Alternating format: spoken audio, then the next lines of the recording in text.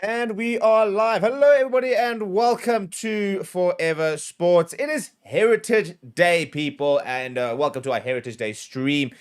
We've got lots to talk about. We're going to be talking about the Boks team mostly, as well as the URC coming up, having a look at some of the fixtures, having a look at what's also developing. We're going to have our official URC preview coming out tomorrow, having a look at a particular focus for the South African teams, and we will also have profiles of the four specific South African teams, dedicated profiles in terms of the business they have done, bringing players in, getting players out, kind of how the squad is shaping up, a brand new coach for the Bulls in the form of Johan Ackerman, and lots of new players for the likes of Stormers, for example, in particular, who have recruited very, very well in the off season. And then obviously we have a team announcement from yesterday. Rassie Erasmus making just a couple of changes to his starting lineup, a few changes to the overall 23. And we're going to have a look at how we did yesterday with our My Picks prediction. We're going to look at the scoring, for example, because we got 24 points out of a possible 30 too. So, yeah, work to be done. Work to be done there. And we've got 12 correct players in their correct positions, in fairness, but did get 3 wrong. So we'll look at what happened there. And I want to know if you guys did your predictions yesterday, how you guys did. And, yeah, I actually it didn't end up submitting a prediction because things got away to yesterday, so I need to go see what you guys did. And then we'll have a look at a little bit at some of the leagues that we have created on mypicks.app, which is the official platform that we are launching to try and really up the engagement and give you guys a tool to make watching games, getting involved in the game a little bit more exciting. It's also the tool we use to do player ratings and the likes of that. And we can do player ratings for absolutely any game of the URC, for example. You can go rate the players, rate the Sharks players, all that kind of vibes as well. So very excited to see if we can get people to start going and rate, like Stormers supporters clubs, for example. You can go rate the Stormers players after their games and the likes over there. So people, we've got a poll running in the comments asking, will the Springboks get a bonus point win versus Argentina? Go and vote in that poll. Let me know how you're feeling about it. Let me know how confident we are about the game against Argentina on Saturday. And tomorrow we'll start getting some early score predictions in. You know, we'll actually bring up the match day tab on my picks and have a look at exactly what some of the score predictions are going to be. Let's have a look at the team, shall we? And actually, before we go to that, if you, by the way, were part of the stream on yesterday morning, we predicted our Springbok team for the game against Argentina. And we basically, what happened is we put up all the players in polls, we voted for every single player, and we basically formulated our 15 from that. Of that 15, we got 12 players right, 12 in their correct positions as well, for a total of 24 points. Basically, how the scoring works is you get a point per correct player, a point if they're in the right position, as well as a perfect 15 bonus point. Now, somebody allegedly got all of those, so we're still waiting to confirm if that is the case. And they did get 32 out of 32. I'll be very impressed if they got the Moy van den Berg selection, for example, which is one of the more difficult ones to do. But basically, this is how the scoring works. So you can see over there, we got Oxenchair right, we got Malcolm Marks wrong. Right, the ones we got wrong were Thomas de Toy. We predicted Grant Williams and Kubas Rano starting, and we predicted Andre Esterhuizen to start, and it is Damien Delendy. So you can see that's how the whole sort of scoring system works. So come Monday next week, I want to see. I want to have over 100 people predicting this team for Argentina. And then in November, we're gonna have a lot of fun with this, and we're busy working on some big prize money for somebody who does predict, 15 out of 50. It does get that bonus point. So those are some of the things that are coming up over there with regards to my picks. So right now, go and create a profile on my picks. Let me know if you've joined our leagues, for example, and get involved. Get involved, because this is, as mentioned yesterday, this is a platform we've developed to really broaden your experience with the channel. And I'm really excited to see how we can continue building all of this, and it's going to be a lot of fun. And yeah, so people, please do smash like on the video. Please do subscribe to the channel if you're new. And if you'd like to get a little animation like this that was Sean Johnson yesterday, please do become a member. It is the pinned comment in the chat. And if you'd like to feature in Rassie's Coach's Corner, please do consider sending a super chat. Big shout out to everybody that has over the last few weeks. It's actually been our best month ever for super chats, which is because you guys have been really getting involved and supporting the channel, and really do appreciate all of that. Let's have a look at the team, shall we? And how it is shaping up, because it's a pretty predictable team in terms of staying with consistency, and I think that's a very, very positive thing. we've tried a lot of things over the past few months with regards to team selections, and at times they've actually criticized Rusty and his coaches for not being consistent enough, for having all these different teams all the time, and not backing players who have played well in the next game and the likes of that, and maybe making too much rotation in the name of building depth. And I think that there's always that balance, isn't it? It's always that balance between building depth and too much experimentation. And I think that's where it's a very tricky balance. And it's difficult to say if you've got it right or wrong until you kind of get to the end of the year and look back to the season as a whole. I think in general we've done it reasonably well. I think maybe we could have put a better side out for that first test against the All Blacks, with a couple of players who I think could have made a big difference. I don't think necessarily we got it completely wrong, but I do think there could have been a couple of changes to that first side, Eden Park, which might have made a big difference. And I think what we saw in the second test is that there are certain players who are very hungry to contribute, that are in great form, and you've got to keep playing them to a certain degree. You've got to keep riding the wave of form, because form is temporary. Class is permanent, form is temporary. So, for example, like something like Kane Moody, he's playing really well in the number 13 jersey. Now, he's also struggled in the last year in that number 13 jersey. He's also struggled on wing, but he's now in a bit of a confidence phase, and you've got to give him those games while he's playing well to keep building that kind of momentum. Same as Damien Willemse, after a man-of-the-match performance. I don't think he was always going to, but you've got to play him in the next game. You've got to ride that form that he's getting back into and get him back to playing some of his best rugby. Good morning, Mikey Larry. Welcome to the chat, and as I said, please do continue to vote on the poll here, people. Interesting that less than 90% of people reckon that we're going to get a bonus point win against Argentina, so there is a reasonably large proportion that reckons that we might not be able to pull it off. But let's have a look at this team, shall we? So I think it's a great team. And I think the question we're asking is, how close is this to our strongest 23? And I think it's relatively close, to be honest. I think it's a lot closer than we might actually genuinely think. I think that players that come in here, if everybody is fit, is Frans Beherb in the number 3 jersey, but I think Wilco off the bench remains. I think that is the only change that I'd make to this pack to make it our strongest pack right now. I think Ruan Nokia has proved that he is in our strongest starting 8, And I think that Jasper Wiese proved as well that he's our number 1 8th man.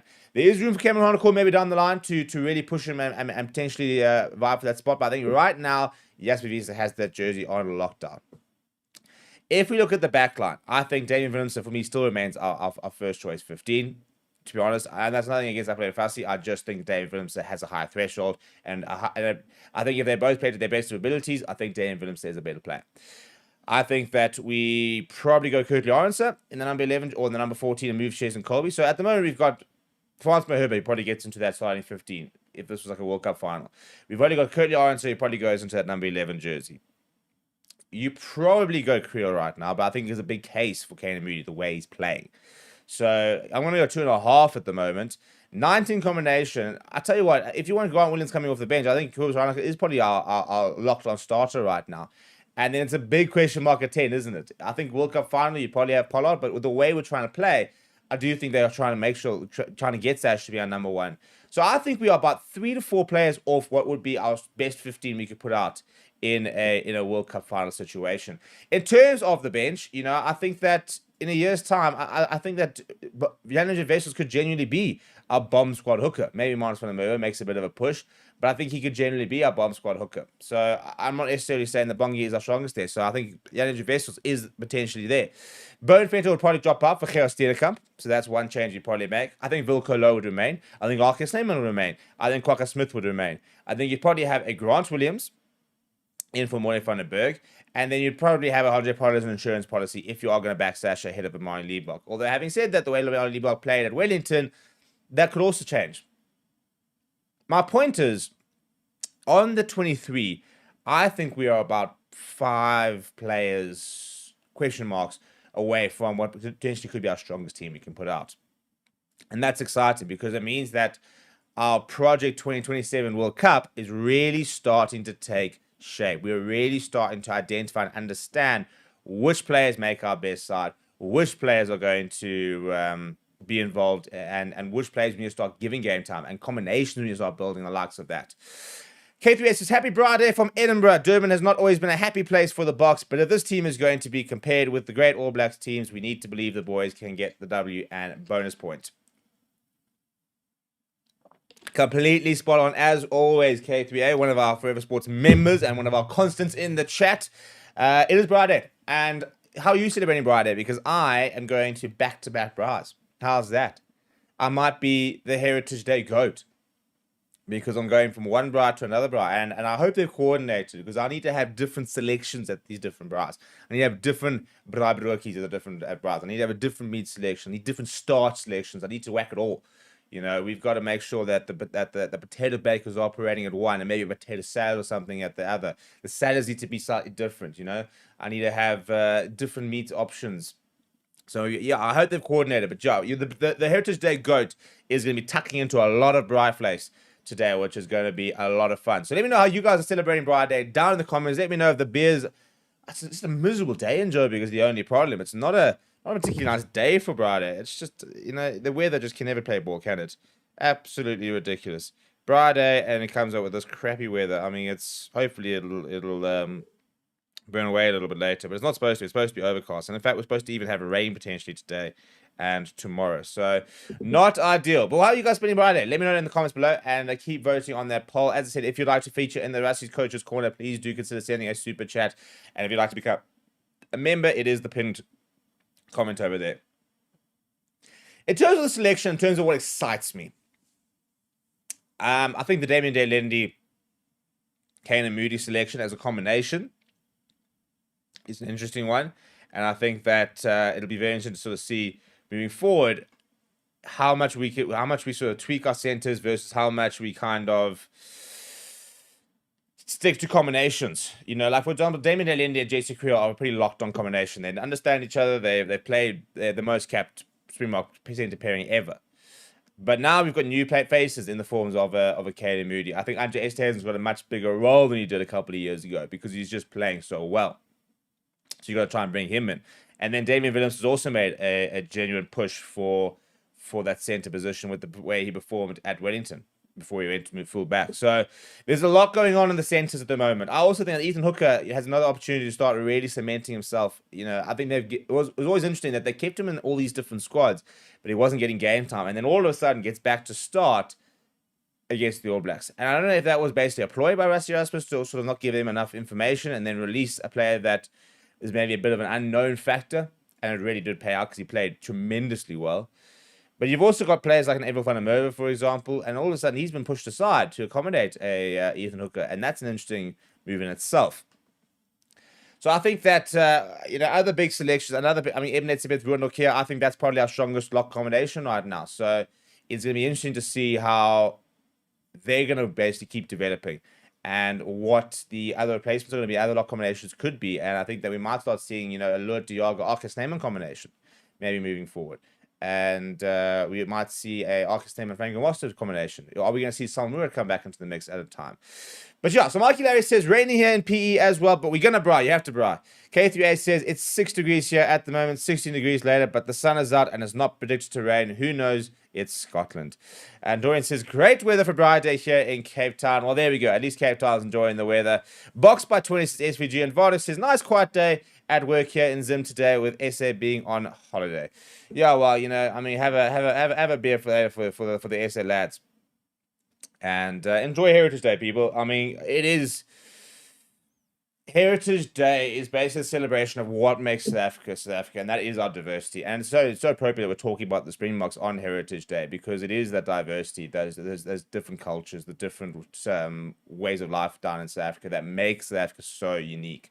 You know, it is the thousands of different official languages we have, and I love it. I absolutely love it, and I love the fact that National Bri Day has just become such a big thing. And now everyone's flocking out and buying coals and wood and all the different Bri flakes. It's fantastic. I'm a big fan. Big fan of Bri. We're going to have 2 of them today, as mentioned. So, got to buckle up. I need to actually probably go for a run and create a bit more room for some food over there. But yeah, we've still got the poll running. And I want to have a look at what you guys have all entered in terms of the leagues. Because yesterday we posted all the different My Picks leagues, and we've seen, I think it was 58 of you guys signed up for My Picks. And there's still room for a lot of people to get involved in the leagues over here. So if we go have a look at what's cooking over there. Hang on, we need to resize that slightly. There we go. So there's our leagues that we have created so far. And these are public leagues, by the way.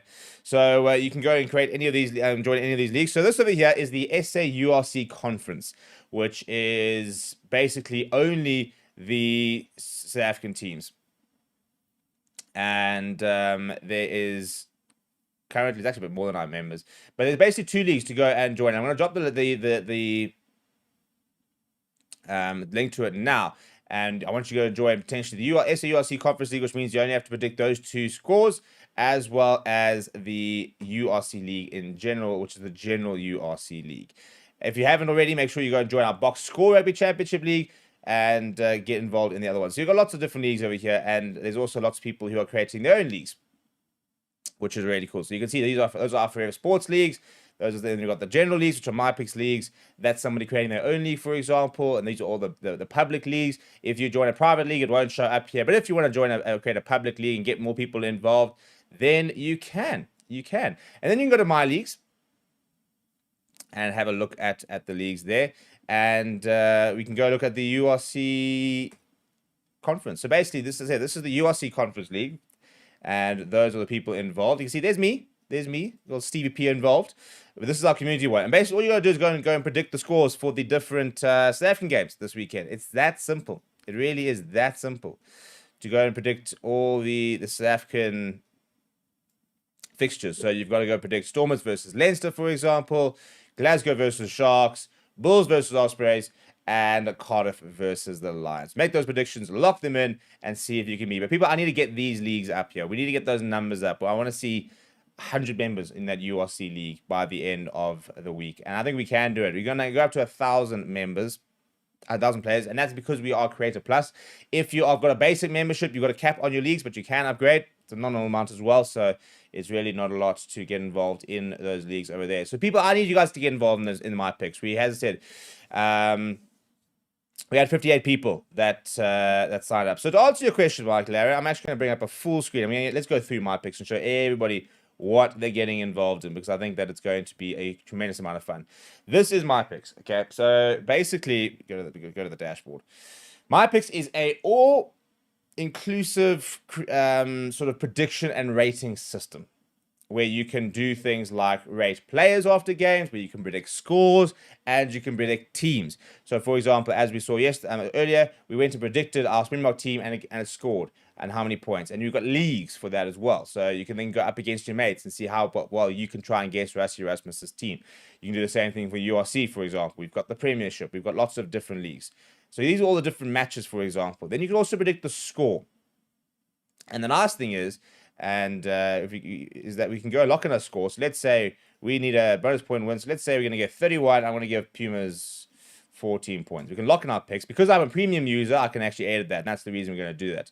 But over here, this is what's really fun, is it shows you that some people have already done their predictions. And the average prediction is currently 35 points to 16. 97% of people have predicted a Springboks win. And 3% have predicted a draw, which is quite interesting. So basically over here, you can go and predict the score, and then again, it'll score your predictions, and you've got a whole tab over here, basically, which shows you all the predictions you need to do and what's available and stuff like that. And it also, in your different, some of your things, is it shows you your stats in terms of how your prediction stats always look like. Yeah, we go. Here's a performance overview. So it shows you all your different predictions there, for example. So, for example, using the Forever Sports community profile that we've made 5 predictions so far. We've earned 39 points. We haven't done player ratings yet. We haven't done any teams yet, but it shows you all those stats as well. And it's got all the different sort of predictions and stuff like that you've made. It's a lot of fun. And basically, for example, if you go to a match day, so let's go to the Bok game on Saturday, there's a whole bunch of different stuff to it. So there's the main tab where you can see we've done our score prediction. We can go and predict the Argentina team as well. So we can go predict that. Over here, it's going to pull through a whole lot of content. So the more content that starts to add, including highlights, for example, of the game itself. And then there's our score prediction. On the day itself, it'll actually create a timeline with all the different stats, all the different match events over here, as well as some of the stats overview. On the day, it'll populate the lineups. So it'll show you what the lineups are for the two different teams. And after the game, it'll populate ratings, where you can basically go to every single one of the players, give them a rating between 1 and 10, and actually, and I'll check it about now, and it's also got stats. But the big thing is, you can actually, for example, for your ratings and your predictions, so let's go and do the Argentina prediction, for example. This is, I think, what I'm really excited about, is you can predict. So what you can actually do over here is you can load the previous team to make things a little bit easier. So now we can kind of give an idea of what the Argentina side looks like, and you can see there, that's the Argentina side. And if you're very happy with that side and you want to sort of lock that in, let's make one change. Let's say Santiago Carrera's out and Thomas Albanor's in. Okay, cool. So we made one change there. You can then lock in your picks over there, and then you can actually go press share team, and it generates a graphic with your name over here. So this is the Forever Sports Community tab, but it can say Mikey Larry, for example, and they can say your team prediction, your starting 15 that you have predicted. And if you've done your score prediction, it also gives you score prediction over here. And then you can share this. You can download this. You can email this. You can share it with your mates. You can WhatsApp it.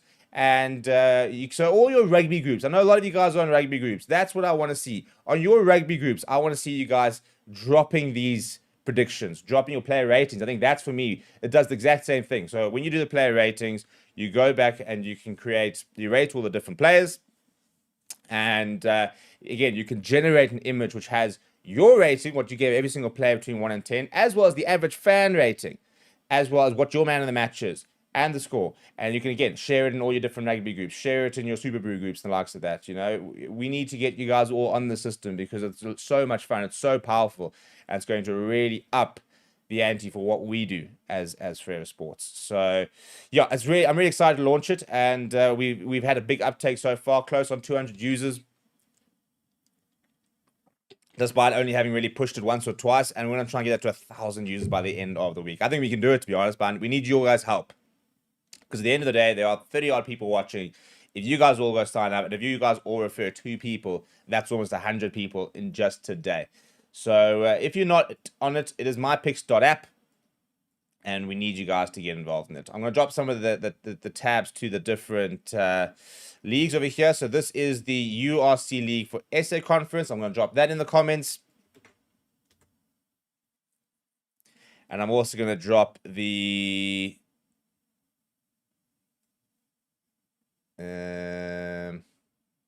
I think this is the... I'm going to drop the general URC League as well,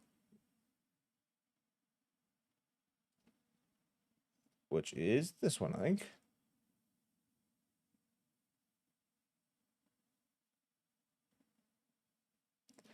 No, it's not. Okay, I'll drop that in a little bit. But basically, yeah. So the first one I've just dropped there, that is the URC League for the SA Conference, which means you're only predicting the South African teams. To make my life a little bit easier. Because I think that's always the biggest problem, isn't it? Sometimes you're a casual fan, and all of a sudden you've been thrown into a URC prediction league, and you've got no idea, nor do you care what the score is between Glasgow and Zebra. Well, you don't have to.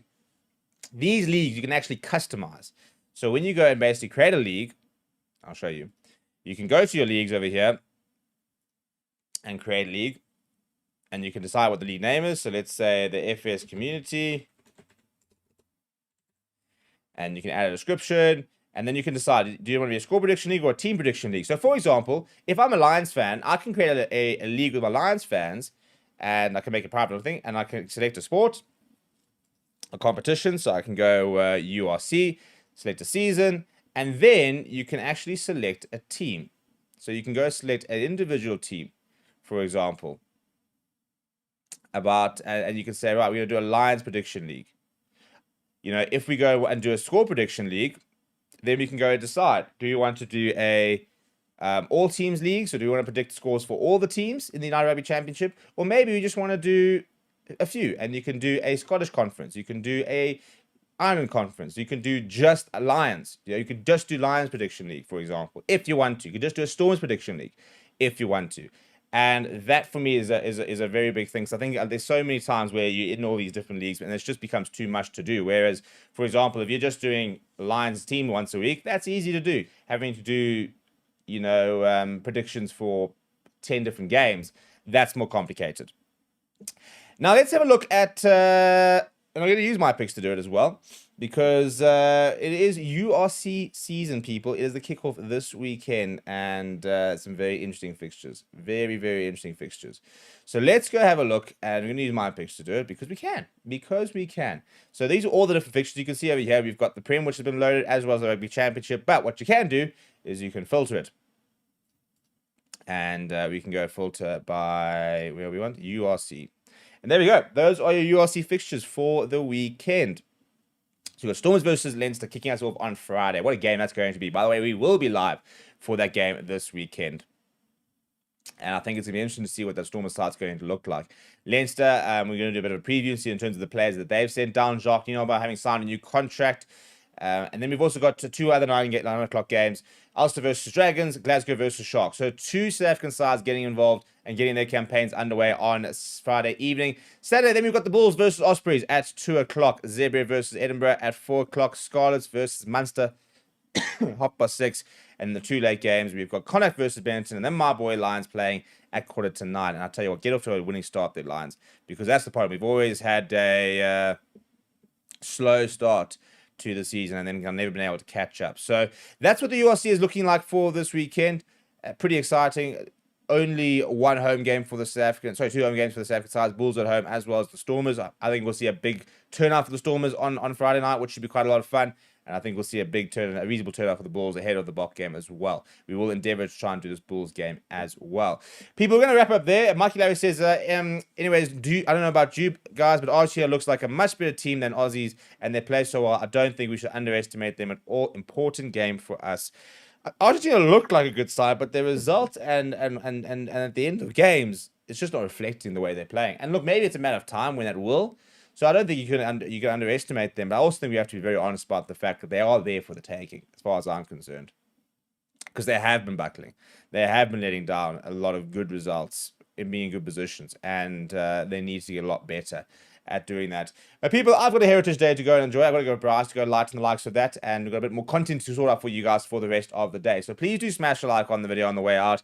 Please do subscribe to the channel on the road to 100,000 subscribers. The next mini milestone is to get to 96,000, 97,000. I reckon we can get to 97,000 by the end of this weekend. That is our goal. So please do be part of that. And if we can get to 97,000 by this weekend, maybe 98, 99,000 by the end of next weekend, maybe we could look at that 100K before November. Else we'll get there in November. But I'd really like to get there at the end of the Rugby Championship. That would be my big goal. And we've got to get to another 1,200 to get to that 97,000 this weekend. Do another 1,200, then that's going to be close past 98,000. And then we're just onto the home straight. And I've already said that we're going to put the plaque there. First ever South African rugby YouTuber. Their plaque's going to go over there. And it's all because of you guys and your support. So please do subscribe to the channel, and we'll see you guys all tomorrow morning. Same. Hello, everybody, and welcome to Forever Sports. Big news in the rugby world, with Jacques Nienaber seemingly confirming that he will not return to the Springboks for the 2027 World Cup, after it was confirmed that he has signed a contract extension with Leinster, which will keep him there until the 2026-2027 season, which means that his contract is now set to finish at the end of June 2027, which means that any sort of linking up with the Boks would be done on the eve of the World Cup, and would basically only be able to join the Boks a month, maybe 2 months ahead of the showpiece, and therefore looking ever more unlikely that the former World Cup winning head coach will be next to Rassie Erasmus when the Boks fly out for Australia to try and go for that three-peat. Before we get into it, please do smash a like on the video. Please do subscribe to the channel as well. So, news coming out of Leinster today, and some pretty big news. An open training session, quite a nonchalant way, really, of announcing this kind of news. I mean, a World Cup winning coach signing an extension is quite a big deal. Leinster obviously thinking that maybe it's not as big of a deal. And so basically what happened is that Leo kind of confirmed that the 3 coaches have all signed extensions for another year, and that'll finish the 2025-2026 season. Those being Robin McBride, Jacques Nielbar, as well as Tyler Blenendal. And what's I think really quite interesting is the fact that all of them have obviously renewed. But Leo Cullen, for example, no sort of talk about him potentially moving on, which is such a stark comparison to where we were a year ago, where Leinster had once again failed to achieve a Champions Cup, for example, which they still didn't do this past season, but also did not win a URC. And a lot of speculation then about Leo Cullen and the future he had at the club, and potentially he might be there was talk about him potentially being moved on. And the one thing that everybody was saying with that Jacques Nienaber, initial appointment is the fact that you now have a World Cup winning head coach in the system, which means that if anything were to happen to a Leo Cullen, for example, and they were to sack him basically like mid-season, Jacques Nienaber, for example, could step in as a head coach, because he's obviously something he's done to pretty good effect, given the fact that he has won a World Cup. So let's go through the press release, and then we'll kind of talk about exactly what it means for the Boks himself, shall we? So, as mentioned, it was at a coaching, or basically an open training session where they met with local school kids, and he confirmed that those three coaches have all signed extensions through to the end of 2026-27. And he's also confirmed that his new position, which is provincial kicking coach, had been created to better align with the work based at UCD with clubs, schools, and the player pathway. And Emmett Farrell, who's the former Leinster out of and currently performance analyst at Leinster, has been appointed to that role and has confirmed that he will continue as this role kicking coach with the senior team at Leinster Rugby. If you're a Leinster fan, that obviously means something to you. If you're not a Leinster fan, probably doesn't mean much to you as well. Now, in terms of what he had to say, Leo Cullen, he said the following. He said, they have all brought tons of relevant experience and different perspective of how we do things. And I think that's hugely important for the development of the group, that we have our voices and ways of operating. He said it's not just around the senior team as well. You see it with our academy players and the work that they do, visiting the clubs and schools and giving freely of their time. And I'm delighted to have them all on board again. So basically talking about on the coaches. So that's pretty much all we've actually had, in all honesty. Now let's talk about what this means. So first of all, again, this does not rule out that there's no chance that Jacques Nienaber, for example, won't be involved in the 2027 World Cup, because he could still join up right before the World Cup. And we've seen, Felix Jones actually originally came in, not long before the World Cup started, due to the very sudden resign of Swayze de Bruin, who basically had a bit of an emotional or mental breakdown, really, with the stress, and had to step away from the game. And as a result, Felix Jones stepped in. However, the thought and the original sort of conversation that a lot of fans were having was that it all lined up very nicely, that he was going to have his contract expire in 2026, which would give him basically a full year and a bit, just shy of 18 months to work with the squad. But basically give him a full year. He would basically finish up Leinster, join the Boks for the beginning of the international season next year, be with them for, the Greatest Rivalry Tour, be with them for the Autumn Nations Series, and go into the World Cup. That was the speculation when he signed that contract, which expired a year out from the World Cup, And I think especially if we look back at the last month or two, and lots of conversations about Jerry Flannery, for example, a lot of pressure on him, speaking about whether our defensive systems are good enough. Lots of people are saying that we need Jacques back, and Jacques was one of the big reasons why we were winning, which is amazing, because if we go back 5 years ago, a lot of people are basically saying it's the wrong choice. Even go back to 2020, 21, 22, for example. A lot of people saying that he wasn't good enough, he wasn't head coach material. And then 2023 happened, and everybody started to realize that he is truly a world-class coach in his own right. And he's not just the Rusty Buddy. He is a genuinely world-class defense coach, and I think a genuinely world-class head coach. And I still think that this is a bit of an emergency net, because again, if you do lose Leo Cullen in the season, whether it's by him leaving or you firing him or whatever, you've got someone who can step into that role very, very easily in the form of Jacques Nienaber. And I think that it's a shrewd piece of business from Leinster to get that extension. In terms of the Boks, you're never going to say no to a Jacques Nienaber coming back. You of course you want him involved. It's a very big coaching team at the moment. Rusty Rasmus has even said it's the biggest coaching team he's ever worked with. And I think at times there might be a case of too many cooks spoiling the broth. I think there is so much feedback coming in from different angles, different approaches, that I think is a massive balancing act. We lost Jacques from the last World Cup, and we lost Felix Jones, and we replaced them with Jerry Flannery, and we brought in Tony Brown, and then we brought in Dwayne Vermeulen, who became joining the coaching staff as a bit of a Moby. He's supposed to be a Moby Union coach, but he's always with the Boks, and we brought in Jaco Paper. We lost 2, we brought in 4, and we then brought back Felix. So this coaching staff has effectively grown by an additional 3 people from what the 2019 or 2023 World Cup was. And as a result, it is a very big coaching staff. And therefore, it'll be difficult to sort of see where Jacques fits in. More than that, defensive systems take time. You can't just arrive and implement a defensive system within a week or 2. It takes time. Same with attacking, actually, any sort of systems, really. Which means that he was always going to have a long time to be able to work. Even now, maybe we're starting to see the Jerry Flannery system start to sort of come good, maybe against the All Blacks, and maybe it was a step in the right direction. Because we all remember when Jacques Nienaber and Rassie Erasmus first came in, and we went to the Jacques Nienaber defensive system, and we were porous. We conceded lots of points. And everybody sat there saying, well, this is the problem. He's not good enough. And he's not of the kind of quality. And then we saw some of the big performances, and all of a sudden we saw, hang on, this is actually going to work. And it did work. So you've got to give players and coaches time.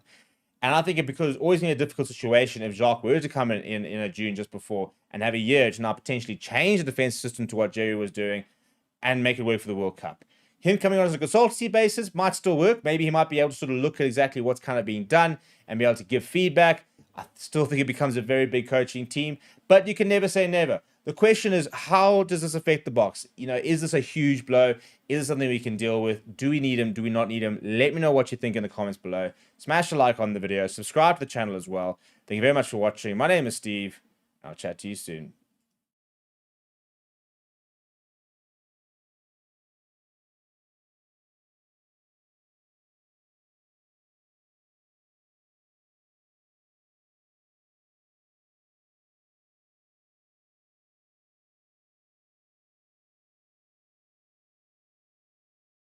And then we'll have Rassie and Sia at the end just sum up in Afrikaans and Xhosa. Did I get it right? Yeah, thank you. Just what they thought about the game and obviously going forward in the competition. Please note it's a 10-minute media conference, so I am recording it and I'll send out the recording shortly. Thanks, guys. Questions? Coach, how's it feel that Daniel likes the event? We've been on the other side where we got 57 away from home, so there's no need for us to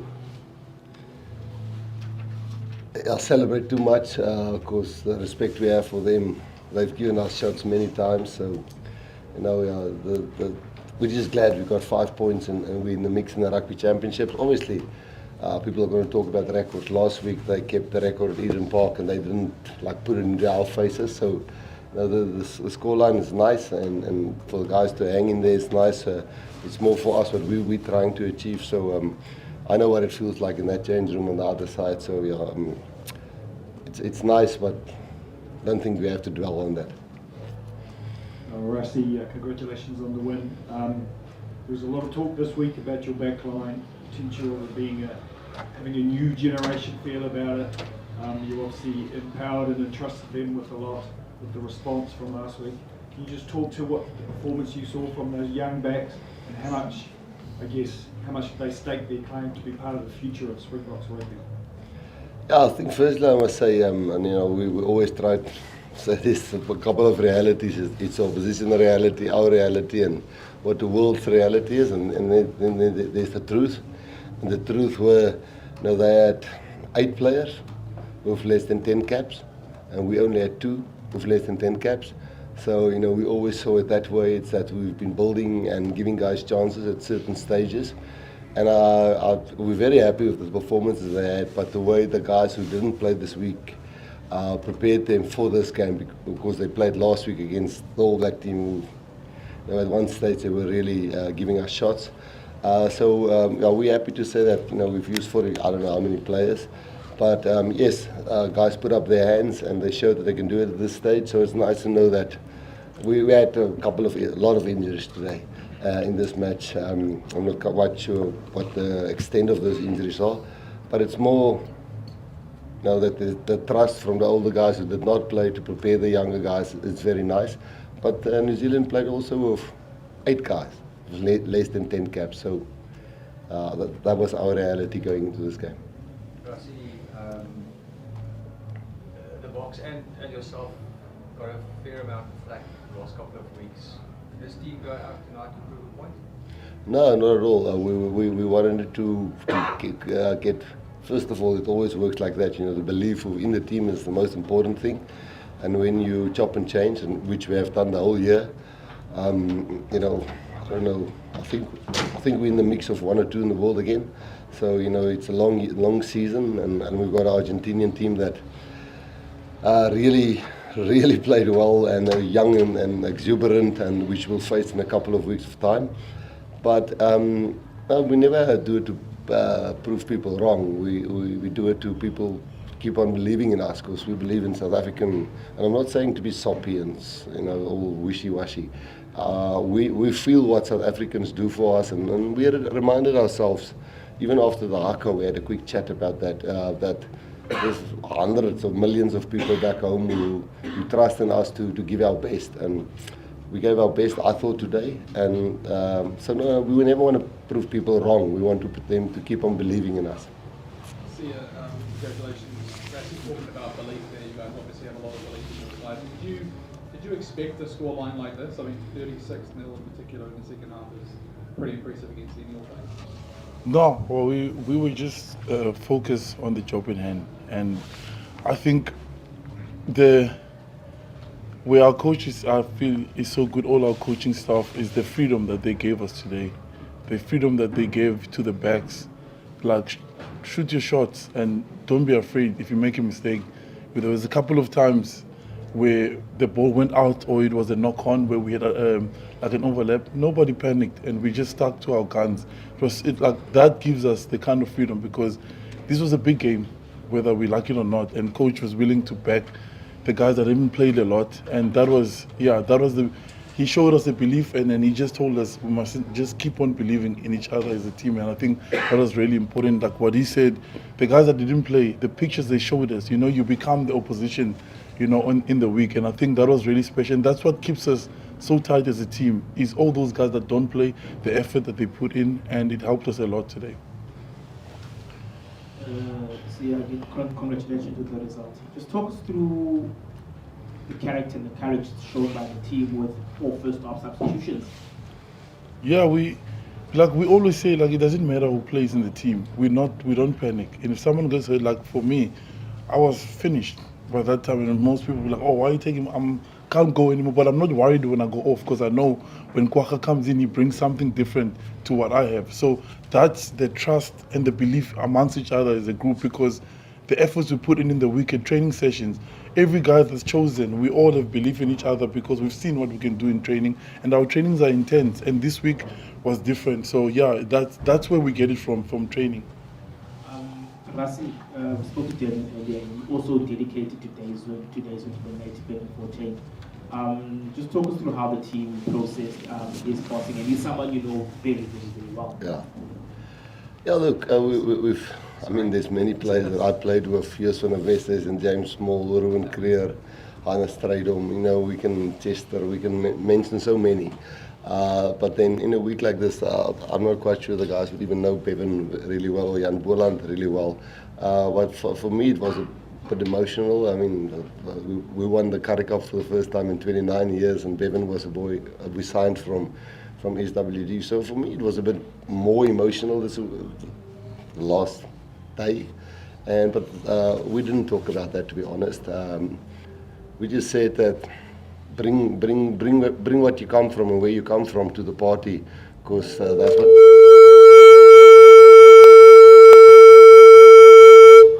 Sorry. No problem. So I personally, for me, it was not a nice day and a half. But I mean, we did not, as a team, we didn't even talk about that, because there's so many people in my era, which I played with, that's not here anymore, that would have loved to be part of what the guys did today. So I said afterwards, I did tell them a little bit about Bevan, and I mean Boland and so on. So, but I mean Cornell's gone, and there's so many, and that's what the guys are carrying. Those guys' legacy. Honestly, when you look back at what happened against Australia from 22-0 down, from 22-0 up to 38-22 defeat, today was 10-7 down at half-time with 8 entries in the first half. Just talk us through this evolution that the team is going through at the moment. Yes, there's still 2 games left in what is a very wide tournament.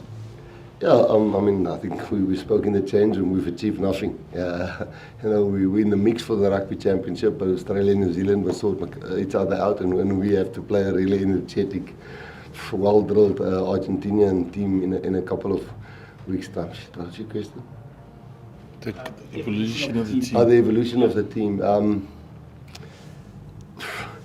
I think we're getting better. I think the first 30 minutes we still made a lot of errors. But I think the belief is listen, you can do it, express yourself, don't get like a robot. We don't pick you to be just doing your job and mechanical side of the thing. You are Damien Willemse.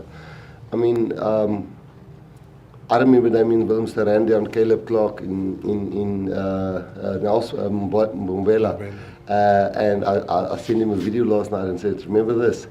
And everybody, I mean, Ethan, everybody that played tonight, but it's the guys who's not playing that gives those guys belief. And New Zealand will go through the same, you know. They're going to pick themselves up and understand. Well, they do understand. I can tell them what they must understand or not. But this is most, people always say you must build depth and you must build squad depth.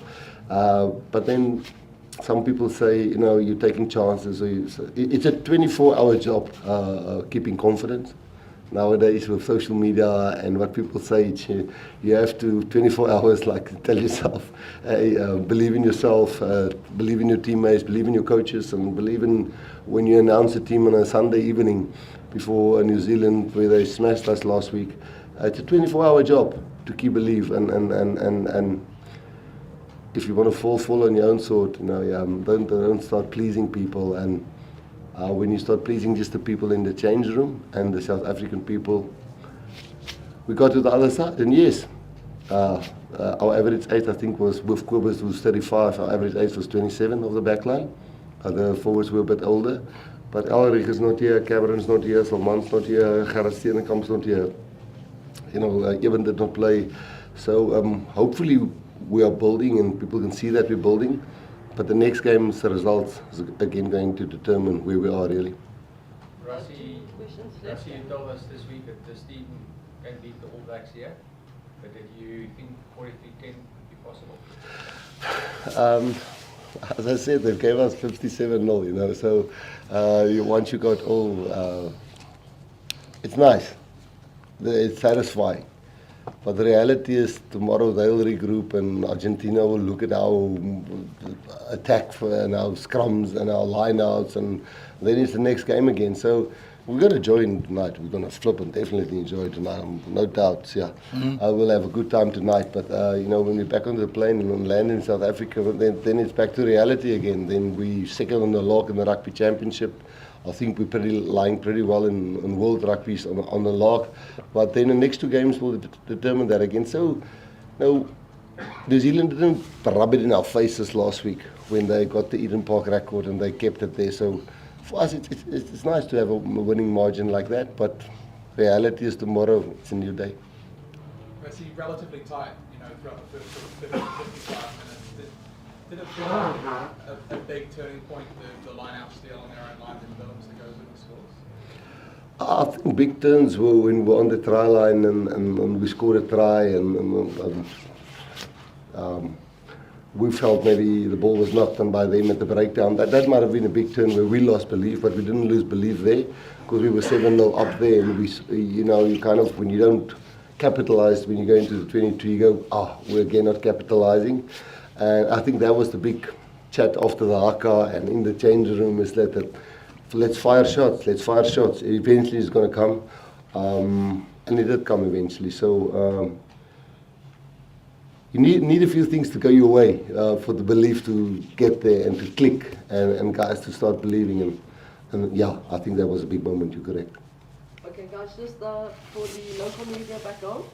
Rassi, I can ask you in Afrikaans, but Sia is, I don't know my Xhosa. You can ask. Yeah. Can you just sum up the game? Kan jy asseblief net vir ons sê wat jy gedink het oor die wedstryd, wat reg gegaan het en wat voor lê in die kompetisie? Ja, die eerste ding is, dit is lekker, dit is baie lekker om Nieu-Seeland hier so te wen. Ons het nog nie baie in ons lewe gedoen nie, in my lewe nie. En die eerste ding is die belief of die geloof wat die spanne mekaar het. Dus in my opinie is dit eerst al 24 uur werk om te bly glo in jouself, want daar is soveel opinies. Maar soos ek vir julle gesê het, mense wil nie Suid-Afrikaners verkeerd bewys nie, jy wil hulle aan jou kant hê en mense wil hê hulle moet in jou glo, en as jy foute maak, kry jy baie kritiek. So ja, die telling is lekker, maar vir ons die belangrikste is dat ons ouens geroteer het, die senior ouens gehelp het om die manne, ons nie baie jong ouens gehad, jong ouens in die span gehad nie. Nieu-Seeland het 8 ouens gehad wat minder 10 toetse gespeel het. Ek dink ons het 2 of 3 gehad. So ons het dit nooit in ons werklikheid was dit nooit dat ons vat hierdie groot kans nie. Dis ouens wat al jare saam met ons kom. Damien Willems het al 2 World Cups gewen in British en Irish Lions series. En ek geweet ergens gaan sy dinge bymekaar kom. En toe verloor ons Fassie en ons verloor 'n klomp ouens in die game. Lood ernstig beseer, Fassie is ernstig beseer. So die groot ding is wat ons uit die game uitvat, is nie die telling nie, is dat ons in die mix is in die Rugby Championship en dat ons alright is in World Rankings met 'n belangrike draai die einde van die jaar. En die heel belangrikste is dat Suid-Afrika kan sien ons glo in mekaar en ons kan voel dat Suid-Afrika glo in ons.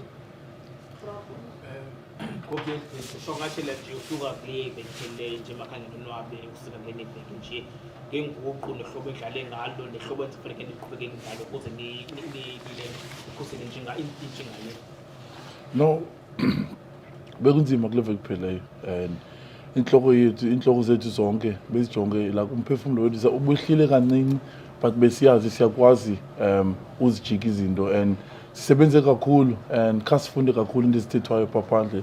Let's concentrate kule nto besiyenza thina siyi-team and ocoach bethu i-belief abasinike yona, especially kulamadoda asemva, ubaxela uba mabadlale ngehlobo afuna udlala ngalo. And if umuntu wenze iphutha, asiliphutha lakhe letho iphutha le-team yonke, I think kuyinto ebalulekileyo. Nangoku besi-atheka kakhulu, khasifumana itrayipha, sabuya emva kwasikora bona kuqala, umphefumulo wethu khangohle, besiyazi izinto ezakwenzeka. So sebenze kakhulu and i-team isebenze kakhulu for thina, make sure ubeka umuntu kwindawo right. And yeah, siyenzile into besifuna uyenza, but umsebenzi awukapheli. Kuninzi into efuneka siyenzile because Argentina iyadlala kakhulu. So namhlanje sahlala kakhe, sizinjoye kakhe, nesigoduka fika kwi South Africa. Sisebenza siqeshiwe. Fantastic. Thank you very much, guys. And we are live. Hello, everybody, and welcome to Forever Sports for an exciting update on Wednesday, which you probably didn't expect to have. And just as well, because there's a bit of a depth in rugby news, but now we have something ready to sort of pick apart and get excited about. Rassie Erasmus has named his squad for the Argentina test, a 33-man squad, and no real surprises, to be honest, which I think was always kind of going to be the case. I'm almost a bit surprised it's not maybe a wider squad for next week down in Durban, where they might look at potentially giving in a couple of other players an opportunity. But it's very much a squad to see out the rest of the Rugby Championship and to make sure that we win the Rugby Championship. And there are a couple of big players missing, and there aren't any really players returning, to be honest. So it's still very much the core group of what we've expected, minus the players who are injured. And yeah, I mean, big frustration with some of the players that are injured, like Alua Diago, for example, who was starting to look a bit more like his best throughout the Rugby Championship. Now will not be available for the next 2 tests. Hopefully will be available for the end of year tour. Jean-Luc Dupré, who was named in the side and then was sick and was supposed to play in the side and then got injured, and he has been ruled out of these 2 Argentina tests. And you kind of start to wonder, when will he ever get the opportunity to put on the green and gold once again? And Apele Fassi also confirmed out of these 2 tests. So if you look at the squad, those are your 33 players that will represent this Springboks in the next 2 games. And yeah, it's pretty straightforward. Let's go through it, shall we? So in the forwards, we have got Peter Steph du Toit, Thomas du Toit, Eben Etzebeth, Vincent Koch, Sia Khaleesi, Vilcolo, Malcolm Marks, Bongi Manambi, Franco Mostert, Oxen Chair, Ruan Nokia, Quacha Smith, Arches Neyman, Marnus van der Merwe, Marco van Staden, Bowen Venter, Jan Hendrik Wessels, and Jasper Wiese. So, Charlotte Dupree dropping out, Lourdes Diago dropping out, nobody really coming in. We don't really need anybody to come in, to be honest. We've got the cover we need. I mean, we've still got, for example, like 4 lock options in an Ebenezer, Franco Mostert, Arches Neyman, Ruan Nokia. So you've got pretty much every single position covered there. The only sort of maybe question mark is that there's only one out-and-out 8th man in the form of Jasper Wiese, but we've already seen Sia Khaleesi play there, so he will cover the number 8 jersey. And apart from that, you've got all the cover you need in there as well. In terms of the backs, Damien Delende, Faf de Klerk, Andre Esterhazen, Sasha Feinberg, Gomezulu, Ethan Hooker, Cheslin Colby, Jesse Creel, Marnie Liebok, Makazolo Mapimpi, Kanan Moody, Honjay Pollard, Kuba Schranach, Morne van den Berg, Damian Willemse, and Grant Williams. The big a surprise for me here is Makazolo Mapimpi retained whilst Edwin van der Merwe is fit. And it goes to show how timing is everything. I personally would have Edwin van der Merwe ahead of a Makazolo Mapimpi, who doesn't seem to be sort of playing at the moment, doesn't seem to really be within the sort of top 4-5 wings at the moment, as hasn't really played at all much of the season. And I think that Ethan Hooker, the way he played against New Zealand, for example, has become really difficult to drop him. And I think that he's all of a sudden gotten himself ahead of Makazolo Mapimpi, in which case I think there's far more value in having Edwin van der Merwe in the squad to be around the squad and to continue training and aligning with them than Mapimpi, who I just don't think gets to the next World Cup. I think that's the only reason that I'm surprised he's there. I just don't see him getting to the next World Cup. And as a result, for me, having an Edwin van der Merwe in the squad makes a lot of sense. The only other surprise there is we still got our 4 scrum. Faf de Klerk has been retained. And Morne van den Berg, we haven't seen him. I reckon we might see him in Durban.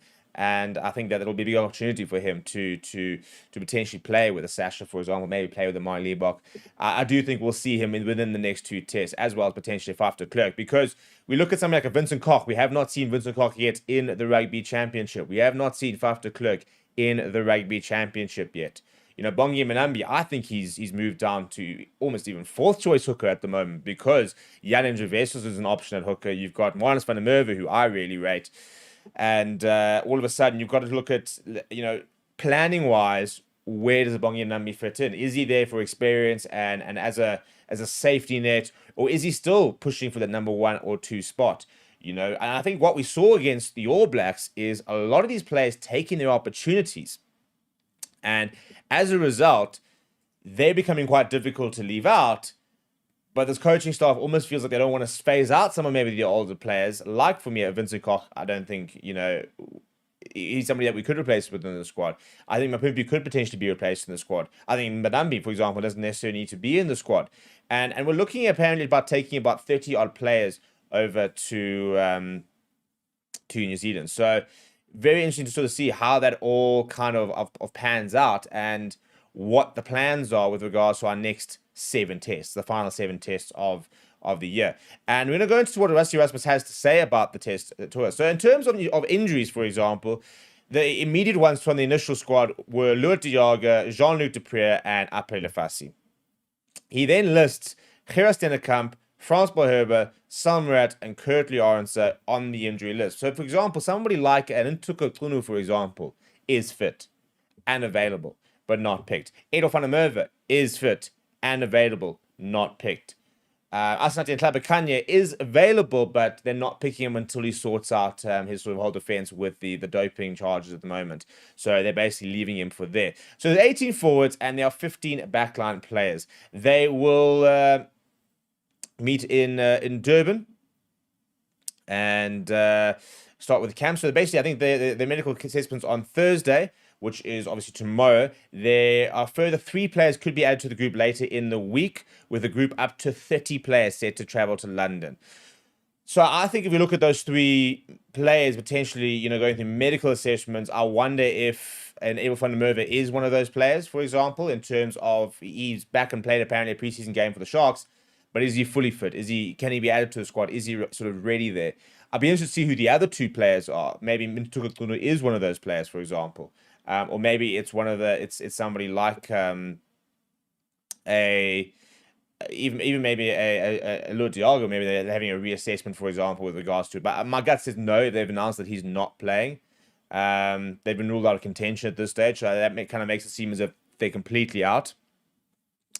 So, yeah, in terms of what he's had to say about it, Rassie says, this group of players have been together for over 13 weeks now, and they've shown that they are the right players for this big task against the Pumas. We've chopped and changed our squad a fair bit this season, playing a total of 46 players in our last 8 matches, including the Barbarians match. And by training together almost daily, we are confident these players are these are the players who can give us the best shot to try and retain the title. The fact that the younger and older guys have been training with one another and against one another on the field almost daily really paid off last weekend, and we have no doubt that if we continue showing our faith in these players, we will get the best out of them. Speaking about the injuries, he said, we are blessed with talent in South Africa, so it is sad that as we are for players such as Lua, Jean-Luc, Upleder, Kirtley, and many others, we have capable guys to fill their boots. We are also very fortunate to have many versatile players who can play a few different positions, and they are equally adept in each of them, regardless of what position they play. So, yeah, I'm not worried at the moment. And as I said, I don't think there are too many surprises in the squad. I don't think people are going to be up in arms with regards to the selections that we've made. I don't think people are going to sit there saying, why is this player in? Why is that not player? I think there are players who could potentially come in. I think, Vincent Tuka, for example, wouldn't look amiss in the squad and be really good for him. I still think that he needs to get more exposure. But we've got all the cover we need in the squad, and it kind of ticks all the boxes, which is the main thing at the end of the day. So what do you think of the squad? What are your thoughts? Where are we at, for example? I'm going to go through some of the comments now, get your sort of thing. I'm going to ask on the comments as well. Are you happy with the squad? And that's my big question. Are you happy with this squad? A simple yes or no. And if you say no, as always, we want to know why. You can't just come in and say, no, I'm not happy. Well, why aren't you happy? Who don't you like in the squad? Who would you like in the squad? I don't like the sitting on the fence. Well, not sitting on the fence, but the throwing out something like I'm not happy with the squad without giving us any sort of reason as to why. Why. So get your comments in and let me know where you are with all of this and kind of what you're thinking. And I'm just going to refresh this over here, and then you can get to the comments. Also, please, by the way, we are always, as always, looking for new members to join the Forever Sports Members Club. It is the pinned comment, so please do consider becoming a member on the road to trying to get to 250 members. We're about 220 now. Need another 30 members to get to that mark.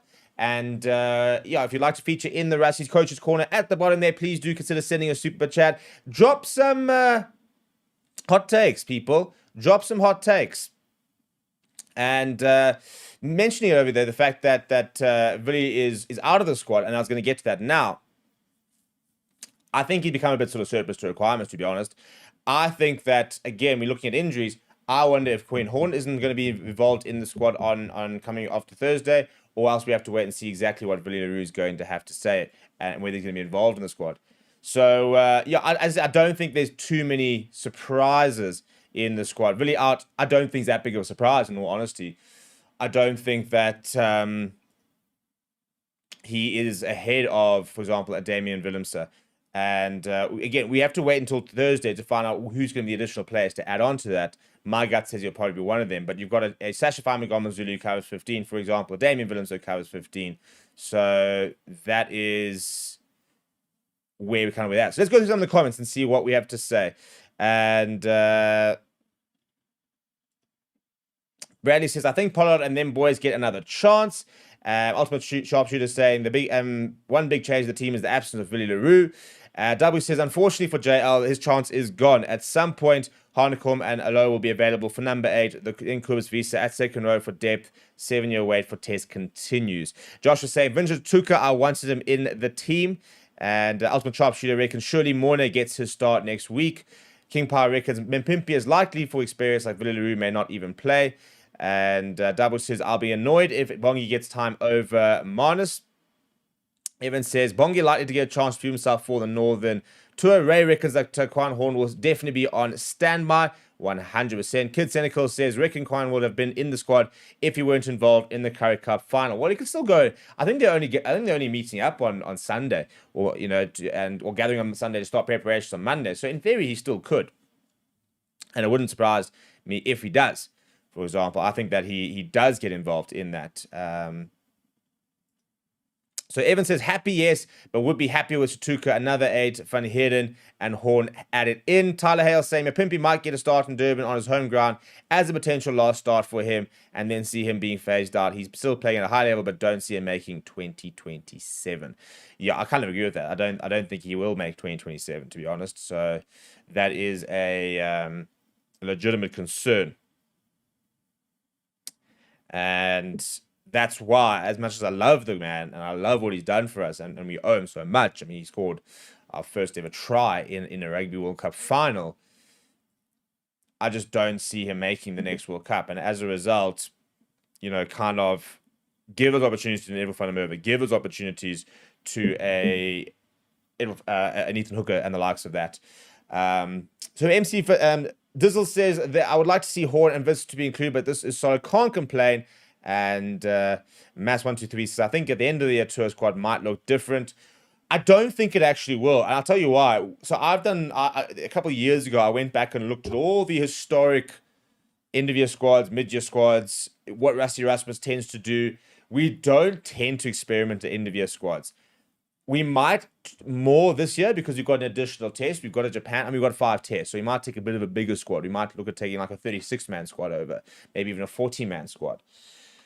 But in general, before and in previously, even for example, like the likes of last year, we didn't see a case of taking younger players and a highly rotated squad. We generally took the tried and tested players and kind of try to go out and get results. Look, last year was maybe slightly different. I think slightly better opposition. We had Scotland, England,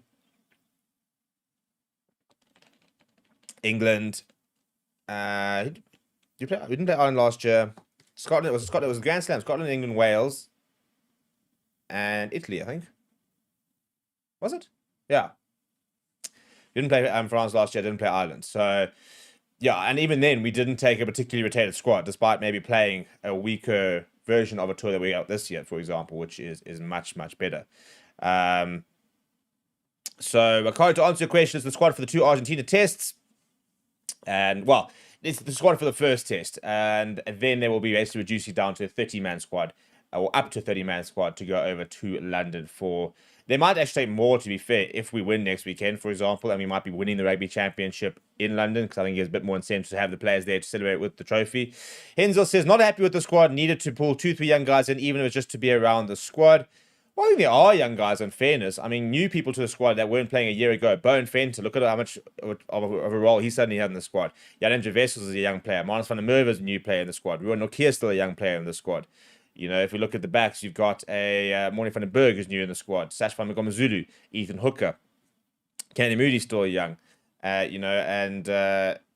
think that, again, I think that maybe there's 2 or 3 players you could bring out. You could leave out Maxima Pimpy, bring in Edel van der Merwe, or a Quine Horn, for example. I think would be a good chat. You could leave out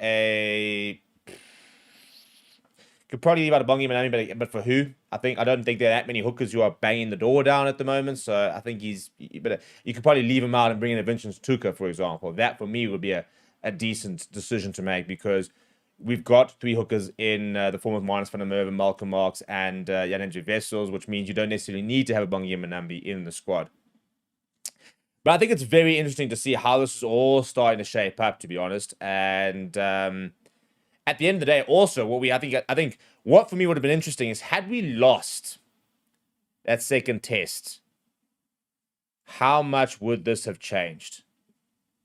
How much would we have gone, well, the Rugby Championship is gone, let's play some youngsters, let's bring some new faces and let's try and build? Or would they have gone, oh, sure, but we have to go basically try and win these last 2 games, otherwise we're going to get sacked, for example.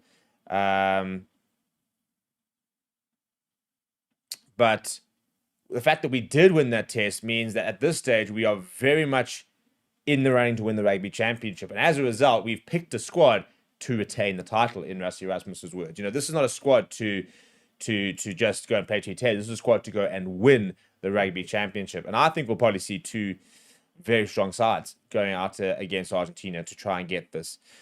Jerome says, infuse young guys into the group. Evan says, think some minor experimentation opportunities against Italy, Wales, and Japan. Well, I think against Japan and Wales in particular, or maybe even look at Wales and Italy in particular, you'll be able to rotate.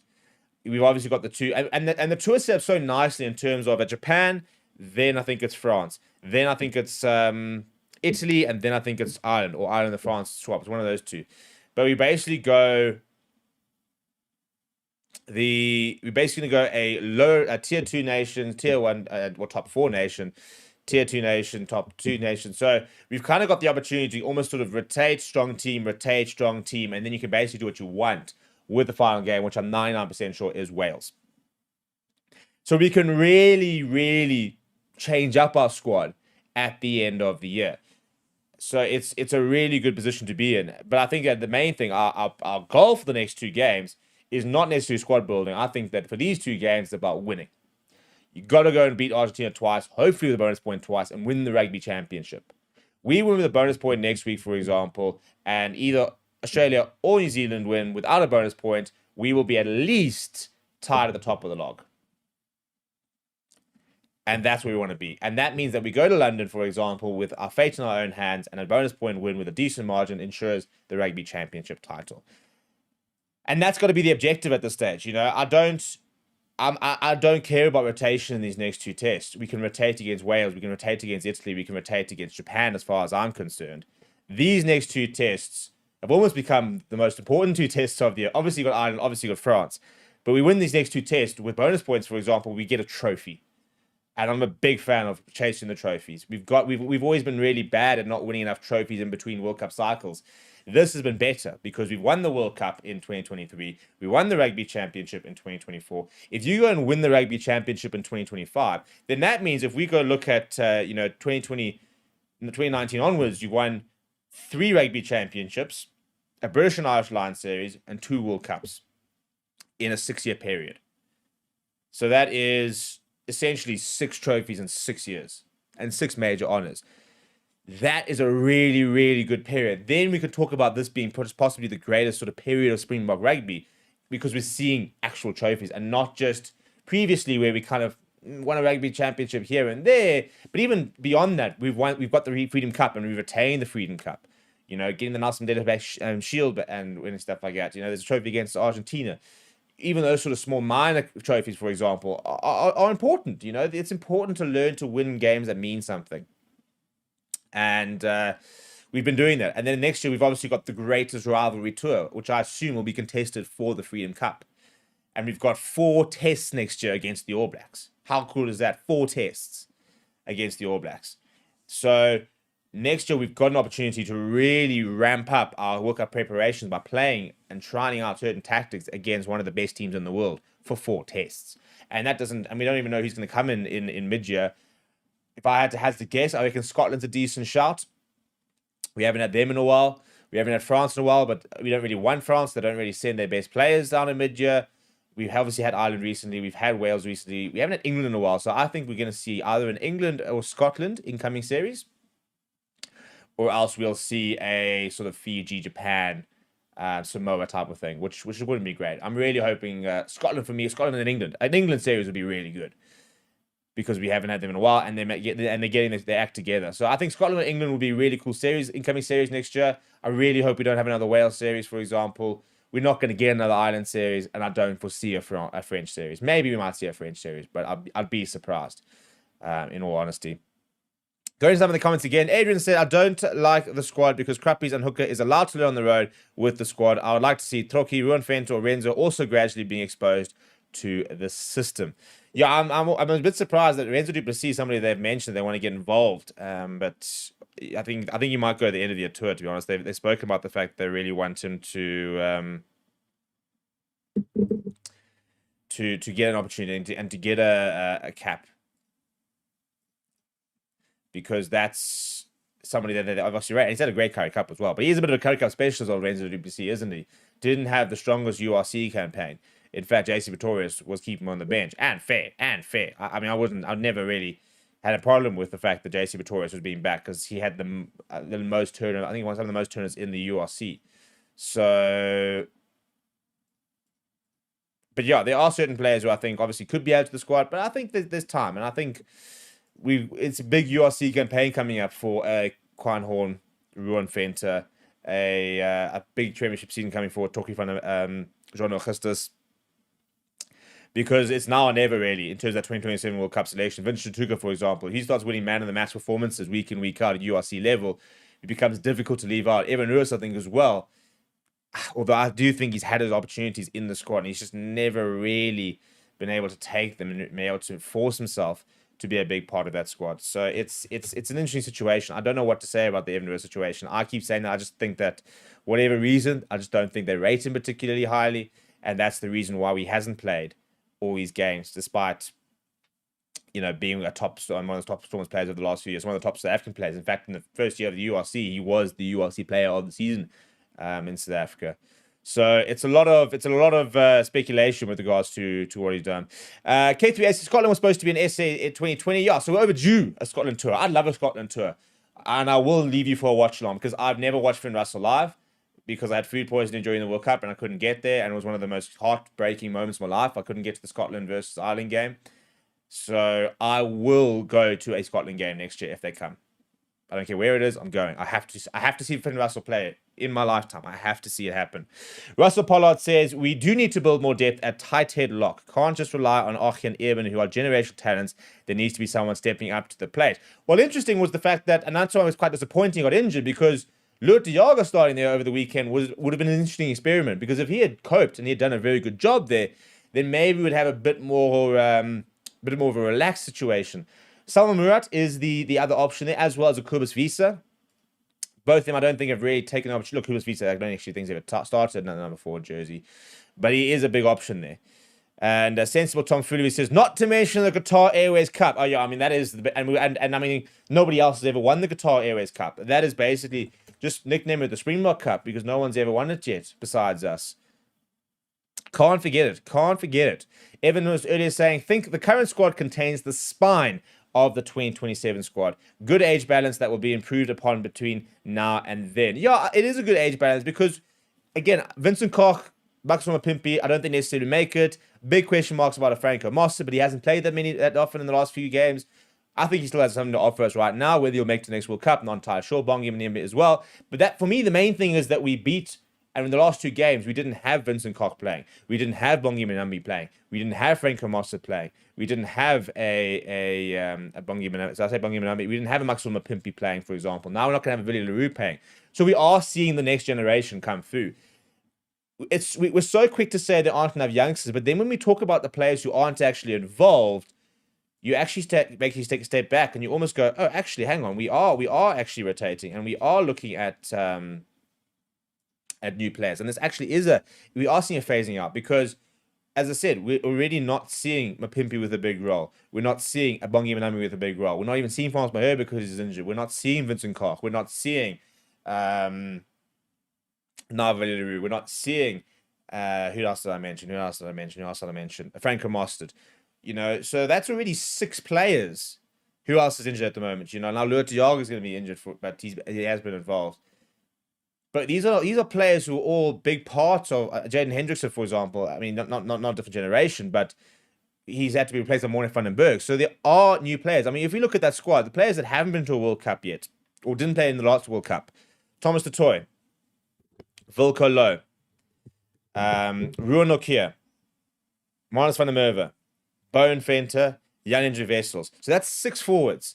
So 33% of our forwards in the squad didn't go to the last World Cup. If you look at the back line, Sasha didn't go, Ethan Hooker didn't go, and Morne van den Berg didn't go. So that's 3 players that haven't been to a World Cup.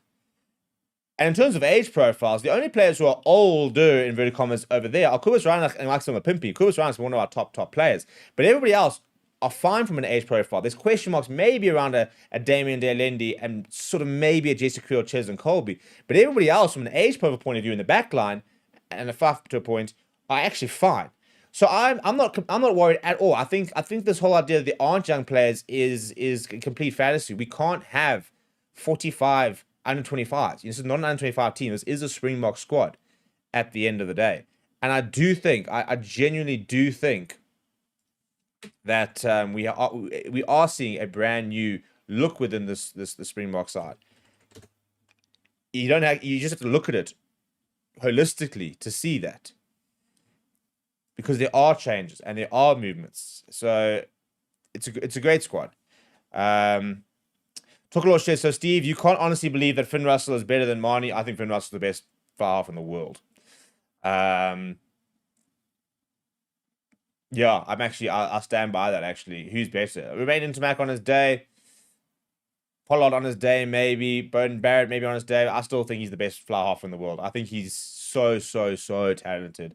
And I think he's such a fun player to watch. Look, Marlon's my boy. I'm gonna back Let Liebach cook. And they must play against each other. But he's always been a cult hero of mine. I've loved Finn Russell for years and years as a player. So I'm desperate to go and see him play live. Sensible Tom Fudu says, yeah, I agree with you, Steve. Even though I understand the need to build depth, we can't keep using that as an excuse when we don't win TRC, Freedom Cup, etc. 100% on the same page there. You know, I hate the concept of losing games, but we're building depth, because you can do both. And to be fair, this year we kind of have done both. We've only lost 2 games. I think we need to be very clear about that. And we were all very down in the dumps after that Wallabies loss and then the New Zealand loss. But it's amazing how that New Zealand victory has just added a whole new perspective to our season. We're still operating at an 80% win rate, for example. So you share the squad on the socials, yeah.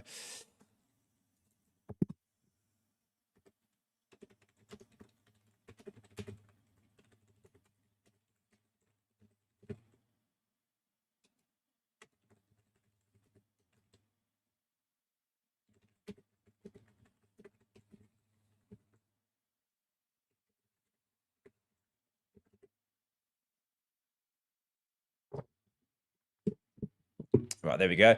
Hensel says, young guys you're naming is not new in the squad. Moody is young, but been around for 2+ years. Well, that doesn't make him not young anymore. So when you say you want new players, we must now replace Caden with somebody else because he's been in the squad. There's a completely different concept between young players and new players. We don't need new players necessarily. We're not going to replace Caden Moody because he's been in the squad. You know, it's about an age profile. It's about who's going to be at the next World Cup. And Kane Moody is 22 years old. So he is still a young player. Regardless of the fact that he's a World Cup winner, he's still a young player. So if you still look at an age profile, our age profile, by the way, for that first test against the All Blacks, our average age was 29 and a half, if you want to get specific. So it's 29 and a half. That's not old. In fact, going into a World Cup final, that's almost exactly the age profile you want. A week later, I think we were 28 almost. I think almost 28 in the dot. Might have been slightly younger. But could have been 27, actually, to be fair. But the All Blacks, for example, that beat us in that first test, they were 28 and a half. So they weren't, like, massively younger than us. So we must be careful with obsessing too much about young players. And, again, you look at, for example, the performance over the weekend and look at some of your best players. Yes, Damien Williams. But, I mean, Damien Williams is 27. Was he 28 even? Trying to work out if he's a year younger than me or if he's my age. Because I was watching him at 29. I'm pretty sure he's my age. He's a year older than me. In fact, he's 2 years old. No, he's younger than me. Huh? Yeah. Oh, he's 2 years younger than me. Oh, that's depressing. Why do I keep thinking? The problem is, in my mind, I'm still 27. So he's 27. So I'm right in saying he's 27. I just forgot that I'm not 27. This sucks. I want to go back to being 27. Just Rock Up says, do you think there's going to be a change to starting 15 against Argents? There'll always be changes. With Rassi Erasmus, there'll always be changes with this side. But yeah, that's my main point, for example. Like Damien Willemse is 27 years old. He's still got potentially a decade ahead of him, maybe. At least 5 or 6 years of Springbok Rugby ahead of him. So it's not like we have to replace him. You know, Jason Colby's the same age as Jesse Creel, I'm pretty sure. No one's talking about replacing Jason Colby and saying he's not going to be at the next World Cup. So, therefore, you shouldn't be saying the same thing about Jesse Creel. On form, maybe, but not on age. And that, for me, is also a big thing that we don't talk about. There's a difference between age and form. If you're not playing well, then there's a call and there's merit to drop you. If you're not playing well and your age profile doesn't suit you, there's less incentive to stick by you. But for example, like Kenny Moody, even when he's had a couple of tough games, you're looking at him thinking, yes, but he's 22 years old. You know, there's such a good player there. And if we could just keep working with him, he can become world class for years and years and years. He's a generational talent. So it's worth the risk, for example. You're probably not going to make that risk with a 34-year-old, 35-year-old who's playing terribly. You're just going to say, like a Velu maybe, had a really bad game last time. Now he's not playing. Now he's not picked. I think he will play again, but again, we're sort of seeing that's a big decision, for example. Shout out to Tokolosh, who has sent a donation. Big thank you very much. So let's hit our goal. And I think it's registered. It's not registering on my side, but I'm pretty sure it has registered. Yeah, we're trying to get more of these lives. They're very cool. But yeah, so a big shout out to all of you guys, all the people that become members, all the people that send super chats. It's really, really appreciated. I don't think you guys realize how far it goes. In fact, we actually had a planning meeting this past week about a few things, and one of the big things we mentioned was Project 2027, the fact that we need to start sorting ourselves out for the World Cup, which is all of a sudden in 2 years' time, and obviously we want to try and go there so that we can give you guys things. I mean, like for example, we were the only ones sending out and doing the Rassie Erasmus team announcement press conferences, for example, and the midweek press conferences. So if we don't go in 2027, you might be able to get that. So things like super chats really do help us make sure that even if we don't go, we get a team on the ground over there. So big shout out to everyone that sent out, and big shout out to Togolosh who's sending out that one today. And Sensible Tom Fullery says, yeah, it's crazy how we're now in the driving seat of the championship after that one game, backing the boys to do it. Lance Stroll, get on my chat. Says nerves for the lineouts and scrums with Bongi and Koch. Well, assuming they even play, to be fair. Contender, here we go. I actually haven't read it, but Contender coming in with the wild selections as he does, saying, what about having a Sharks wing combo of Mapimpi and Hooker, shifting Colby to fullback, maybe giving more space to operate will allow for more play, otherwise putting Hooker at 12, Willemse at 15. Not your most outrageous shafts there, Contender, but I actually don't mind it. The big thing is that Ethan Hooker, I don't think, is really at 14. Hasn't really played much rugby at 14, nor has Mapimpi. So you kind of got two number 11s. Look, Hooker can play at 12 and 13, so maybe at 12 and Willemse at 15, although I think Rassie Erasmus views him more as a 13 than a 12. That's what he has said previously in a press conference. But yeah, it is a much bigger...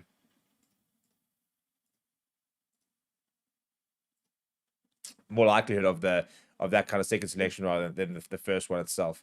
So yeah, it's really annoying that I think YouTube's a bit broken, to be honest, because it's not showing me what the poll results are. So if I end it, will it show? Let's find out, because at the moment it says 0 votes, and I'll be very surprised if yeah, here we go. There were 250 votes. 88% saying yes, saying not a fan of Lance Stroll. No, well, you know, the man doesn't know how to drive. So imagine it was the actual Lance Stroll. Imagine the poor chap is trying to like take his mind off the Grand Prix this weekend, and the fact he's going to crash out in Q1 again. Decides to jump in with a bit of Springbok. Maybe he's a massive undercover Springbok fan, and then all of a sudden we're just abusing him in the comments. And he's back saying, shouldn't we try to keep this Tony Ball going with these inconsistent team selections, match changes each game? How can we keep momentum with this play style? Well, why don't we see? Alice says, didn't Ethan move to right wing on weekend when Grant went to wing? He did. We had to adjust, and he coped, in fairness. But again, that was a bit of a needs must situation.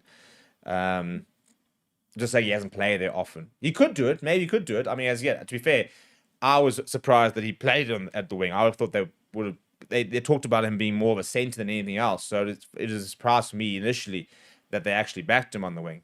So yeah, no, he did move across, and again, because Grant Williams had to go, we had to move. I mean, everything had to change, didn't it? We had Damien Williams started at 12, finished at 15. Grant Williams came onto the wing. Ethan Hooker started 11, moved to the wing. By the end of it, I think the only person that was playing, there were only two players who were playing in the same position that they started the game in the back line, and that was Kobus Radach and Kenny Moody. Everybody else shifted at some stage or came off. Pretty wild, actually. And so yeah, we're gonna rock up. We're gonna basically wrap up there. It's been a nice chat, and I've been enjoying the morning live stream. So let me actually do the poll for last poll here. And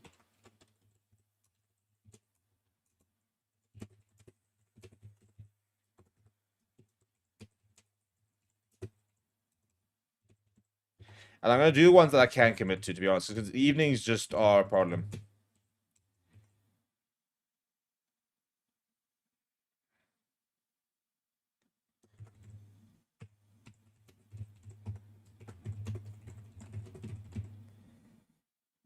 So I'm going to ask you guys, what are you guys' preference for the live shows? I did ask a couple people, and they did say that mornings were an option.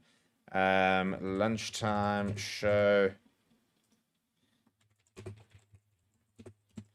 Yeah, I can't really commit to evenings because I've got so many other things happening in my administration capacity that I can't commit to them doing them regularly. With these morning shows, for example, I mean, this is the third time we've been doing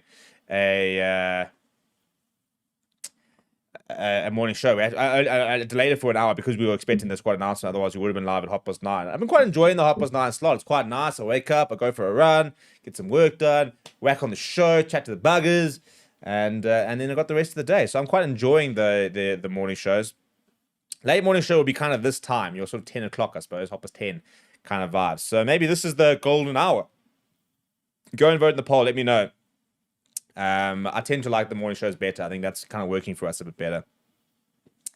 Volley says, no Monkey Boy today. So he actually was there. He said it was a weak squad earlier. But I love the fact that we're now starting to get, and this is why I love the live shows. We can really start to build a community and chat about what people said the other day and stuff. Also, if you would like to become a moderator for the channel, please email this address, mail.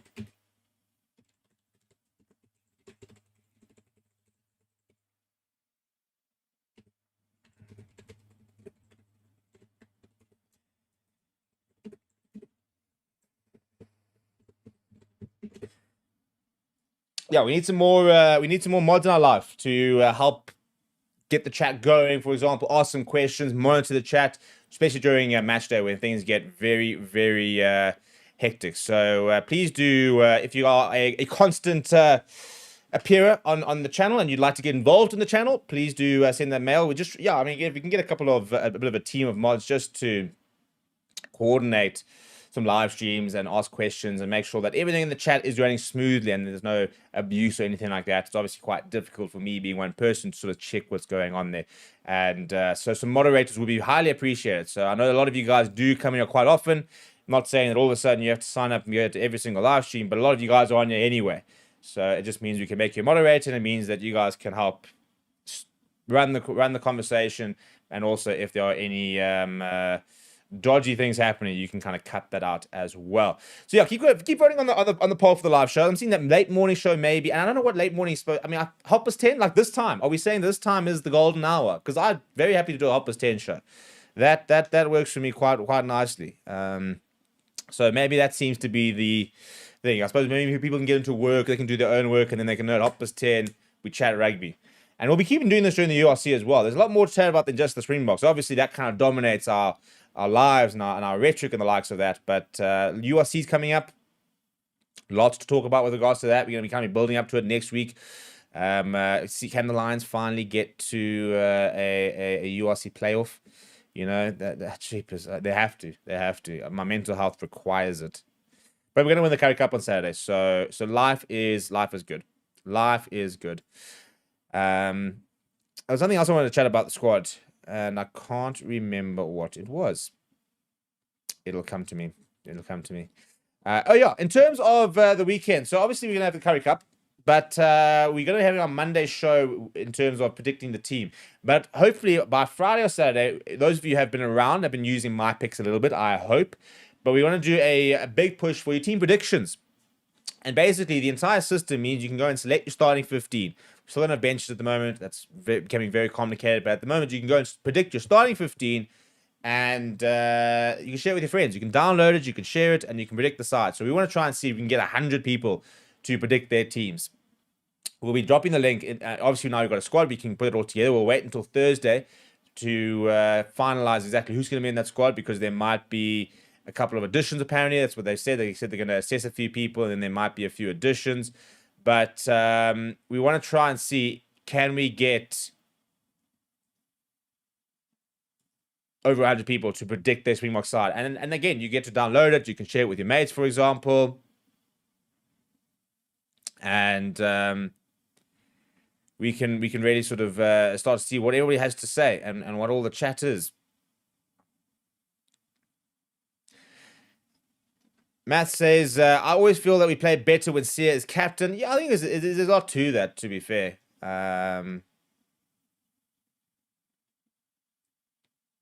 And I do think that it's been really good that we've seen other options, for example, and I think it's always a big learning curve and kind of understanding who your options are and stuff like that. I think people are being a bit overly critical on Jesse Creel in that first test. I think there's a lot more than just his captaincy, for example, that was the issue on the day. Also, the suggestion that he's not a leader, for example, and he's not a potential captain, are quite off the mark. He's been around the block. He's known everything. If you meet him, if you know people, the way they speak about him, for example, very highly respected member of the squad. But it's good to go in the leadership group, to make sure people understand what their roles are, that they have these roles. And so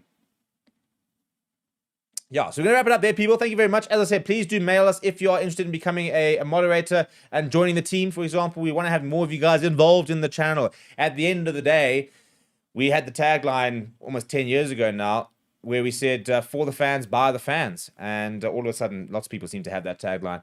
But anyway, so this channel is for you guys. It is your channel at the end of the day, really, in terms of deciding what kind of content we do and stuff. So please do mail us if you're interested in becoming a moderator. Let us know what your name is, your username is.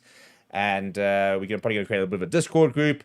And we're going to work it all out there so that we can really grow this community. Because we are coming up to 100,000 subscribers, people. We are less than 4,500 away. We could get there within this month. Unlikely, but we're definitely going to get there this year, which is going to be exciting. So please do smash the like on the way out. Please do subscribe to the channel as well. And I'll see you guys all probably tomorrow morning for another live stream. We might not do it on Friday, but we'll definitely do at least 3 to 4 a week moving forward. And you guys know where to find me.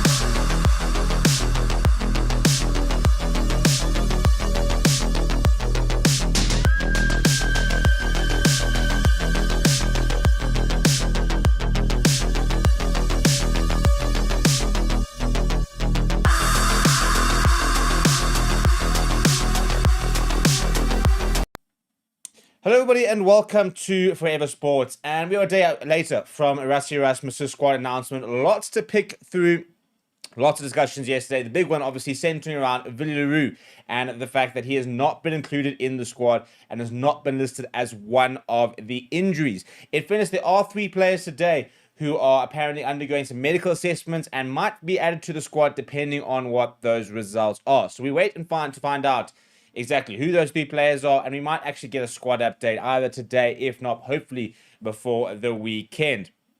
But I also think that next week, even with the current squad, Rassie Erasmus has arguably one of his toughest team selections he's ever had to make as Springbok coach because of the way the last couple of results have gone with the teams that we've seen in the last couple of games. And I'll explain a bit that further when we look at the side itself. But before we get into it, please do smash a like on the video. Please do subscribe to the channel as well. So that is the squad that Rassie Erasmus has picked.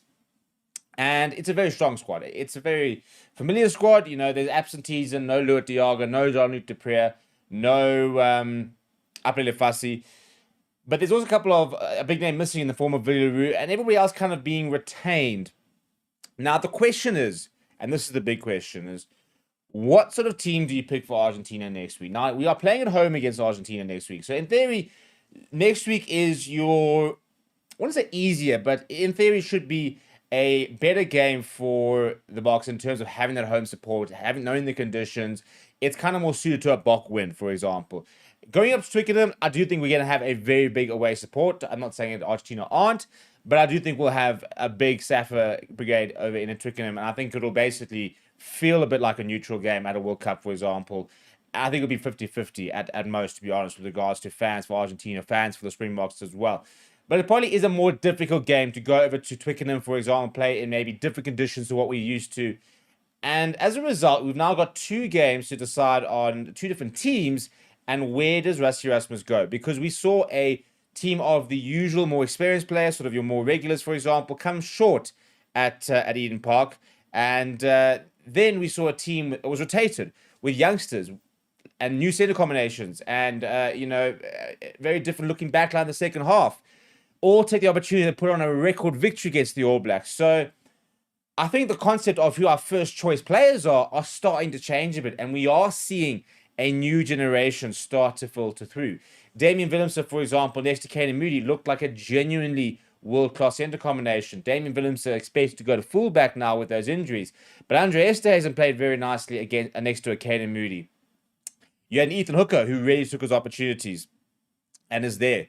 But, we might have seen Emil van der Merwe come back in the squad. He could be one of those players who's kind of being assessed. Which ones do you sort of back there? We've yet to see Makasonoma Pimpy so far. We haven't seen Bongi Manambi so far in the Rugby Championship. We haven't seen Vincent Koch in the Rugby Championship. And the question is kind of what direction do we go next week? Do you go back to sort of your tried and tested players and previous sort of senior players and almost throw the gauntlet down to them and say, you guys couldn't get the victory. This team put on a record victory. So this is your opportunity to basically prove and remind us what you can do. Or on the flip side, do you go with consistency and do you go and name Kane Moody at outside centre, start Damian Willemse at fullback, Andre Esterhuizen at 12, and Ethan Hooker at 11, for example, and almost start the way you finished over at Wellington, because that was kind of the team that took apart the All Blacks. So there's lots of different small little discussions to have. Do you want to give Bongi Manambi a chance to kind of get himself back in the mix, or do you want to give minutes to Marnus van der Merwe? Do you maybe even rest Malcolm Marx and start Bongi Manambi and bring Marnus van der Merwe off the bench? Is that too big of a risk, for example? So it's going to be quite a big selection conundrum, and I think that selection meeting, which usually happens on a Sunday, although to be fair, they might have even already made the decision, is going to be a very interesting one. And my gut says they'll likely basically almost select the 2 teams and almost announce that internally and say, right, this is the team for Durban, this is the team for Twickenham. Whether they might be 2 different teams, or maybe they might just say, listen, we're going to go this team for both tests, basically. We might make a couple of tweaks, but this is basically the 2 teams we are picking to try and win the Rugby Championship. Because that's now the goal. We're right there. We're in a position where we can win the Rugby Championship. If we go back-to-back bonus point victories, I think we do win the Rugby Championship. But you can't obviously underestimate an Argentina. So lots to sort of really, way up. And for me, the big selections are your 9-10s, for example. Morne van den Berg's yet to really have a run since that the Ellis Park test. In fact, he didn't play the test since the Italy test or Georgia test, I think it was. So he has not really played. Are we going to see him get an opportunity? Are we going to see Sasha back at 10, for example, and see if we can get through a proper half or 50, 60 minutes? Or did the performance that Maniba put in against the All Blacks in the second half now, make them say, well, maybe we've got to give him another go to Mani because look at the way we play when he's at 10. Do you suddenly say, well, we need to give 100 a run, for example? So there's so many different small sort of selections or aspects to the selection to pick apart. For me, the bench split as well, we've not really seen 6-2 so far. We've kind of gone back to an orthodox 5-3. Andre Estes and still being treated kind of as a hybrid player where he can be deployed at flank. We haven't actually seen it so far in the Rugby Championship, but maybe we might see it against Argentina. Are there certain players that might need to have a rest? For example, Malcolm Marx has played a lot of rugby. Might he get a rest? Or do you continue playing him? So I personally think if I was Rassie Erasmus, I would like to see a very similar team to what happened at Wellington. I think obviously you got to bring in a Neven Etzebeth, probably number 4 jersey for Lutiaga. That's an easy change to make. I would love to see maybe Marius van der Merwe get a stop, even if you bring Malcolm Marx off the bench. But I'd like to see a very similar backline, to be honest. I'd like to see a potentially Andre Esthuizen starting next to Mani or next to Sasha. I think Caden Moody's worth giving another shot at 13. Damien Vinicius has probably started full back, but I'd like to maybe see Ethan Hooker get another opportunity on the wing, unless Edwin van der Merwe is fit and you can kind of go and play him. Maybe you give Ches and Colby a game off, for example, and you can start both of those players, Edwin van der Merwe as well as Ethan Hooker, and kind of see how they go as a back three. Because I think that there's still a bit of soul searching, but I also think that we now know and we're feeling confident that we can play those sort of players against anybody in the world and get a result. But we still need to start playing them. Caden Moody, for example, still played less than 5 tests at centre.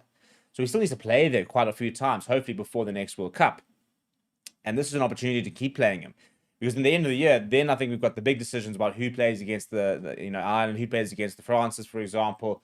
And what does that squad look like? Is it going to be a 33-man squad, 36-man squad, 40-man squad?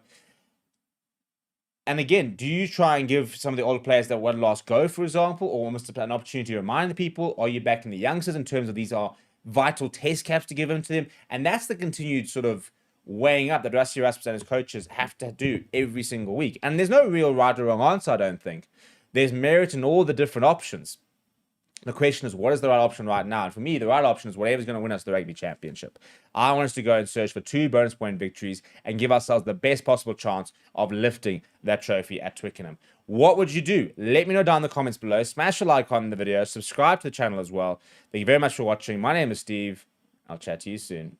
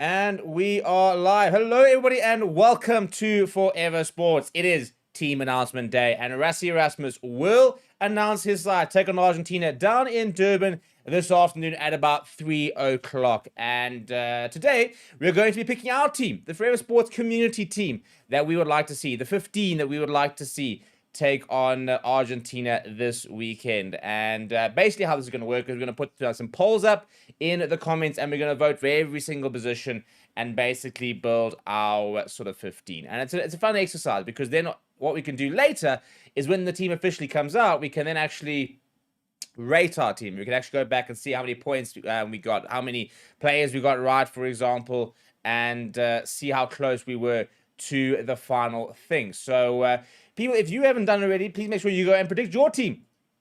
It is on the My Picks app. So you can see there, mypicks.app. Go onto the platform, go and predict your team. Email it to us. Go and show us. Go and drop it in our Facebook comments, for example. Go and show us exactly what you think is going to happen a bit later, and where you are sitting with the team, because this needs to be a collaborative effort. You know, we need all you guys to start getting involved in My Picks so that we can really grow it into the platform we want it to be. It is the same platform we will be using for our player rating shows. It is the same platform we will be running our prediction leagues. In fact, yesterday we put out a poll about the URC prediction league that we're going to set up today. And by the time we go live later, we will have a link to go and join our URC prediction league, score prediction league. And, you know, I want to see people also going and creating their own leagues on the platform, because that's the whole thing. This platform is made for you guys at the end of the day. My Picks was developed with you guys in mind. And we basically went and looked at everything that we've done, everything that we'd like to do, what kind of things that you guys have said you like, and from there we've gone and created this platform. So I'm very excited about it, and we're starting to use it more and more within the actual content, stuff like that, which is going to be a really, really cool addition to things. But yeah, the big thing is we're going to be moving into a big URC prediction league with prizes, and also we're going to be doing a big Autumn Nations Series League coming up in November, with that first game for the Boks. You got 5 games for the Boks to get involved in for that, for example. But that's going to be a lot of fun. So people, get into the chat. What are we saying? What are we feeling like for the team later? We need to start getting our first poll up, which is to decide who is going to start at loosehead. And then we can really start getting going over here. So your options are Oxen Chair, Bone Fenter.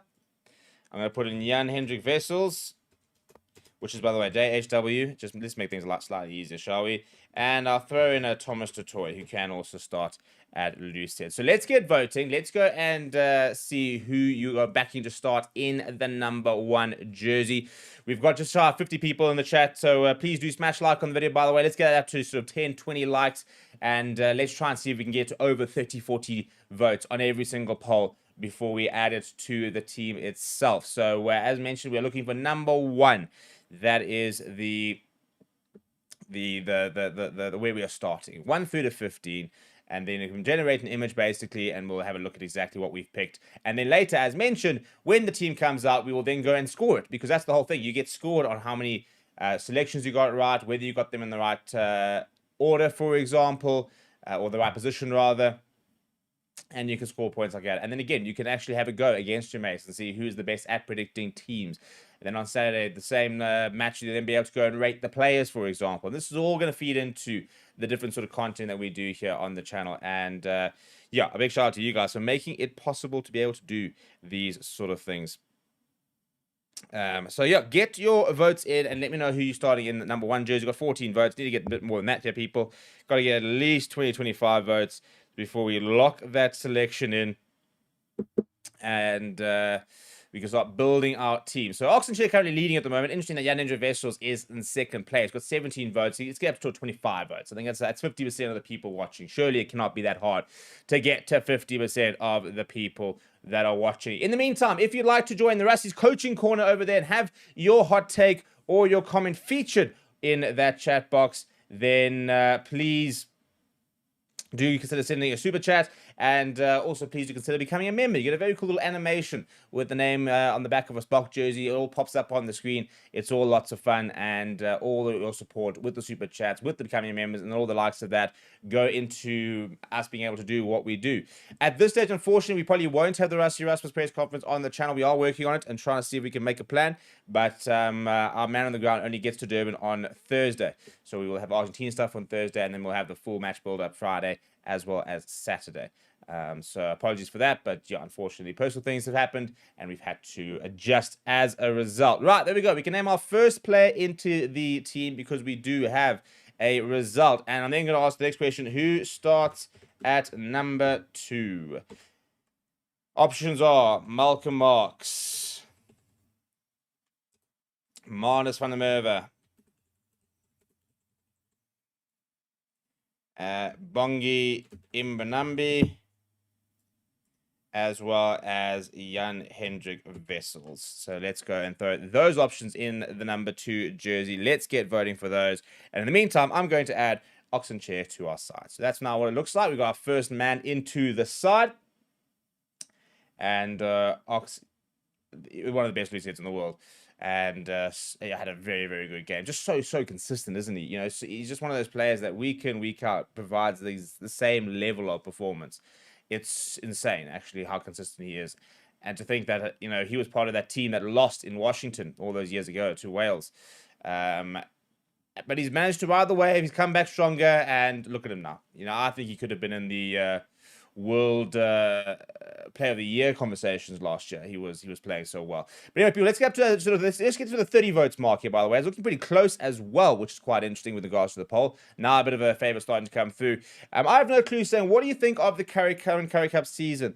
I mean, I'm not a massive fan of the fact that it's just not as valuable as it was, but at the same time, I'm very realistic in that there is no ideal slot, and within the current rugby landscape, you know, there's no immediate solution. You know, we don't have a slot for it really, unless we start to play it, you know, beginning of the year during URC and EPCR and the likes of that. And teams need to maybe decide if they're going to try and play at the same time, for example. It's a difficult one to get right. And I don't really know. I said I don't have a solution. I don't have a solution for the Curry Cup. I really don't. I don't know when the best time to play it is. I don't know how we make it competitive again. I don't know how we... I mean, in terms of its current genesis, I think that we've got to make sure we are better at taking it to community stadiums, for example, and making it a much more accessible product. I think that needs to be a big improvement. For example, I don't want to see the Lions playing all their games at Ned's Park. I was there last year where they played at Midstream College, and it was a really, really good turnout, and it was a lot of fun. And we've seen them going to community stadiums, which is a really positive thing. And I think going to the schools and going to varsities is a really, really big step in the right direction with regards to the product in its current genesis. But we need to try and find a way to make it a bit more important. But I don't have the answers, unfortunately. Marnus Ferreira says, we need consistency in selection for now. There's still Japan, Italy, and Wales for experimentation and building depth. Jean Stewart saying, Ox needs a rest, needs to be managed like Etzebeth. Uncle Azub's agreeing with that. And Kid Cynical saying, if Bongi is involved, he should rather start and play until he's emptied the tank. Well, he's not going to start. According to our poll, we have got a second one going in, and that is Malcolm Marx.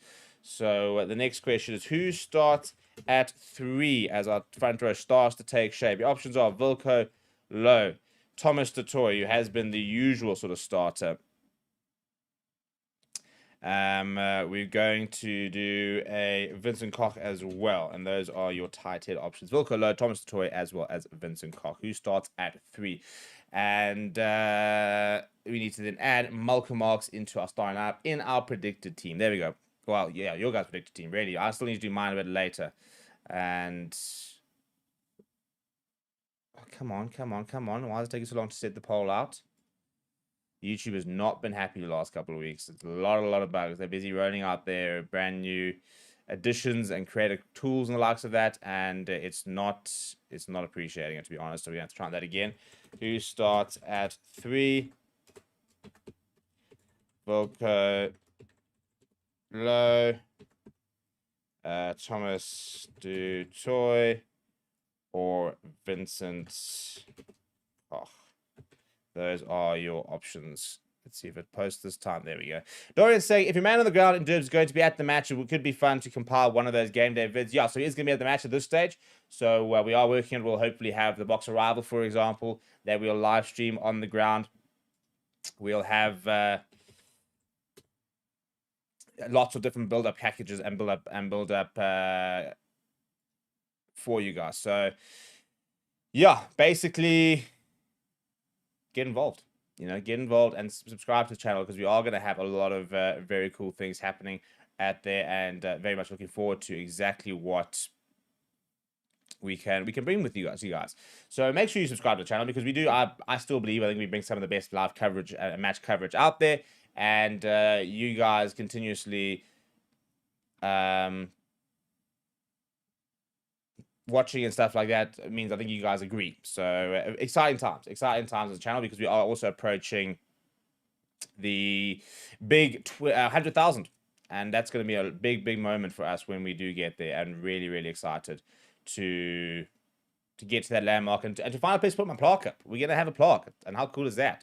So yeah, people, anyway, keep voting for your number 3. Team will come out at 3 o'clock today, by the way. If you are wondering, that is when it is scheduled to come out. And hopefully we're going to see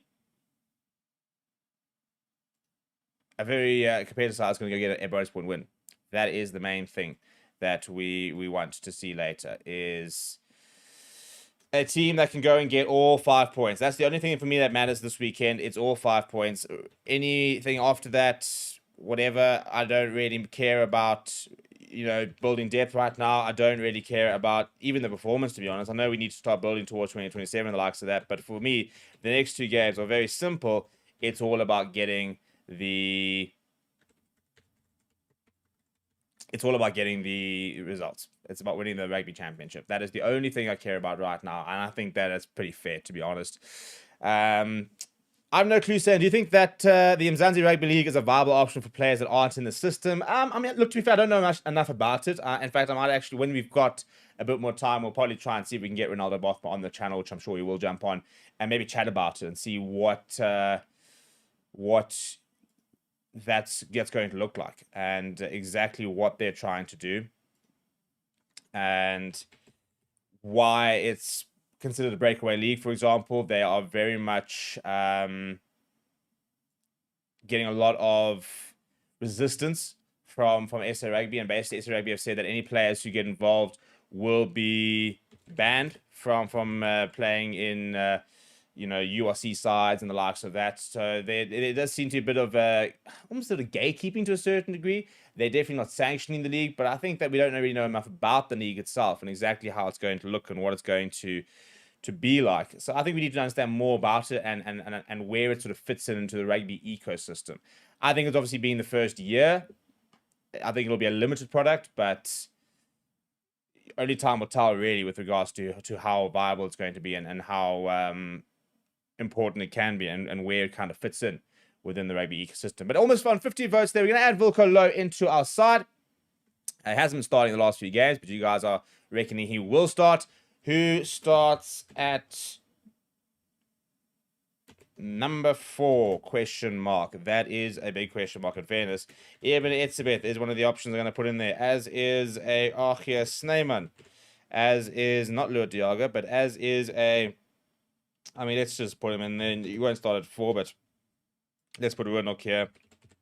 Let's put a Franklin Mostert in, just so we have 4 options with our voting. As our team, well, there's our front row. Oxenchair, Malcolm Marks, Volko Low. I don't actually think it will be our front row, to be perfectly honest. I think that I think it's going to be probably very similar to what we saw against New Zealand. I think we will probably see. Look, a lot of people saying that Oxenchair needs a rest. Probably not massively wrong, but personally, I think that you play him the next 2 weeks and you don't touch him until he plays again against France. Or yeah, I think it's France first before Ireland. That's where I'm at, to be honest. I think at the end of the day, we need to win this game, and we need to win it with a bonus point. And Oxenchair is the best person to do the job. At the end of the day, he's our best number 1. So yeah, I think that's where we are. I think that this next vote is also going to be quite straightforward, and people need to do smash the like over here. Come on, almost almost 100 viewers. We've just got 18 likes. Let's see if we can get that to that 30 like margin. And Buzz, have you guys picked your team on mypicks.app? Go there, and after we finish over here, go and pick your team. Email it to me, youtube@foreversportsmedia.com. I'm happy to go and maybe rate a few teams and the likes of that. I'll be putting out my team at around lunchtime as well to see what we're doing there. So number 4, At the moment, we're going to lock that in at 40 odd votes because it's a pretty much a landslide. And we're going to put Eben Etzebeth back into the mix after not featuring in that second game. And that's, I think, what continues to be so amazing about that second result is some of the players that weren't involved, like an Eben Etzebeth, and yet we just were so good. So positive signs, lots of positive signs. Who starts at number 5? Now, that's some people saying that Ruan Okia needs a rest. I think he's actually all right. You got Franco Mostert as an option. You can go to Arke Snyman as an option. In theory, you got a PSF the Toy as an option as well. You know, so there are lots of different options. In fact, I might even put a Pete Steph the Toy. Maybe we'll go something like that. I highly doubt it, but it is an option. It is an option. So let's get our voting for number 5 sorted, and let's see what we've got over there.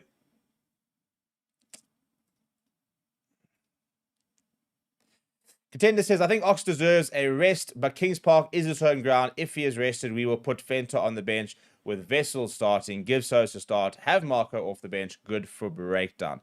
And Dorian says, I wonder how much rest some of these Boks may get before the November internationals if they're going straight into the URC squads. Traditionally, they've never really played in the URC at this period, to be honest. They've only really started to play in the URC in December. Look, some of them might play. So somebody like Amore van den Berg, for example. I mean, even then, he's on standby for the URC. So he's actually not going to go on tour with them unless they need him. But I think that'll be the case for a lot of these players. They might get maybe one game, and maybe Rusty will even say, you know, that he wants them to get a single game, like in that last week before the November internationals, you know, that weekend of the 20 whatever of October to get some game time. But chances are a lot of these players, you know, won't play. I don't think an Oxen Chair will play anything for the Sharks before November. I'll be very surprised. Maybe, as I said, maybe one game to just to get him back to a bit of match fitness. But I think generally we won't see a Ruan Nokia playing for the Bulls. He is the captain, but we won't see him playing for the Bulls in the next few weeks. And that is just the reality of the calendar at the moment, is that we don't see these players playing in the URC at this sort of stage of the season. We only kind of really see them after this, and then they kind of then go to play. But also they have to kind of get those 2 months off, and sometimes they'll do those 2 months or a month off or whatever, or 6 weeks off in a January, February. So it's all that sort of continuously balancing act, isn't it? And Jacques Jordan or Jordan rather, saying he was going to go with Marks, Vilko, Arkia, Ruan Kwaka, Peter Step, the Toy, Visa, Ryan Akmani, Colby, Damien, Moody, Hooker, and Willemser. So throwing out his selection. I hope you've done that on my picks, and we'll see how many points you can get later. And Trolling Rainwright says, is Villy going to be able to play this weekend with the URC Bulls coming up? The plan is yes, he will be available. That is why he is flying back tomorrow on Wednesday after the Boks complete their final training session. So he is supposedly going to be available. Whether Jan Ackerman's going to start or not, I'm not entirely sure. Uncle Zoom says they're just picking their best squad.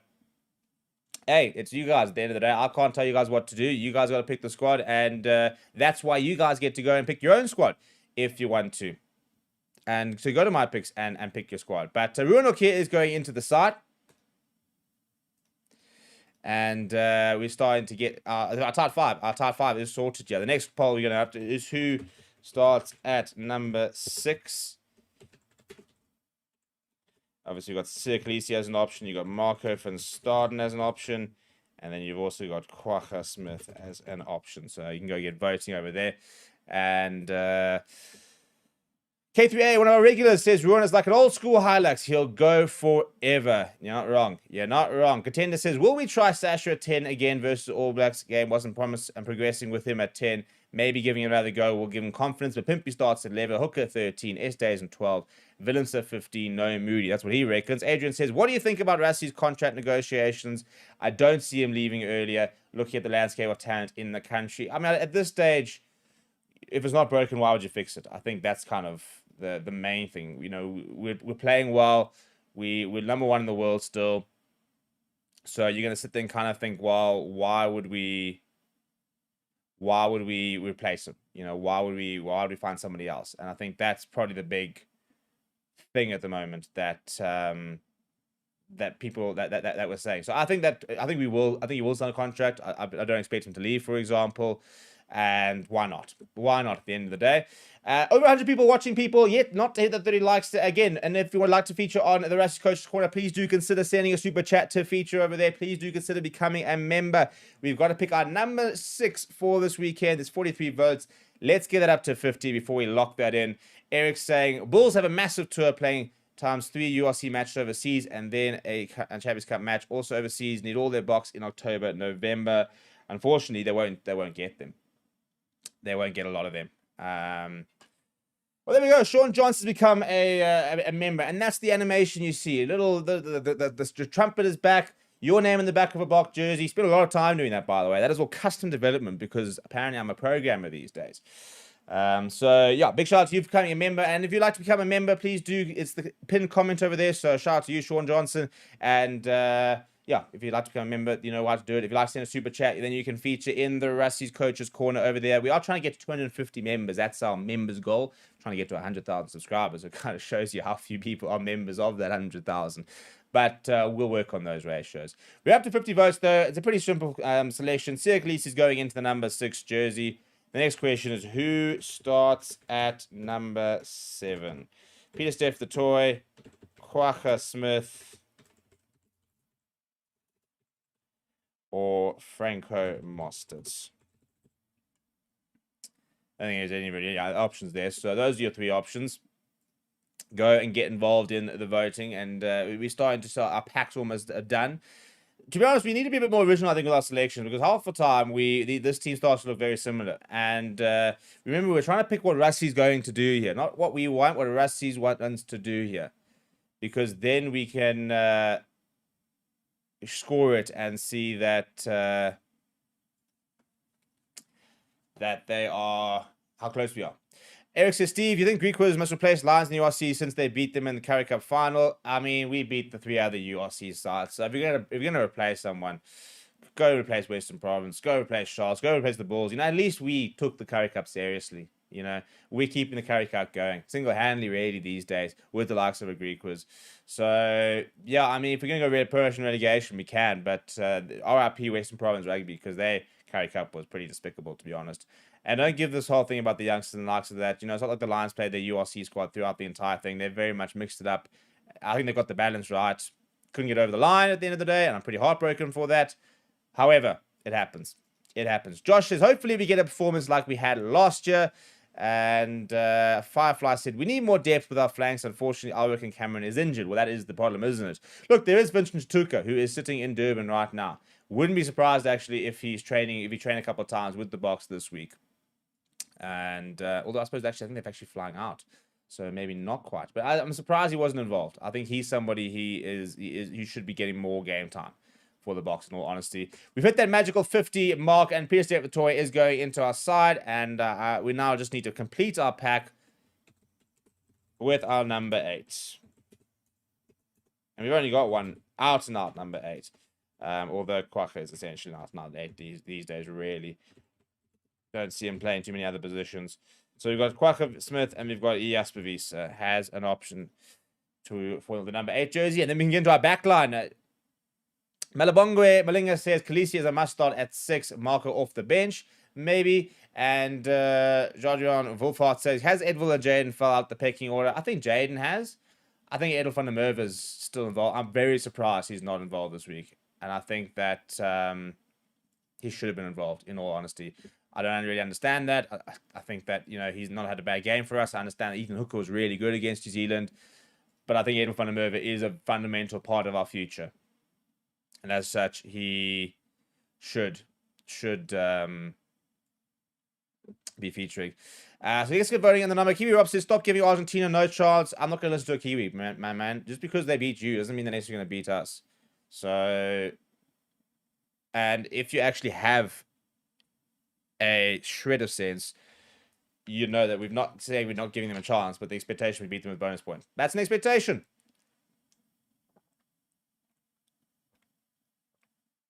You probably had the expectation to beat us at Wellington. And how did that go? So you're allowed to have expectations. I don't apologize for saying that it's the number 1 team in the world. That the plan is to beat them with a bonus point. Eric says, Bulls and Lions in an intense choke race the finals past 5 years. Lions lead 5-4. Yeah, listen, I mean, that, cheers. You stagger in the hard stuff that I'm very well aware. Did my sports therapy last night, which if you haven't, please go check it out. It's on the Stevie P Patreon.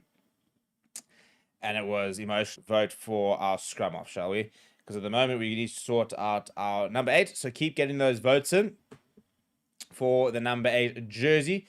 And have we hit that magical 50 yet? Not quite. Just keep on bringing those votes in. Come on, guys. We got to get to 50. We got to get to 50 for each vote here.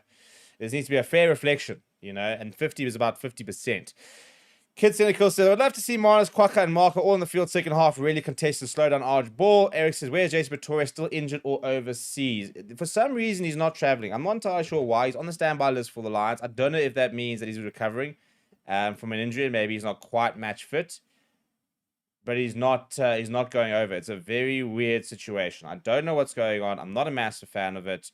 You know, I mean, he was so good for us last season. And I think actually knocking on Springboks selection, how they keep going Renzo du Plessis over, I'm not entirely sure. Maybe not quite the same type of player, but still, I still don't understand it.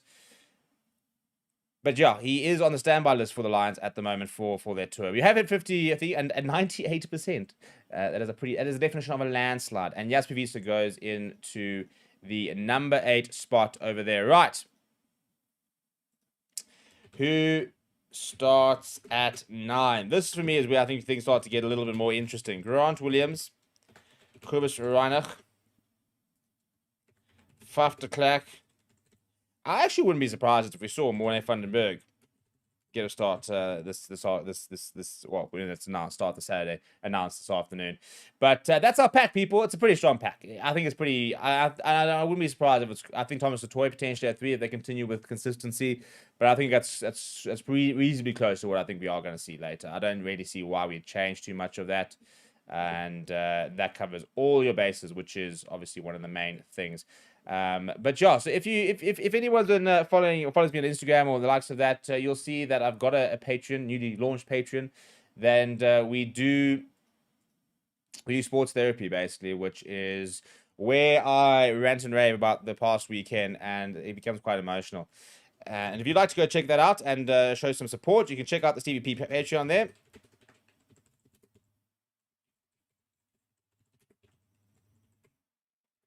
Or else you can just go and check out my personal channel as well, if you'd like. And we actually launched a new show last night. A couple of people joined us, which is the Sports Banter Hour, which is going to be a lot of fun moving forward. I need a lot more people on the chat because there's a lot very engaging, very much crowd driven. Fireplace says, Rusty will test Grant Williams on the wing, in my opinion, to make him more flexible since Edville isn't in the team. What's the weather like? Apparently, the news on the ground is that it was very windy yesterday. However, the Saturday game we are expecting it to be pretty dry and hopefully good conditions.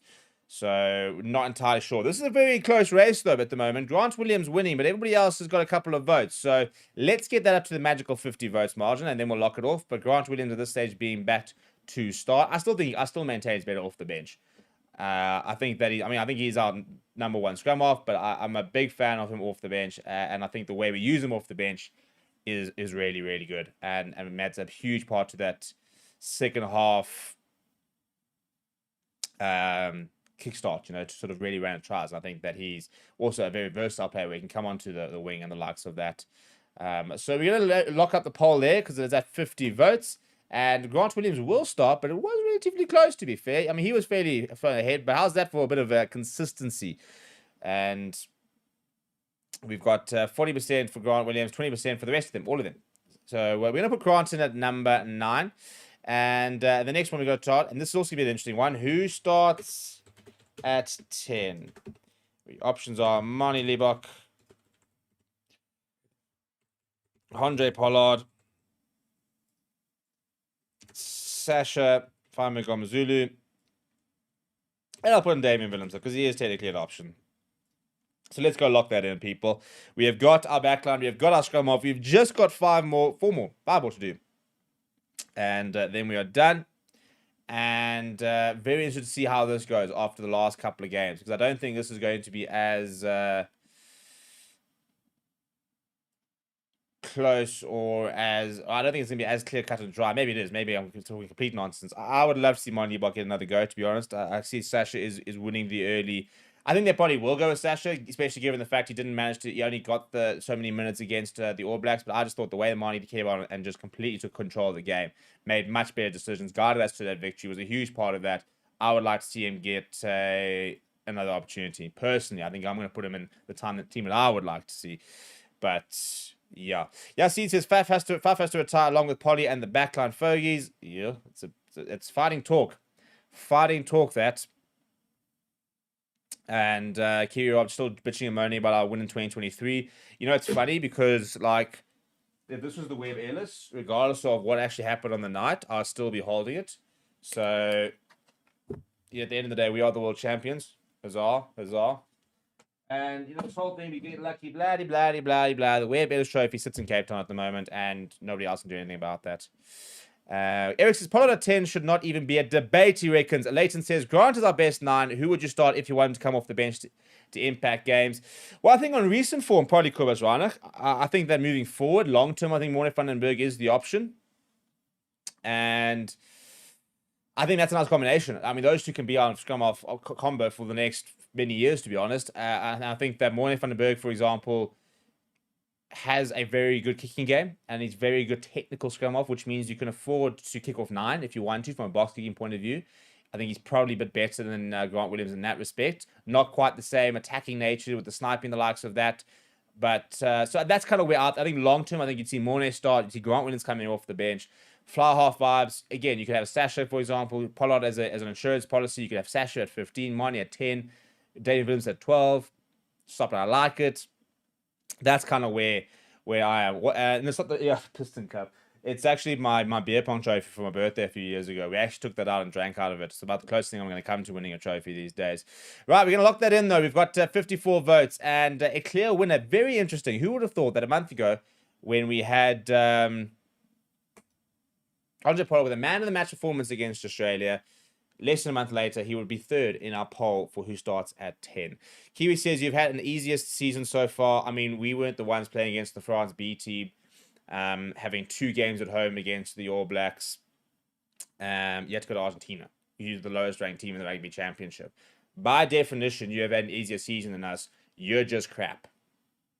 That's the only thing I can really say about it. Let's decide who starts at 11, shall we?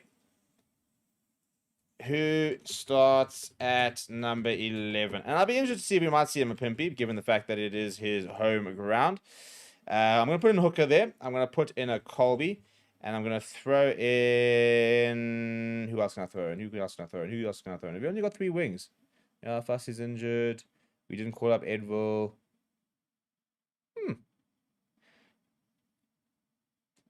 Well, let's put in... who else can we put in?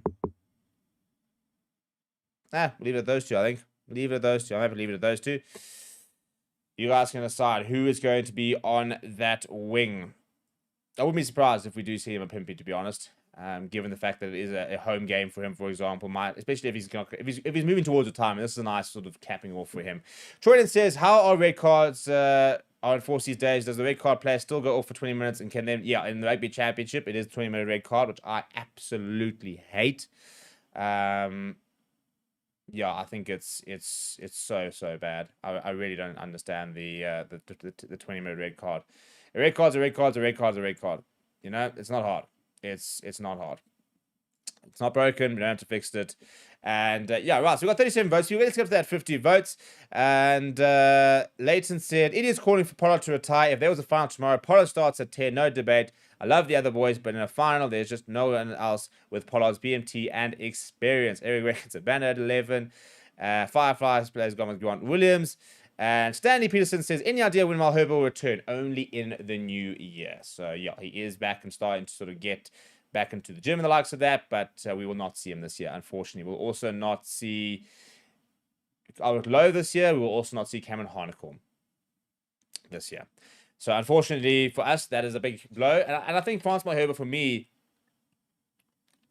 is quite a big concern because he, having been out for a year at his age, he is a tight head, so you don't have to worry about him losing pace because for us, Malherbe probably never had a lot of pace, but and scrummaging is where it's at. And at the end of the day, if he can scrummage, he's not lost his ability to read a defense, for example, and what he does in the defensive point of view. He's such an intelligent player with regards to that. He wouldn't have lost that. We don't have to worry about him losing pace. Tight heads usually play longer than a lot of other positions. You look at Dan Cole, for example, still going out there. So I think that he could make a return, but I do worry about having been out in a year is a long time. At the end of the day, a year is a long time. And we've got 44 votes at the moment. We can pretty much cap it off because it all looking pointing to one person, and that is the youngster getting the shot at, and he's actually down at centre, so because to be fair, he is a centre. Ethan Hooker going to number 11 jersey. Let's look at number 12. Very interesting decision here. Who starts at 12? Your options are Esterhuizen, your options are Willemse. I think a lot of people might go for Willemse after what we saw recently. And then you obviously Mr. Consistency, Damian de Allende. I mean, it's amazing how quickly we've forgotten about Damian de Allende, but he's such a good player for us and has been such a good player for us for so many years. It's such a nice position to be at, to be honest. Jadrian Wolfwart says, predicting a 6-2, 7-1 versus Argentina, dominate the forwards and keep the ball should be the play. No 50-50s, no loose play to give them chances. Firefly reckon, and the Hooker should play at outside centre. Eric reckons Hooker at 12, Moody at 13 is the future. And Dorian says, maybe if Colby is rested, then Moody can play on the wing. Oh, that's what I need to add to the wing options. My bad, people. My bad. Knew I was missing somebody. Right, let's get up to that 50 point. I mean, we've almost got our team here, people. We've almost got our team. And I'm actually going to go check to see if any of you guys, since we started, have signed up for my picks. And there's going to be issues if they haven't. As if, you know, I know where you live and I'm going to find you. Well, maybe, you know, we can find that. I mean, it's 2025. You know, we'll have people and stuff like that. But I do see that there are some new people. There are some new faces on the My Picks app. So welcome. Vaughan has signed up recently. Rion Pretorius has signed up as well. So a couple of people on the My Picks app. Welcome, people. Welcome to it. Good to see you involved. And yeah, go to mypicks.app, go and choose your team. Email it to me. I'll try and give it a rating. But the main thing is, it'll score you as to how close you are. And remember, it's a prediction, not what you want. It's a prediction. You can use it as what you want. We are actually going to add a team generator, for example, so that you can create the team you want versus predicting the team you think Rusty's going to pick. But anyway, we're past that 53 votes, and Andre Esterhuizen's going to go into the number 12 jersey. This for me is going to be an interesting one to make. Outside center here. And we can't put Ethan Hooker in there because we put him in the wing. So who starts at 13? It's basically a straight shootout between Creel and Moody. Yeah, those are your options. Unless I suppose Damian de Allende can play at 13. But I'll be very surprised if we ever saw Damian de Allende start at 13. Josh says Malherbe is in the Imbanambi boat. Well, I think we have to see what he does next year, to be honest.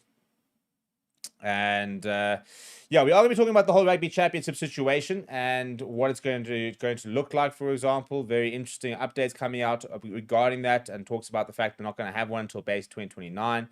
So it's a lot to go through. It's a lot to understand. It's a lot that still I think needs to be confirmed. In fairness, nothing being confirmed just yet. But obviously, with the whole greatest rivalry tours and the likes of that, we're not going to have a full rugby championship for many a year, unfortunately. But at the same time, we're also going to get a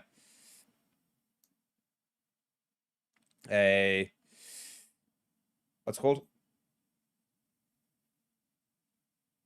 Great rival tour. So I'm seeing actually now. So on my side, it actually had Esterhuizen at 44% and Damian de Allende at 43%.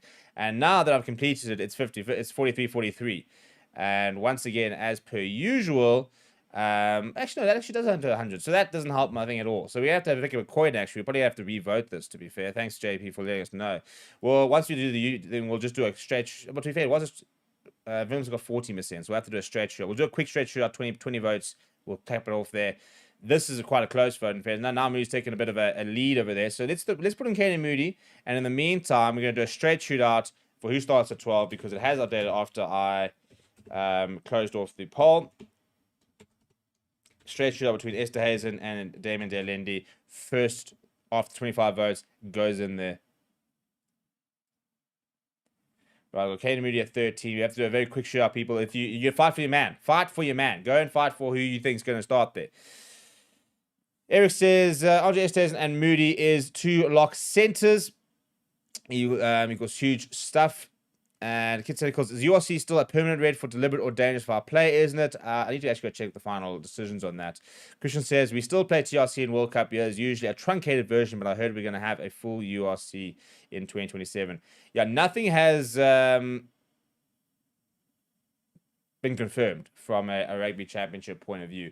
Kiwi says, "Be honest, what do you think of the All Blacks playing all the SAURC teams?" Well, I suppose it's a bit like the British and Irish Lions series. The expectation will be to beat them. I think the big thing that we need to see is to make sure that our URC teams have the Springboks available for them. I think that is the big question. If the Bulls are playing against the All Blacks with a Pollard, with Kevin Harnicombe, with Ulrich Lowe, with Ruan Nokia, with Jan Serfontein, with Caden Moody, with Kirkley Arendse, then I think we might see some competitive games. At the end of the day, obviously the All Blacks are always expected to win those games, but if you can make sure the Springboks are available for the franchises, it could be competitive. You might be able to get some shock results over there. Right, people, we had the votes, and Esther hasn't gone to 12, so we're not going to change that. Lisa Fitness is making a very good point, and I've often said that, and she's noticed is the fact, or he's noticed rather, that Estesen will start at 12. He was in the press conference yesterday. His start is almost guaranteed. Well, him being in the 23, I think, is always guaranteed. They usually are starters, but not always, in fairness.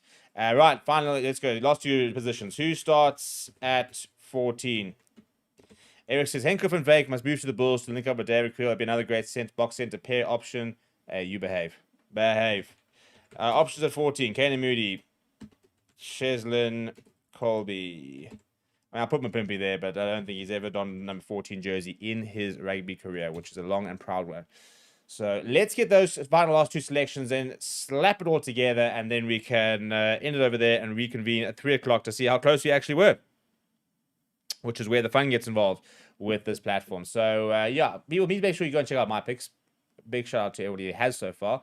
And I see even since I mentioned it, a couple more people have gotten signed up. So go and get involved on the platform. Go and predict your team, because it will get locked later. And then once the team gets announced, it'll score how close you were and how many points you got. And I want to ask you later, how many points do you guys get? I need to know. I want to know where you guys are at with that.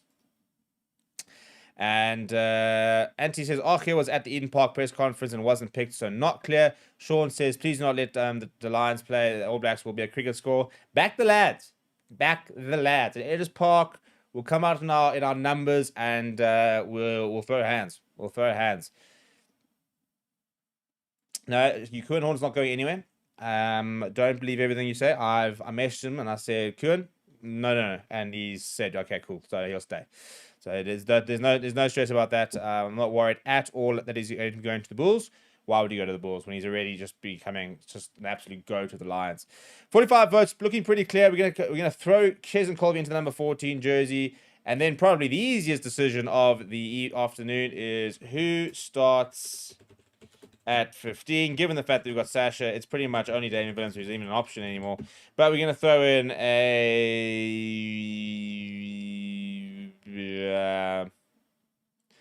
let's throw in a Marty Liebach as an option because he has played there before. But that's about it. So we're pretty much guaranteed. In fact, if there's one vote for Marnie Oaks, they're just taking the piss, to be honest. But we've got to throw it out there. We have to throw it out there because it needs to be a vote. For the sake of transparency, for the sake of clarity, for the sake of fairness, it has to be a vote. You see, now people are taking the piss and putting in Marnie Liebach at 15. You guys. Yeah, I thought the problem with JC at 15 is he just hasn't played there in like a decade. So I think since making that move in 2015, basically for the World Cup to outside centre, he basically has been there, and that has been about 10 years. So once it gets to 40 votes, we'll cap it off. You then go and put it in there. Right, there we go. So Damien Willemse. And there we have it, people. There is our side that we have predicted. We're going to lock in those picks. And there we go. Now we can go to share team. And this is what the platform looks like. And there is our team. You see the FS community starting 15 people. Love the work. And then you can actually go download your team. And it generates an image that looks a little something like this.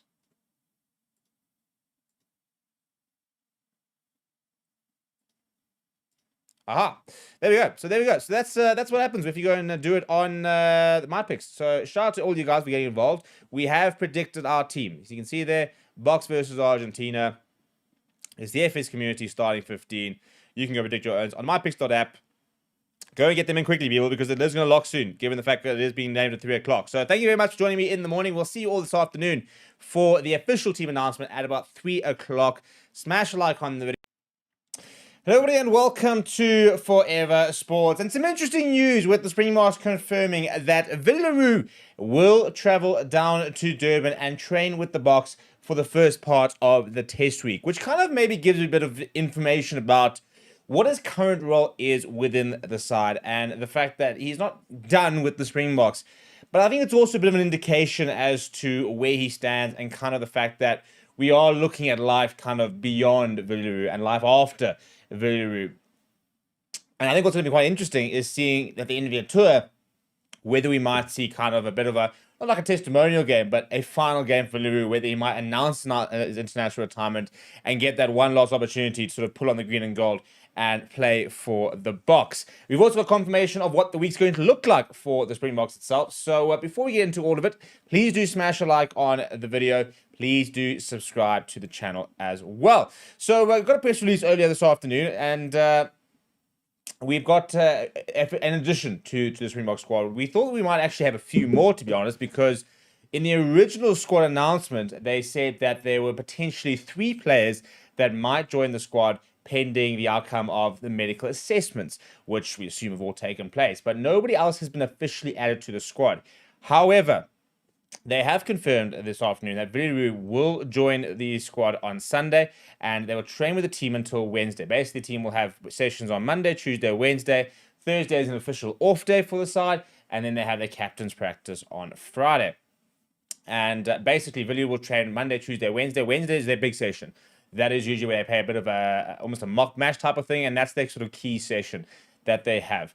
After that, he will then fly back to Pretoria, where he will then join the Bulls and is set to be available for the Bulls opening match this weekend in the URC. And they actually even acknowledged the fact that Johan Ackerman has allowed Villaroo to go, despite the fact that they're kind of sort of prepping for their first game against Ospreys, which is on Saturday.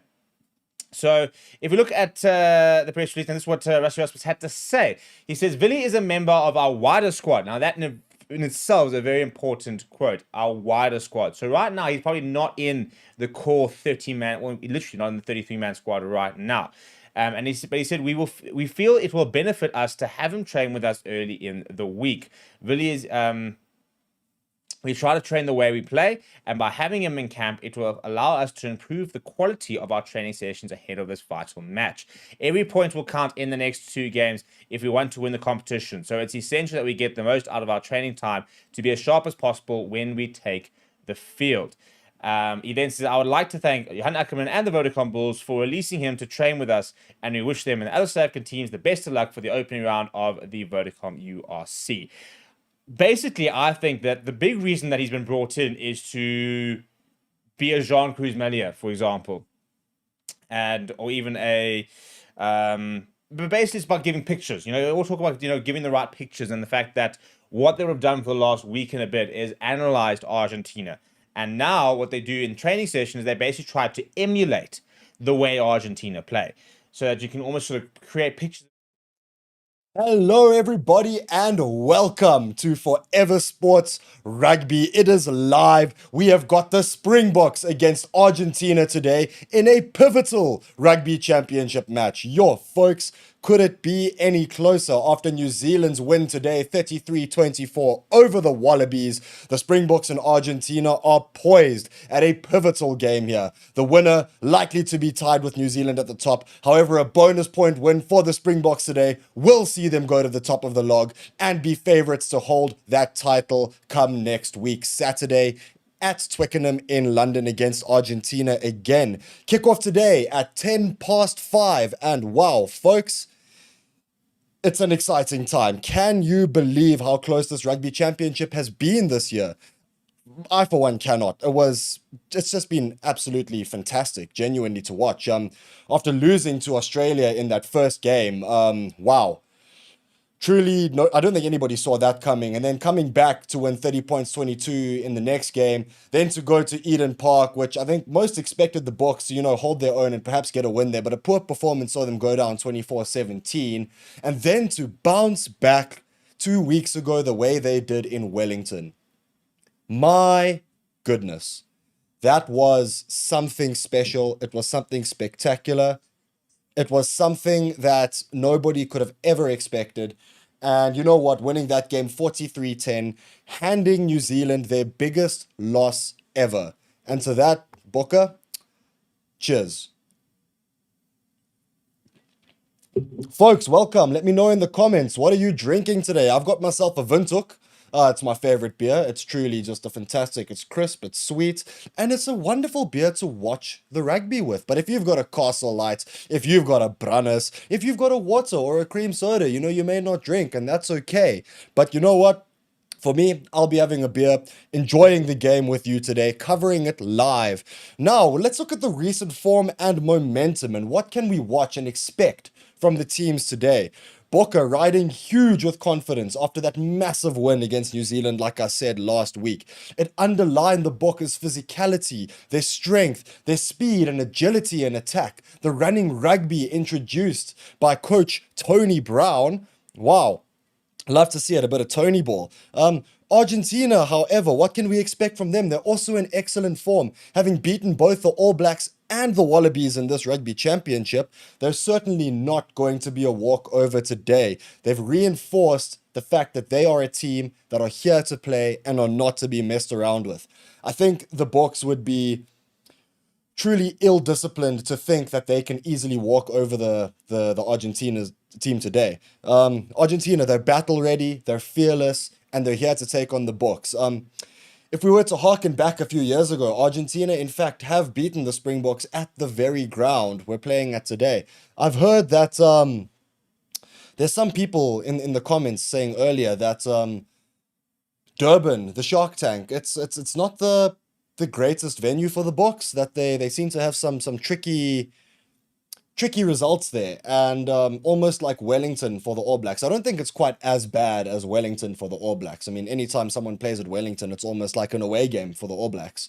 But yeah, I think Durban today, venue shouldn't have too big of an impact into what's happening, in my opinion. I think that the Boks are going to come strongly, and they're going to attack, and we're going to see some fearless running rugby from them with a good mixture of physicality. A big concern today might be the breakdown. Of course, we've got Captain Pablo Matera with giant hands for Argentina. He's going to be in and over that ball, noting that the Springboks have had weakness in the past at that breakdown, and if they can't get the ball out fast enough, or if there aren't enough people covering and making sure that the ball remains in the Springbok hands, there will be some big Argentina men covering and making sure that they can turn over the ball, get penalties. So that is something the Springboks are going to have to watch out for. Looking at the team news that we've got, of course, I'm sure everybody's heard that Oxen Chair was originally in the starting lineup. However, he has had an injury blow and is withdrawn, with Boan Venter coming into the starting lineup. Boan Venter being promoted, it changes the front row dynamic and rotation, and most likely the approach that the Springboks are going to take to this game overall. Notably, Marco van Staden has been placed on the bench as a replacement hooker. Now, of course, we Bok fans know that he is usually a flanker, and what does that mean? Well, the Boks are clearly betting on Malcolm Mark starting at number 2 in the hooker position to play deep into the match and use the scrum as a weapon without heavy rotation. We're not going to see the traditional bomb squad that we've grown used to.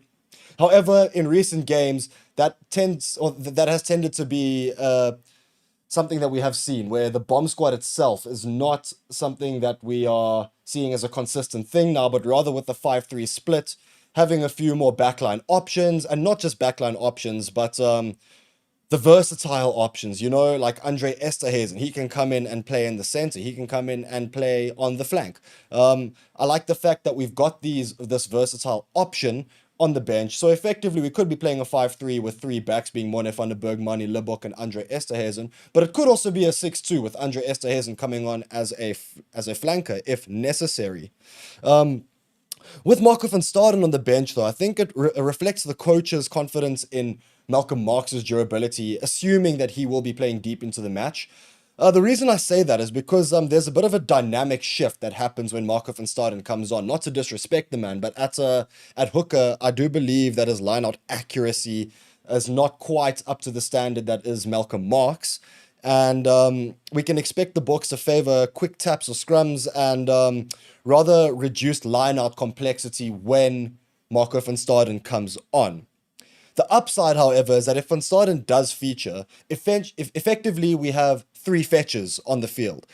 Assuming that is Kolisi that's on the pitch, Kwagga Smith is on the pitch as well, and it could tilt the breakdown battle and create turnover opportunities for the Springboks. Now let's look at Argentina. There's been a few tweaks to them. Coach Felipe Contepomi has recalled Pablo Matera to the starting lineup and added the likes of Franco Molina and Luca Paulos to the engine room. It's a clear emphasis on the forward power that Argentina have, and I think they are going to be attacking that breakdown, looking for turnovers as much as possible, somewhat honing in on that slight weakness that the Boks have shown. Argentina fans are in the crowd today. You know they always are. They are all over the world, always following. It's a fantastic bunch of fans, that. But let me know in the comments, guys, where are you watching from? Who are you supporting? I see in our poll we've got 90% favor for the Springboks, but let me know. We've had people watching from all corners of the earth before. So yeah, let me know in the comments, where are you guys watching? Historically, South Africa has dominated this affair, winning 33 games and Argentina only winning 4. So the overall record is heavily in South Africa's favor, but recent Pumas results have shown that Argentina are not a team to be messed with. They are closing the gap on the Springboks and on everyone in World Rugby, it must be said. Look, winning away in New Zealand, that was something that nobody expected, and it was a brilliant result for them. Beautiful rugby from Argentina. And to win against Australia in that second game 2 weeks ago, fantastic result for them too. Both of those games against Australia were incredibly close. I mean, that first one, I thought that they were going to go win. However, Australia just coming back right at the end was brilliant for them, and it was actually brilliant for the championship overall because it just allowed everyone to be as close as they are now. Of course, New Zealand has the advantage, winning their game earlier today without a bonus point though. And that is something the Boks need to take into consideration. If we can go today and get that bonus point victory, and I'm not saying by any means this is going to be an easy win, but I do expect the Boks to go get that bonus point. I want to see Tony ball. I want to see running rugby. Of course, there's the risk that the breakdown is going to be a bit exposed, and Pablo Matera, like I said, is going to be attacking that. However, if we can get it right, the way we did against New Zealand 2 weeks ago, we may run riot today. That being said, Argentina will be ready, and they are going to be frothing for this match today. Now, looking at the tactical matchups, I think this is where the game is going to be decided. Let's look at the front row battle in the scrum. South Africa traditionally aim to dominate the set piece and extract penalties and territory from that situation, whereas Argentina's forwards reinforcements mean that there's going to be a bruising central contest. I think today we can expect immense physicality. It's going to be pick and goes as well. There's going to be more threats from Argentina's side. We need to watch out for that. Their forward pack is dominant. It's very strong. It's very physical. We need to look out for that. At the lineouts and maul, Argentina are going to look to use their lineouts and their bulk and their strength to create platform ball. South Africa needs to defend that maul and counter with quick ball. And if we can win that turnover and, disrupt the lineout, it'll open space. So, Boks, let's make sure we tidy on our lineouts today and make sure that we can show our strength and our physical dominance at that point. At the breakdown and the jackling, I've already spoken about it. Argentina's dynamic back row with Matera and the boys there, Marcos Kramer, Joaquin Oviedo. They are skilled and experienced at turning the ball over at the breakdown and jackling. They can slow possession, they can force errors, and South Africa, we need to make sure we ensure a quick ball. I know we like to run it through the back line and play hands and with running rugby, and I think we can expect that today with the likes of Sasha Feinberg and Mngomezulu starting, Damien Mdialendi, and Kanan Moody. Oh, Kanan Moody starting at 13 just excites me so much. I love the guy. He is so good. Put him anywhere and I'll back it. It's fantastic. But yeah, Sasha does like to run the ball. He does like to make that pass. There's a little bit of Mani in him like that. And of course, Mani can come on later and take that role as well. With backline finishing in the counter attacks, players like Cheslin Colby. Oh, need I say more? Damian Willemse at 15. Look, last week, or 2 weeks ago rather, he cooked playing at center. Let nobody ever disrespect Damian Willemse. People saying he's been down on form, he's rubbish now, Fussy's the better option. No. Look, Fussy is a great player, don't get me wrong. But Damian Willemse is the GOAT. He is fantastic, and I'm so excited to see him playing at 15 today. With our recent try-scoring form, turnovers and quick wide ball is going to be lethal for the Boks, in my opinion. I think Argentina are going to try to blunt that with their physical defense and their targeted kicking. However, targeted kicking and the aerial ball, I do believe the Springboks are going to have the advantage at that point of the game. But now, players to watch. Let me know in the comments, who do you think are the players to watch? And before I go into that, let's have a look at the comments here. We've got Najagat Ali saying that Boka are going to win by 56 points. Wow, that is crazy. Sheesh. Luis Ferreira saying Argentina, let's go, fantastic. And saying Santiago Carreras with the little heart emoji there. I mean, yeah, Luis, I agree with you. Santiago Carreras at number 10 there as a fly-off. He is fantastic. He is one of the better players in World Rugby, and he can punish the Boks if they do make mistakes and concede penalties. He has the ability to kick over from distance, from the sideline, and he is going to be crucial to Argentina's game today. Sergio Ivani saying Pumas, Pumas, Pumas. Wow, okay, we've got a lot of Argentina fans. We've even got Maria Magdalena Bono watching from Aguante los Pumas. Oh, sorry, something in Spanish. Whatever language that is, I can't understand. But welcome, Maria. Thank you for tuning in. Andrew Booth watching from Florida, USA. Thanks for joining us. Fantastic. Yeah, guys, look, we've got fans from all over the world watching. A few Argentina fans have logged in. And yeah, I like to see it. It is very good. We have got 5 minutes until kickoff. Oh, sorry, no, not 5 minutes. 10 minutes until kickoff. We're starting at 10 past 5 today. So yeah, looking at the game itself, we've got Angus Gardner as our match official, our referee today. Angus Gardner is an interesting ref. I think he's a good ref. He is a referee that lets the tight contest be physical at times, but he will penalize repeated high tackles or collapsing mauls. I mean, of course, repeated high tackles anytime in the modern day, they do get called immediately. But what I like about him is that he tends to let the physicality continue when it comes to rack time, when it comes to mauls. He is not going to be an enemy to the Boks if they choose to go down that road, nor to Argentina if they do the same thing. So, yeah, we need to just keep an eye on the penalty count. Territory and yellow cards could swing the game here, particularly with Angus Gardner being strict in his approach in that regard. So at the forecast today, look, it's mostly cloudy, but there's no rain expected. It could be a bit breezy, but that's going to affect the tactical game when it comes to the kicking. So, yeah, yellow cards could be a thing with people chasing high balls, going a bit too early, tackling too early. But our Bokke, they tend to be quite good at that. If they can chase down high balls half as well as Leolin Zas and the other Stormers winger did yesterday, Siabelo Senatla, then we'll be dominating that aerial game. I'm not sure if any of you guys watched that game, but the Stormers absolutely demolished Leinster. And their tactical game with the aerial ball was sublime. It was perfect. Yeah. We've got Marcus Ulafir also watching from Florida, USA. Tadua Nashe Chororo saying, no pain, no gain. Springboks, let's go. You got this. Fantastic. Yeah, okay, guys. It's good to see we've got some Bok fans in the comments here as well. Kickoff happening in 8 minutes. Yeah, let's go. Very, very exciting. All right, guys, yeah, please keep telling me in the comments where you're watching from, who are you supporting. Let's get some score predictions as well. Personally, I've got Bokke to win this game 31 points to 14. Let me know what you think the game is going to end as, who's going to win, and will the Boks end at the top of the table of the Rugby Championship after today? in the context of the championship, this game matters so much. All 4 teams are so tightly clustered. Of course, New Zealand did win their game today, but a win here will be huge for the Springboks title hopes. And a loss could open the door for, a Springbok loss could open the door for Argentina to even go on and win the title.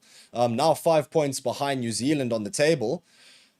Bonus point win for them puts them level, and depending on points difference, they could even go top. Guys, it's so close. It's so tightly contested. It's not just a test match. It means so much more today. The fans in Durban are in for an absolute humdinger. It's going to be beautiful rugby. Cheers to that.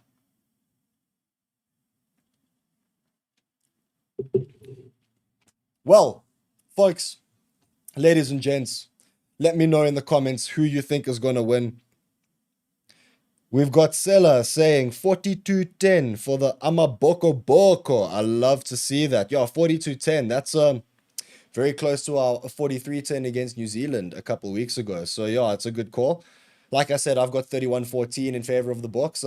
I'm sure others will be thinking that it's going to be a much closer game. Come on, guys, get involved. Let me know who's going to win this game. What's the scoreline going to be? Surely there's some Argentina fans who want to get involved in the comments here. Come, guys, let me know. And while you're at it in the comments, why not sign up and become a member? We've got 203 out of 250 of our members being our goal. Let's get to 250 members before the stream ends, during the stream. At the moment, Forever Sports, we've got almost, I think we've hit the 100,000 mark. I have to double check that. But yeah, guys, come on, sign up, become a member, and get involved in the super chat. If you're involved in the super chat, your comment will appear at the top for everybody to see. So if you think you've got rugby knowledge and you know what you're talking about, or you think I'm talking absolute rubbish, put it in a super chat. Let everyone see. Let us know. Come, guys, let's get involved. So Springboks today, don't know about you guys, but I am incredibly excited. It's Boks Saturday. Whenever it's Boks Saturday, it's the hallowed hour. It's 5 p.m. on a Saturday. It's the Springboks. It's a Windhoek draft in my hand. It's watching rugby with you guys. Oh, man. Could it be any better? You know what? It's just beautiful. I'm very excited for this game, and the Boks are about to run onto the field following Argentina. Argentina have just run on themselves, having a bit of a team talk, and the 3 huge men running on it. That one guy in the middle, I'm not sure what his name is, but yeah. Oh, Sela, welcome, forever fan. Thank you. Thank you for becoming a member. Brilliant. And you can see your name has appeared on the right over here. I'm not sure if you can see just over there. Yeah. Number 7 there, your name appears, and you can get a little shout out. Donkeys. The big 3 men, the Xhosa Warriors, have run out, and led by Siya Kolisi, the Springboks run onto the field to an absolute roar from the Durban crowd. Welcome home, Springboks. Good to have you back after that demolition job in Wellington a couple weeks ago. And the teams are going to line up now for the anthems. Well, folks, yeah, let's get involved. We've got some more comments here. Oh, we've got Sela saying they are drinking a Brannas and Coke. You know what? That's probably going to top the beer that I'm drinking there. There's not much better you can have than Brannas and Coke during a game. We've got Peter Swart saying Boca 35-18, Argentina. I think that's a pretty good prediction, very similar to what I've got. And as the players line up for the anthems, let us watch the anthems and enjoy. Hello, everybody, and welcome to Forever Sports. And the Springboks taking on Argentina this weekend. New Zealand versus the Wallabies. The big thing is that world ranking points are up for grabs. And a big opportunity for any of these teams to sort of make some gains or to create a bit of space at the top, because there are ranking points available. But also, very importantly, you don't get the right results, you can drop quite quickly. And we're now sort of ending into the last, really probably about 5-6 weeks worth of international rugby for the end of the year, before the Rugby World Cup draw, where we will see the teams that have been selected and qualified, and where they'll go into the pools, which is going to be a lot of fun. Before we get into it, please do smash a like on the video. Please do subscribe to the channel as well. Right, these are the permutations for this weekend. And basically, South Africa will only surrender top spot if they lose. So, very importantly, anything besides a loss tomorrow, and we will stay number 1 in the world because of that victory over the All Blacks away by that margin, and by the fact that we were lower than we have now gone to a decent lead on them, which is really, really cool and very exciting from that regard because it gives us a bit of a buffer. The problem is we are playing, some really top teams at the end of the year, and lots of opportunity for them to sort of take the spot back. But important that we keep the momentum. Now, unfortunately, we aren't able to gain or improve their rating because because they're not basically ranked high enough for playing at home, the likes of that. It is still not possible for Victoria New Zealand to catch us, however, which is really good. So even if we win by 1 point, if we draw, if we win by 35 points, and it doesn't matter what what New Zealand do, they cannot catch the Boks. However, the most the All Blacks can gain for winning the Bledisloe Cup encounter with Australia is 0.26 rating points, and they are 2.52 points behind the Springboks, so they can't get anywhere close to us, to be honest. So it's actually more jeopardy really for New Zealand, who can drop below France and England, and will be a record equaling low of 5th for them if they are beating, while a defeat by more than 15 points will see the Wallace become the higher ranked sides of the two sides, and New Zealand could go down to their worst ever ranking of 6th. I mean, how much of a disaster. They were first a month ago, and they could go down to 6th if they lose tomorrow, which maybe shows you how volatile really the world rankings are. I think that's probably the biggest thing people have an issue with, is that it's far too easy for you to have one bad result and to sort of tumble down the rankings versus many good results. The Boks, for example, losing to the Wallabies, and that was about 9 or 10 games on a row they'd won, and all of a sudden you crash out and you're down to 3rd, for example, which I think is valid. I think there needs to be far more weighting to previous performances and momentum, for example. I don't think it should be a simple, you lost to 5th, therefore you dropped this many points. There needs to be a way of taking into consideration your previous results, your last 5. A bit like a golf handicap, I suppose, in terms of having that buffer of you've beaten these sort of teams before, you've created a bit of historical weighting. Because at the end of the day, yes, it's the number 1 side in the world, but you've got to be able to earn that over a length of time and not just be able to go on a 2-3 match streak and all of a sudden you're number 1 in the world, come to the end of the year and you get that number 1 seeding. In terms of Australia, they've only ever been ranked above New Zealand for 1 week since the rankings began in October 2003. So it'll be a big opportunity for Joe Schmidt's men to make a bit of history over there.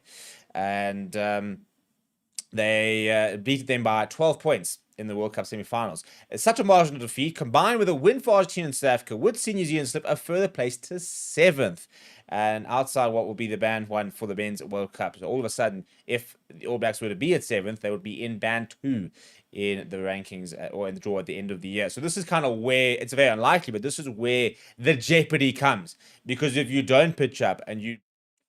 All right, ladies and gentlemen.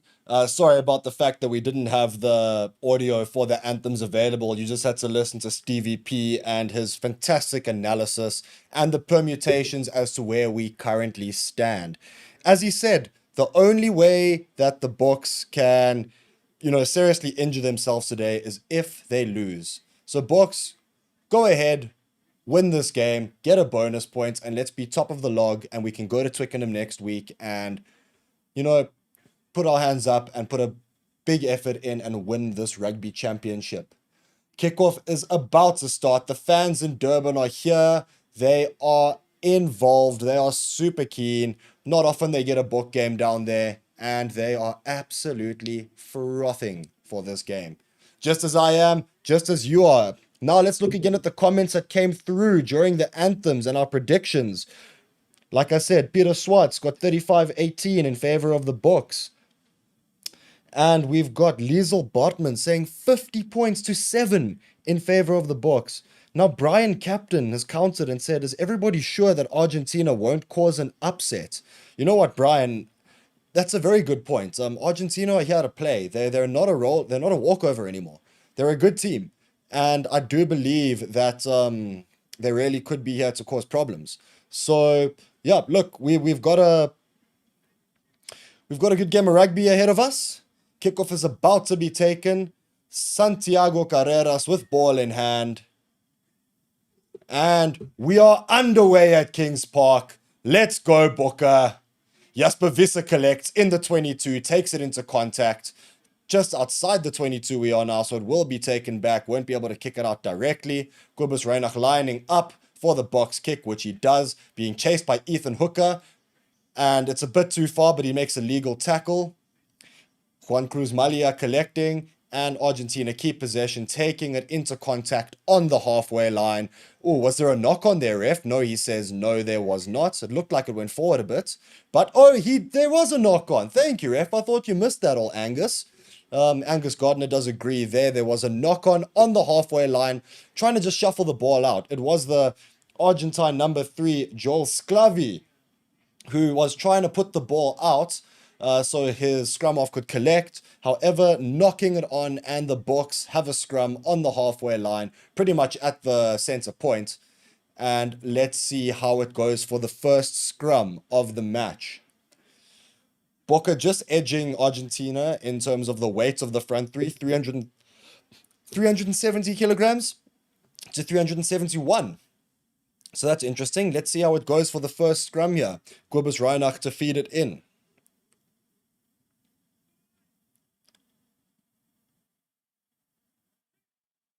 Scrum is set. Reinach feeding it through. Boks not doing too much, but keeping possession. Oh, now they're pushing the Argentina back. Surely there's got to be an advantage here, ref. There's got to be a penalty advantage. And he says, no, there is not. Despite the facts that the Boks pushed Argentina back about 5 meters there, Angus Gardner says, no. There was a collapse there, a bit too late. Let's just reset the scrum. Oh, well, you know what? We'll take it. That was a dominant scrum. The Boks were waiting patiently. They had the ball there by Jasper Visser's feet. And then once it got there, they decided to push with an almighty force. And they managed to push Argentina back quite far. And I'm not quite sure why Angus Gardner didn't blow for a penalty there. However, it seems that he's just decided that we're going to have to retake the scrum and the forwards are going to reset.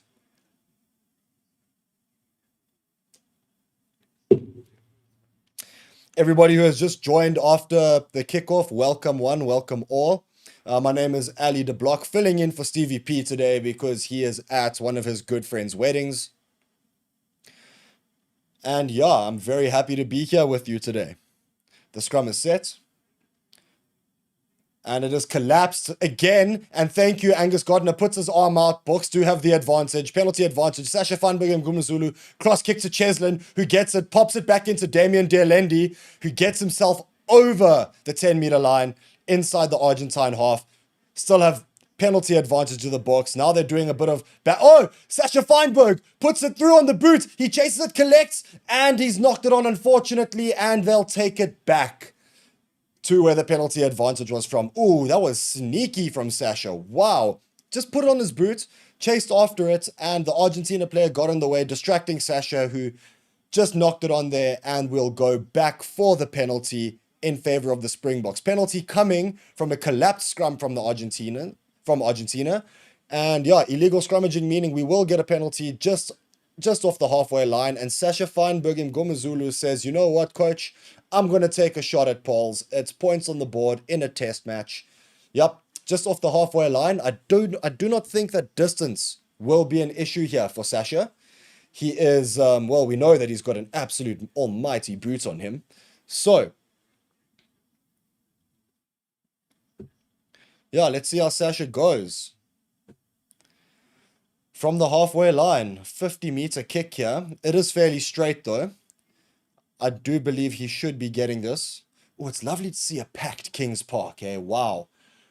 Not often with the Sharks do you ever see the stadium even remotely full. But now with the Boks in town, Sasha takes the kick. It's flying. Distance is not a problem. And it's over! 3 points to the Springboks. Boka lead 3 points to 0. 4 minutes and 40 seconds have been played. Fantastic work, Sasha. That was such a good kick. And distance was not even remotely an issue. That cleared the bar by 20 meters. Wow. Brilliant, Sasha. Fantastic. Okay. We're going to restart again. Santiago Carreras on the ball, kicks it deep to Jasper Visser, who collects in the 22 and is tackled in the 22.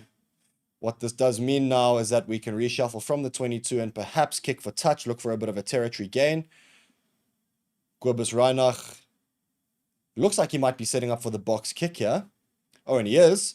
He sends it up. Ethan Hooker chasing. Oh, but a player gets in the way and it's out on the full anyway. Not the greatest kick from Kobus because we did not get too much distance there. We're only about 10 meters outside the 22 and will be an Argentina lineout. We've got some more predictions in the chat here. Sibongile Mabaso saying 42 points to 35. I'm assuming that's in favor of the Boks.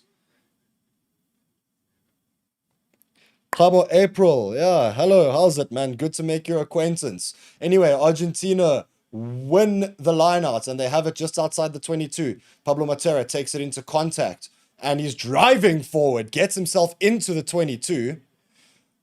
Argentina playing a bit of silky backline play. They put on the boot through, however, it has gone out just outside the box 5 meter line and it will be a line out to the Springboks on their own 5 meter.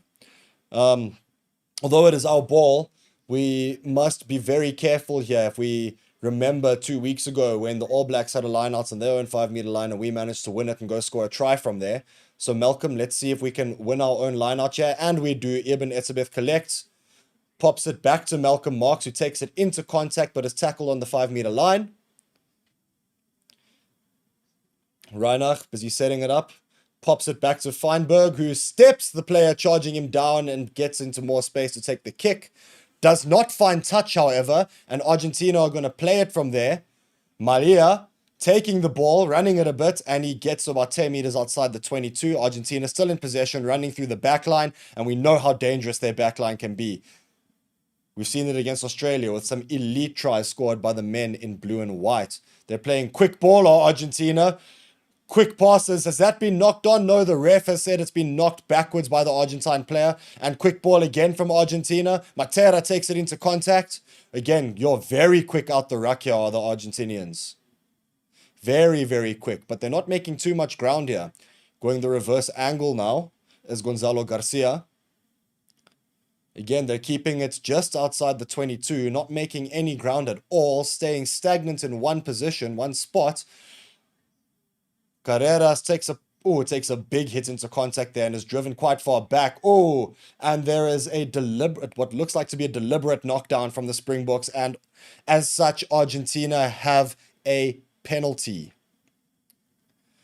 Yeah, deliberate knockdown coming from an offside position as well. So, yeah, not great discipline there from the Boks, despite the fact that we were keeping them on that 22. They weren't going anywhere. I think the guys were just getting a bit impatient there. Yeah, anyway, Argentina do have a penalty, and it is in a very kickable position. Yet to see what decision they've made as to what they will do. Let's check some more predictions here. We've got Damien saying South Africa 56, Argentina 21. And I can confirm that Santiago Carreras is going to put it on the boot and try take the 3 points. With career kicks, 45 kicks from 53 attempts at a success rate of 85%. That's brilliant. Wow. And the man hardly misses. He's a great fly-off. And I do not think he's going to miss this one. It is fairly simple. Right in front of the upright, just outside the 22. And he nails it. Yep, straight through. It is 3-all. 9 minutes played. Marinda Corsini saying Boca are going to win this game 25-17. The real fans is 48 points to 28 in favor of South Africa. Thanks, guys. Let's keep getting your predictions in and let me know where you are watching from. All right, the kickoff is taken by Sasha Feinberg and Gomez Zulu deep into the Argentine 22, and it is collected by their 8th man, who is Joaquin Oviedo, and into contact in their 22. He takes it. Garcia lining up the box kick. Looks like the aerial game is going to be quite important today. Ibn Etzebeth attempts to charge down, doesn't get it, but the box kick hasn't really gone anywhere. And the Boca have knocked it backwards and we keep possession. But at the ruck, we have... Oh, okay, no, it was knocked on by Argentina. My mistake. Okay, I thought that the Boks knocked it back there. But it looks like it was... I think that was Franco Molina attempting to catch the ball in the air there and knocked it forward, thereby giving the Boks a scrum. Say they're about 30 meters out from the try line here. We must look to push over here. We were dominant in the first 2 scrums of the game. Look to push over, get that penalty, and it's also again in a very kickable position for Sasha Feinberg and Gomezulu to put us up by 3 points again. Or maybe we get a bit more adventurous and go for touch and see if we can maul them over.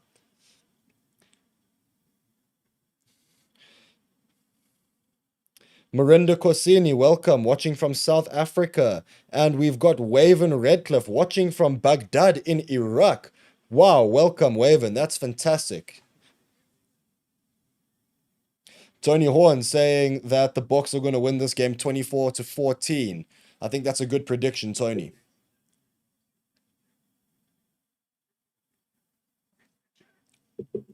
Scrum being set. And Kobus Reinach to feed it. But there is not a good bind there. There's no way for him to put the scrum in. And Angus Gardner says, come chaps, we're professionals here. Let's reset the scrum and let's do it properly. Thank you, gents. Just having a chat there to the boys, and they're going to reset the scrum. 11.5 minutes played. It is 3-all between South Africa and Argentina. We've got D. Will commenting, saying Springboks to win 26-17, watching from the South Coast in KZN. Oh, from KZN. Should have made the trip up to Durbs there and watched the game.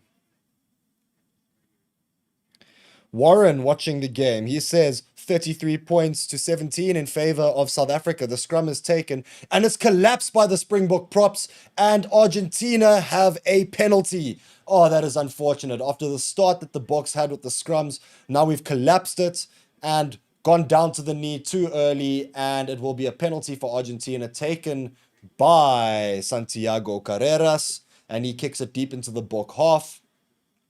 Yeah, unfortunately, that was Thomas Tutoy going down early, putting the knee down and collapsing the scrum.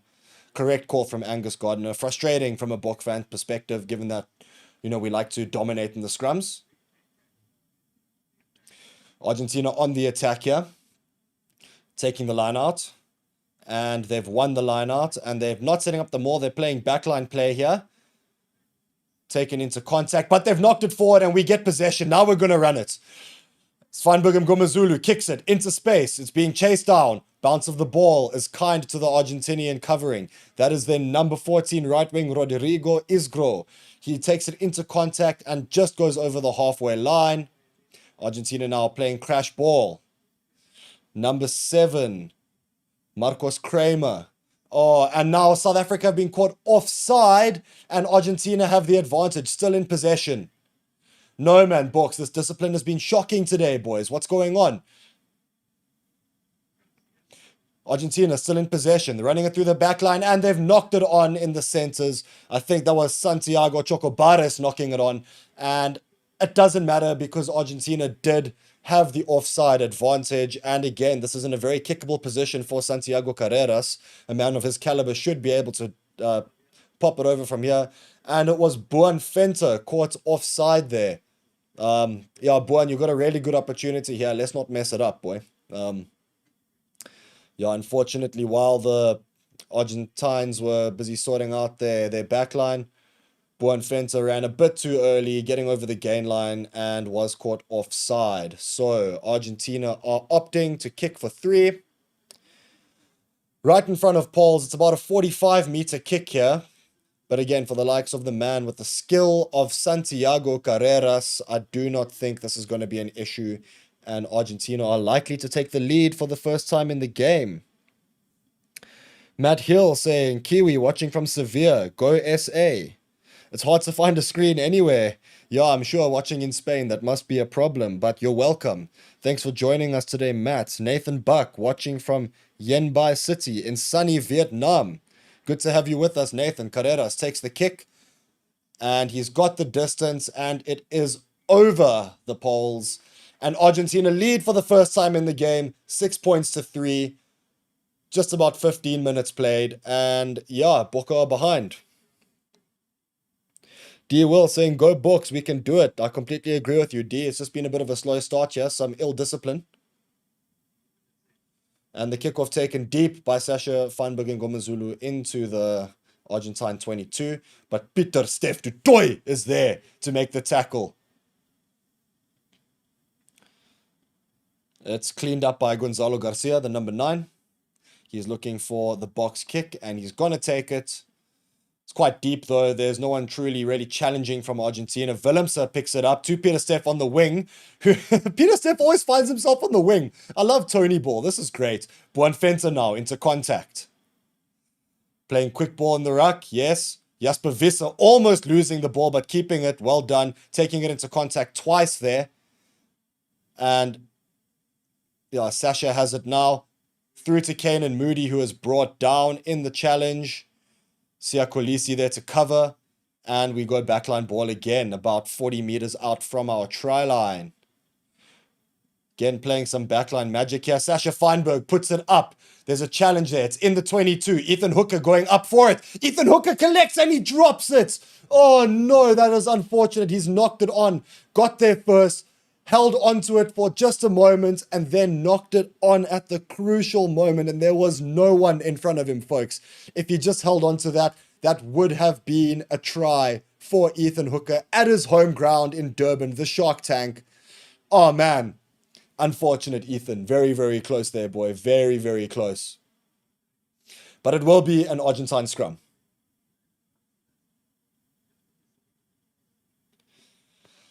Yeah, Argentina scrum about 10 meters out from the Springboks try line. Come, boys, this is the time to push and push and push as hard as you can and make sure that we can get this. Okay, the scrum is being delayed now because one of the Argentines on the floor, medic attending to him.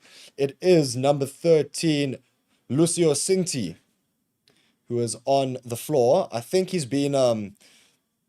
I think he has caps for Argentina's sevens team. Quite a quick player. And if memory serves correctly, he won I think it was silver or bronze at the recent Olympic Games with Argentina. So yeah, he's a bit of a speedster, that guy. While he's getting attended to, Dwayne Vermeulen's on the field, just giving the boys a bit of a pep talk, a bit of water. Might be the biggest water boy in history, Dwayne Vermeulen. Yo. That is crazy. Yeah, giving the forwards a bit of a pep talk, and they're going off the field now, and the forwards are going to look to set the scrum again. Argentina to feed the scrum 10 meters out from the try line. From South Africa's try line, that is. So South Africa, if we can push this over here and win this ball, it will be huge. 10 meters away from a point scoring opportunity.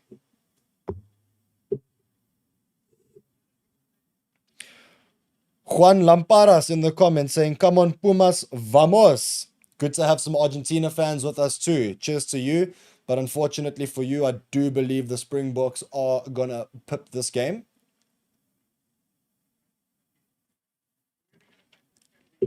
Angus Gardner's called the captains over before the scrum is called here.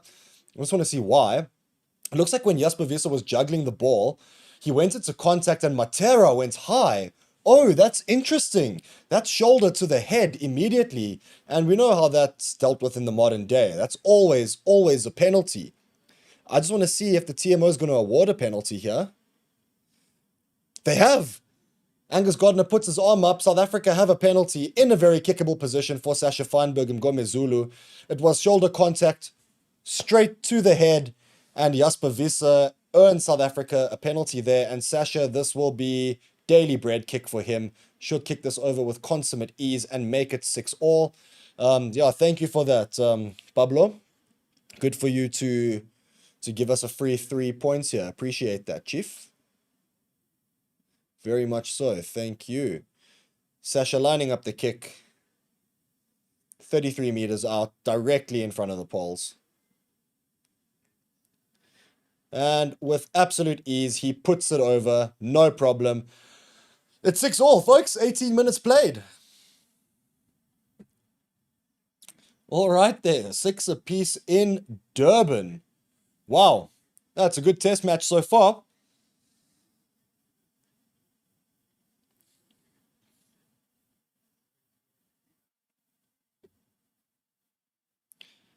Zelda Williams saying, Boca, let's go. Yeah, Reza Bayat, welcome to the chat. Good to have you here, Squeezy Reezy. Kevin saying Matera should be sent off for that. Look, it was a high tackle. We did get the penalty. I don't believe a sending off was warranted. Not even a yellow card. It's just a rugby incident, you know. So we got the penalty, fair play. And the kickoff has been taken. The Boks have taken it into contact and taken it all the way up the field now. And it's a box kick from Cobus Reinach, Argentina in possession. Nobody really challenging that box kick from the Boks. And now Garcia doing his own box kick, but it's gone backwards, in fact. That is crazy. And South Africa challenging for the ball, but don't get it. It's gone backwards. Oh, no. In the challenge there, South Africa have knocked the ball on, and the Argentine prop, I think, has hit his face directly into someone's... Yo, it looked like a fist. That was crazy. He might have broken his nose. Anyway, Argentina play backline ball. Can't get over the halfway line, though. It's been a very physical game so far. Incredibly physical. Both teams are here showing up with the physicality. Quick hands. Chocobares passing it, and Argentina have knocked it backwards. But that's all right. They can keep on playing. But they've gone all the way back to their 22 now. And Carreras decides to kick it up high. And to Damian Willemse. But what's happening now? Why? Oh, there's a penalty to Argentina. Apparently there was a high tackle in there somewhere that I didn't see. But Angus Gardner has awarded a penalty to Argentina.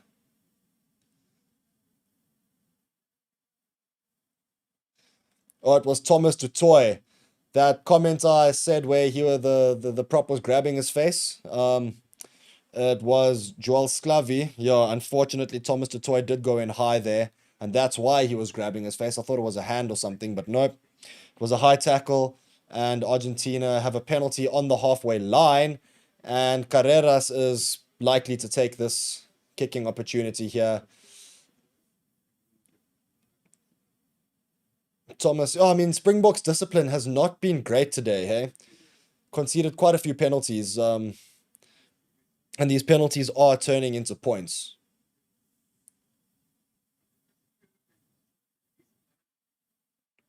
Martin saying, seems like the Bok is playing it safe.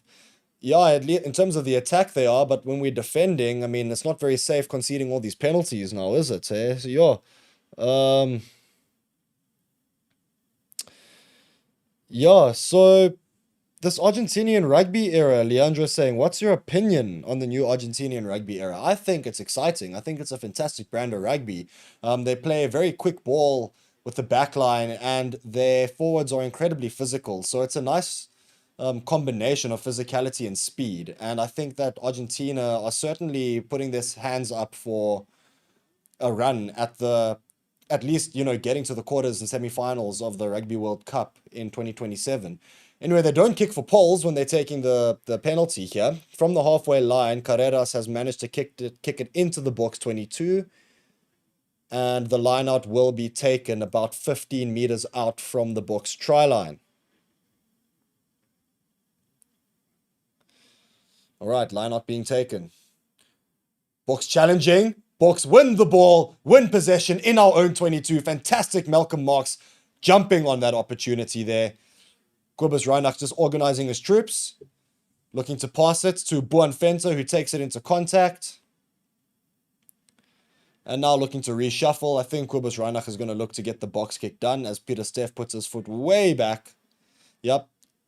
Reinach on the box kick. The ball hasn't gone very far, but Ethan Hook is challenging. Doesn't quite get there, and the ball bounces backwards into Argentinian hands, but it's gone all the way back past their halfway line.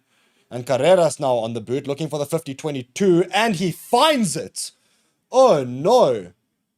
That is a very unlucky bounce. Sasha Feinberg and Gumuzulu there was there to clean up, but the ball just bounced funny and evaded him, and it's gone out for an Argentine line out in the Springboks 22. Oh, no. Oh, no. Well, bounce of the rugby ball is something that we cannot ever predict, eh? So, yeah, it's just how the game goes. Having a look at the comments now. Alistair Purden, watching from Port Alfred, Eastern Cape, predicting a 30 points to 14 win in favor of the Springboks. I like that, Alistair. Okay, and the line out a second again by Argentina, and it's stolen again by the Springboks. Lovely.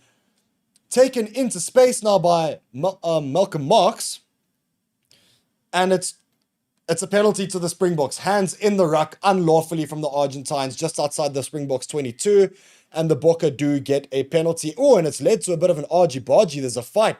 Kobus Reinach and Gonzalo Garcia. It's so funny how the nines are always the most aggressive on the field. Do we have any scrum halves watching us today? Let us know in the chat. Why is it always you guys that are so aggressive? You're the smallest oaks on the field, but you have the biggest fight. Why is that? Let me know. Someone, let me know in the comments.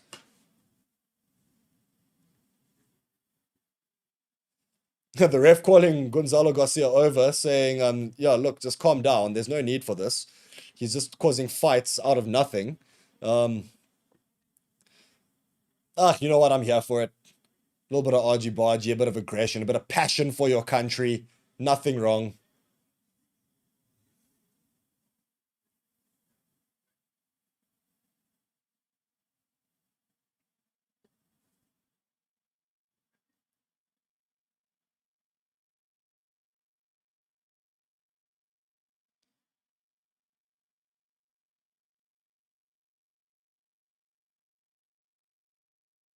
Alrighty, yeah. Springboks have conceded 4 penalties so far in this game. 4 penalties in 24 minutes is not ideal. We take our line out though, just over our halfway line, and we... No. Oh no, that's awful. Okay, so what's happened here is we won possession of the line out, but something has gone wrong. And then there was an offside call against the Springboks, which awarded Argentina a penalty. And then I think Sasha Feinberg and Gomezulu lipped the referee, giving him some mouth and saying that, well, whatever it was he said. And Angus Gardner then said, okay, cool, I'll award a further 10 meters to Argentina. And now that puts it in kickable range for Santiago Carreras. That's just awful discipline from the Boks. Yeah, look, penalty to Argentina. I'm not quite sure that was the right call. I don't see where the offside was there, Angus Gardner. But regardless of that, Feinberg and Gomezulu, you can't be bad-mouthing the ref and then giving Argentina another 10 meters, thereby allowing them to get a kickable penalty here. Sheesh. Carreras is lining up over the ball.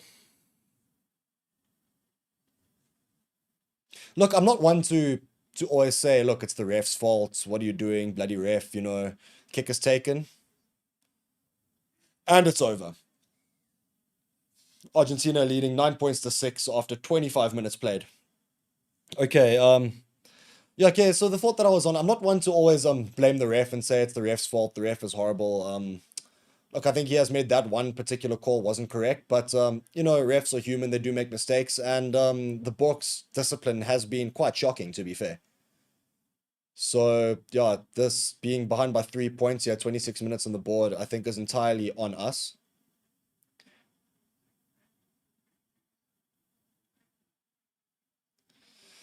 Kickoff taken, and Argentina keep possession, retain it, they're just outside their own 22. And the box kick is taken, and it must be very windy because it's gone backwards again. But Argentina maintain possession. They keep possession. And they're passing it through the back line now. And they've put it on the boot. Carreras with a quite frankly brilliant kick. From being under pressure the way he was, manages to kick it just into the Springboks half. From there, inside his own 22. That is brilliant. So it'll be a Springboks line out just inside their own half.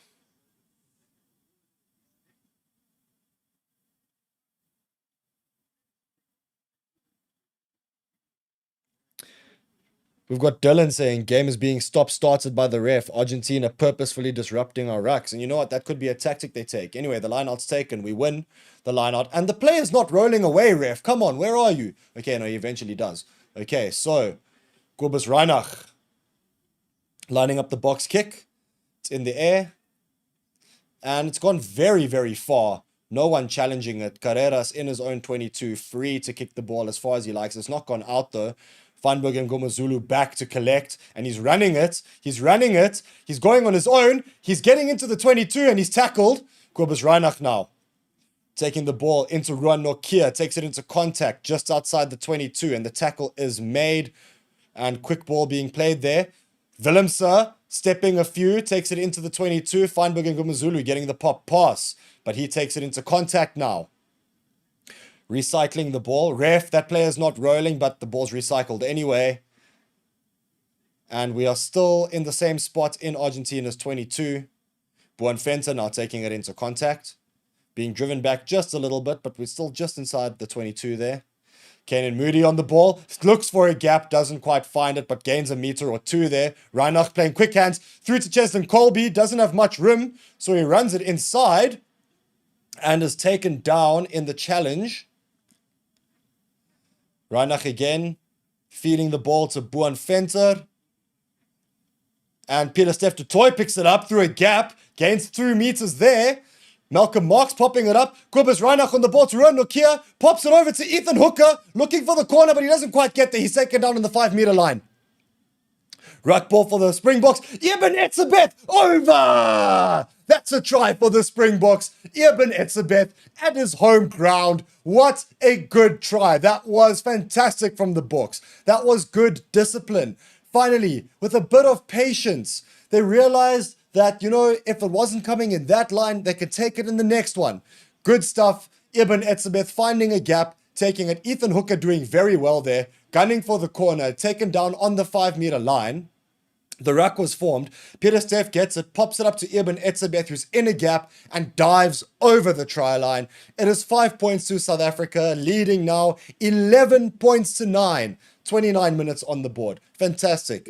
Cheers. Every time the Bokke score, I'm going to have a sip in celebration. And I hope you guys do too.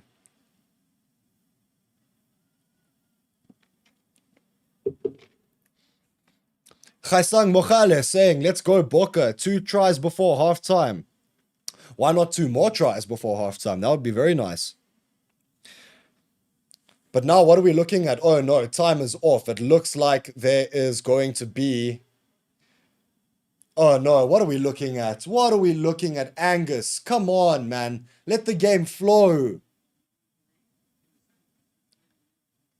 Number 9, Green, it looks like, in the lead up to the try. So that's Kobus Reinach. Has he committed some foul play here? And are the Boks going to be penalized? Is that try going to be... Oh, they're looking at if Kobus Reinach has knocked the ball on, but the only reason that he's dropped the ball in the ruck there is because the Argentina player has put his foot in the way. He's put his foot in the way and knocked it out of his hands. He's kicked it out. That right there is illegal. He's kicked it out of Kobus Reinach's hands. Like, no, we can't call that a knock-on. That absolutely cannot be a knock-on for Kobus. If the Argentine player has purposefully kicked the ball out of his hands at the ruck, surely, ref, no, we can't allow this to happen now. What's happening here?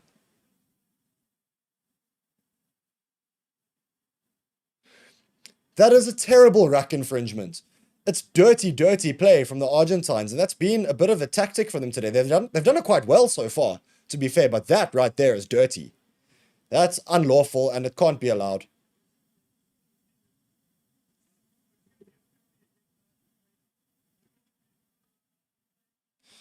Okay, so what's happening here is that the try has been disallowed because the Argentine player put his boot in front of Kobus Reinach's hands making the pass. And it's a penalty to South Africa. Like, you know what? In this situation, it's of more benefit to us that the try is scored. So why not allow the try in this situation? Like, instead of penalizing Argentina in terms of a normal penalty, give us the try. I'm not sure the rules of rugby allow that, but like, come on, let common sense prevail here. Anyway, Sasha Feinberg and Ngomazulu is going to kick for the corner here. We're going to look some more over and score. Maybe Eben will still get his try. Anyway, yeah, try being chalked off. Man. And that's not even the ref's fault. The refs are just following the letter of the law. That is dirty play from Argentina. Quite shocking, really. And it's quite sad because, I quite like Argentina. They're a good team. They're a good bunch of people. But, a play like that, that's cynical. Truly, I think that a card should be brandished for that because it's quite cynical. And it's stopped us from scoring a try. Anyway, lineout's taken, we win it, and we're setting up the maul, which we're dominating, making some real go forward here. Malcolm Marks at the back, looking for the whitewash. Will he get there? He does get there, and it's a try for South Africa, finally. Yeah, what you going to do now, Argentina? You're going to put your foot in that and stop that? No, you're not, because that's a try for Malcolm Marks.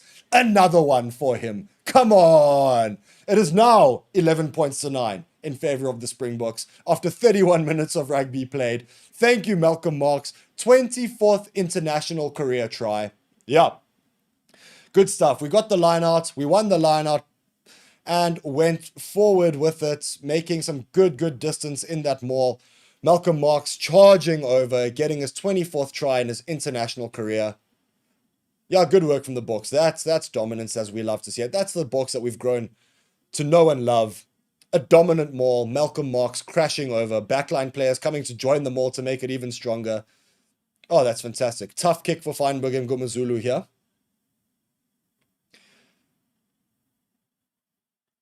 From the right-hand touchline, just about.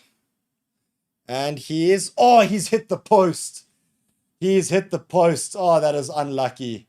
Anyway, so the conversion does not go over, and the Boks lead by 2, 11 points to 9.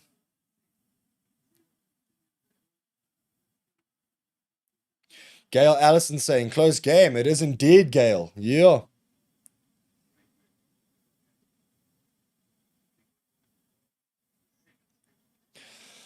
Okay, restart to be taken by Santiago Carreras. Kicks it deep. Just outside the 22, Ruan Norkia picks it up. And Kobus Reinach again looks like he's looking for a box kick. I think it's very windy there though, and the ball is being blown away from the box. But Ethan Hook is under it. He's challenging. Oh, it looks like he's knocked it on there though. Argentina in possession. Carreras again on the boots. I think that guy's a bit scared of contact. All he does is kick. Anyway, Willemse on the ball. From our own 22, he looks to kick it deep and far, looking for touch, and he finds touch, and that is a fantastic kick from Damian Willemse. He kicks it quite deep into the Argentina half, and it is just over their 10-meter line. Yeah, great kick from Willemse there.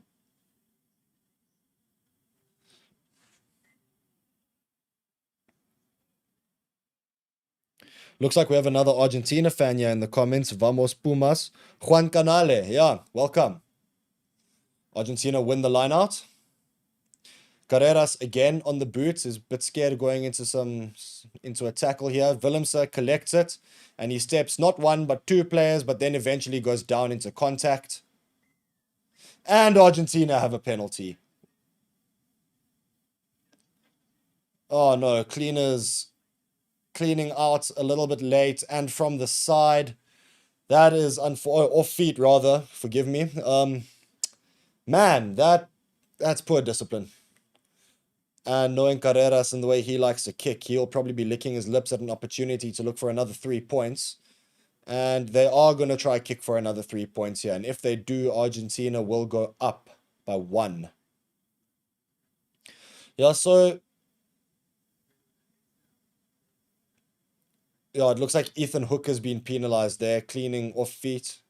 Yeah, a bit of a schoolboy error that.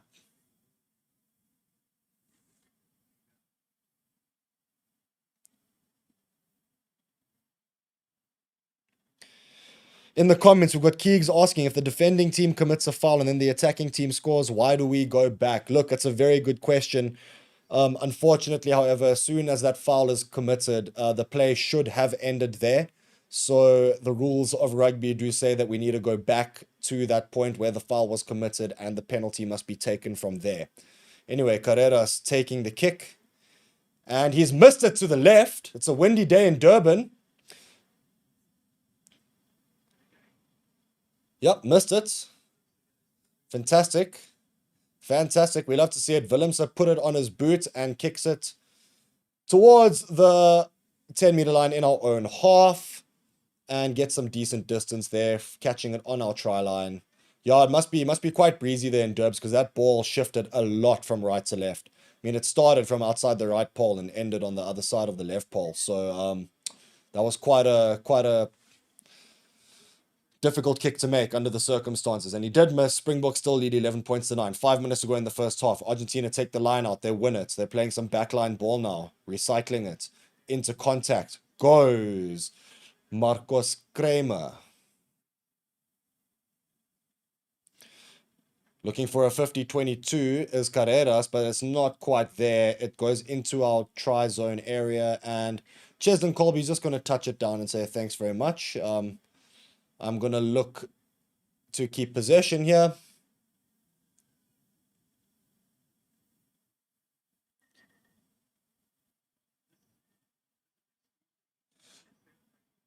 And it looks like, oh my goodness, it looks like there's been a huge mistake here from Cheslin Colby. Because it's supposed to be a 5 meter, a goal line dropout. And what Cheslin was doing, oh no, this is awful. So let me explain what's happened here. It's supposed to be a goal line dropout, and Cheslin, in attempting to pass the ball or cross the ball to someone else on the other side of the field, did a drop kick. But in so doing, an Argentine player has caught the ball and dotted it down on the try line. And you know what, folks? I think this is going to be a try. I think this is just an absolute brain fart from Cheslin Colby. He's dotted it down, and with all the intent in the world to just pass it over to someone in the middle, being Damian Willemse, he does a drop kick. And that is a goal line dropout. Despite the fact that his intent was to pass it to Damian Willemse, it is a goal line dropout, and he has drop kicked it. And it's been picked up in the middle by an Argentina player who has dotted it down. And I think this is going to be awarded as a try.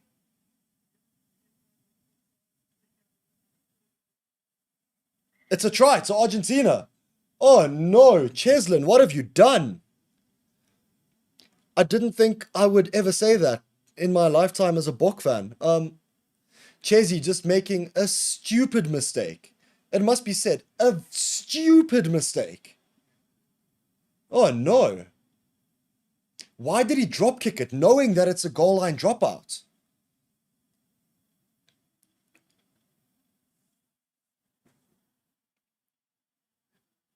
Oh no. Oh, and Carreras makes the conversion. Argentina leads 16 points to 11. Oof, that is, wow, I struggle to have words for this. Santiago Chocobares getting the try. And you know what, credit to him for staying alert to that, noting that Cheslin Colby drop kicked the ball, being alert to that fact, getting there first, collecting it, and dotting the ball down. That's very good game awareness from him, must be said. Anyway, kickoff is taken and into the Argentine 22. Argentina leads 16 points to 11.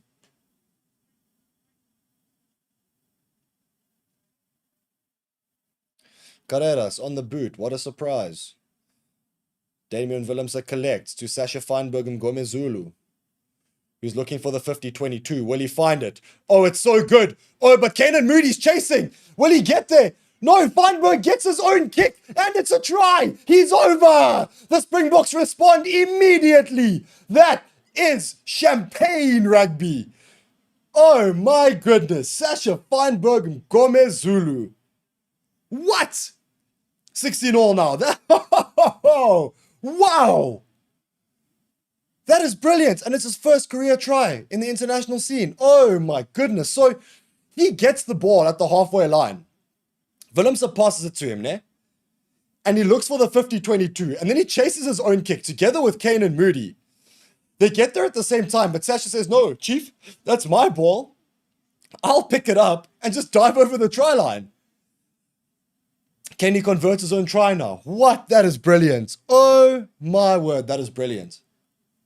I can't believe I've just seen that. This is an insane few minutes of rugby. The past 7 minutes have been... He looks for the conversion and he gets it. That's over. What a kick from Sasha Feinberg and Gomezulu. Over.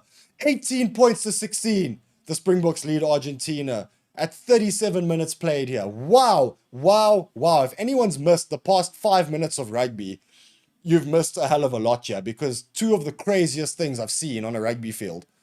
Okay, maybe I'm a bit over exaggerating here. But those were crazy. Sheesh. First of all, that Argentina try with Cheslin Colby's big mistake. And now Sasha just chasing down his own 50-22 attempt. Brilliant. Brilliant. Anyway, the kickoff is taken. It's in our own 22. Kobus Reinach lining it up. No, he's passed back to Sasha, who's going to kick it. Look for touch. And he doesn't find touch. Argentina play it from their own half now. Carreras on the boot. How many times I'm going to say that? Carreras on the boot. It's a great up and under, though. And Argentina keep possession. Sheesh. Yeah, they're inside the Springbok half now. Keeping possession. Now playing a bit of backline ball. Oh, looking for a gap, but he doesn't find it. He's brought down. Carreras passing it now. And the Argentine winger, number 11, that is Mateo Carreras on the ball. Taken into contact. And again, recycling the ball. Into contact go the forwards. Argentina just... Oh, now they've got the advantage. Whose hands are those? In the Thomas Toy, what are you doing? He's on his knees and he's trying to touch the ball. Hands in the ruck. That's silly from Dutoy. And Argentina have the penalty advantage. They kick it forward, looking for the try now, but Willems is just going to run it out. And of course, we will come back for the penalty advantage. Oh, that was so silly from Thomas the Tank Engine.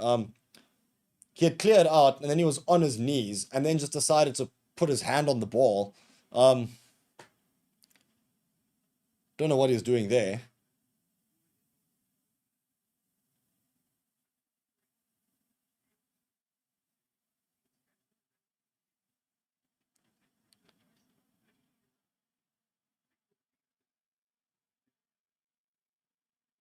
Yeah, okay, actually, no, it looks like I've made them... Oh, okay, it looks like... sorry, I was wrong there. They didn't have the penalty advantage, did Argentina. They had the knock-on advantage, then lost that advantage when it was kicked. But now they have a line out on the Boks 5 meters line anyway. So, yeah, much over much, and it's the same thing. Argentina set the maul, trying to maul over. Do they get there? They're so close. Oh, they're over the line, but is the ball put down? Have the Boks held it up? It has been held up by the Boks. Great defense, boys. Great defense. Booker holding that ball up well. And that's the halftime whistle. Oh no, is it? Is it? What's happening here? Argentina have touched the... I'm so confused.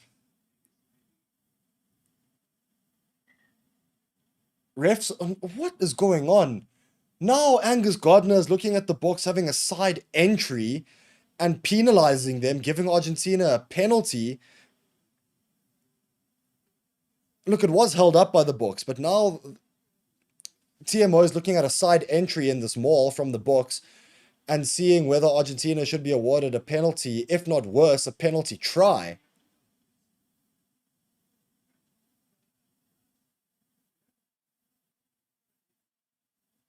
Just, I think they're looking at Malcolm Marx coming in from the side here. Is it? Or is it Thomas Tutoy?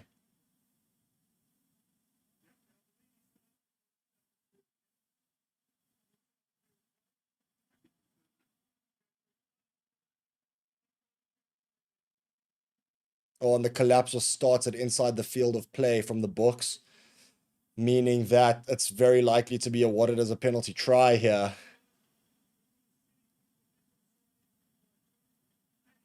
Malcolm Marx being penalized here, and they've awarded the penalty try.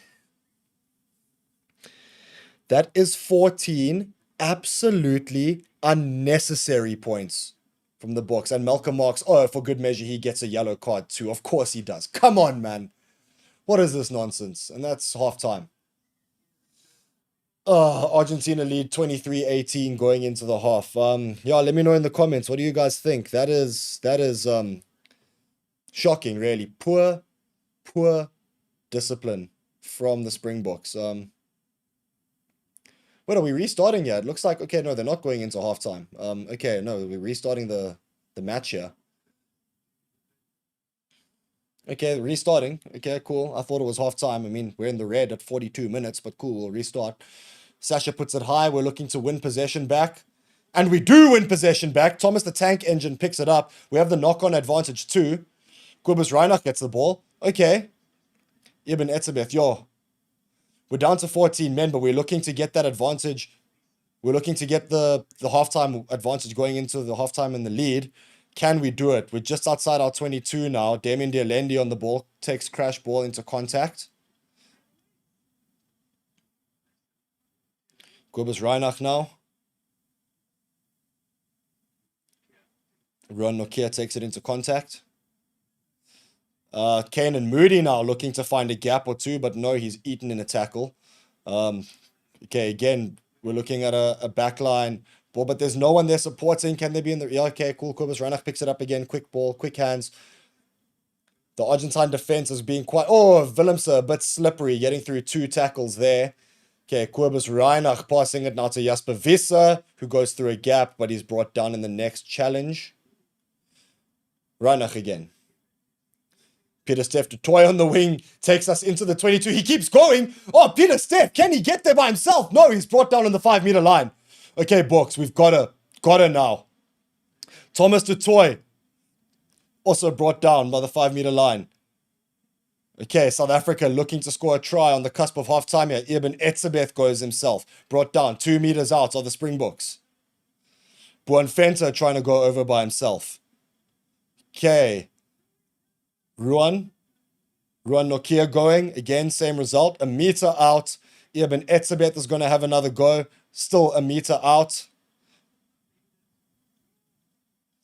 Short. Not quite there.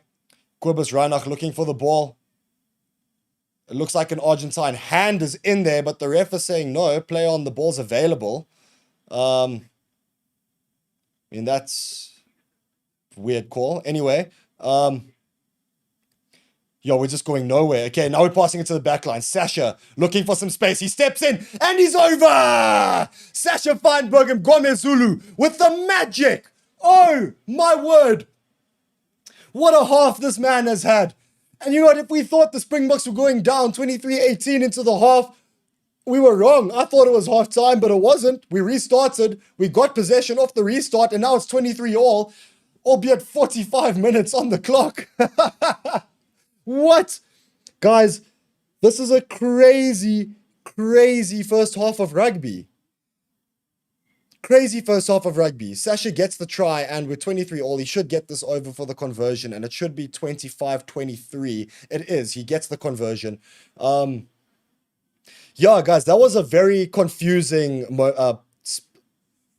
session of play there, just for the past 5 minutes or so, because Argentina scored that penalty try, and 42 minutes had been played. But then the ref decided we're going to restart anyway. I thought halftime was there, and we were 23-18 down. But then he decided for us to start again.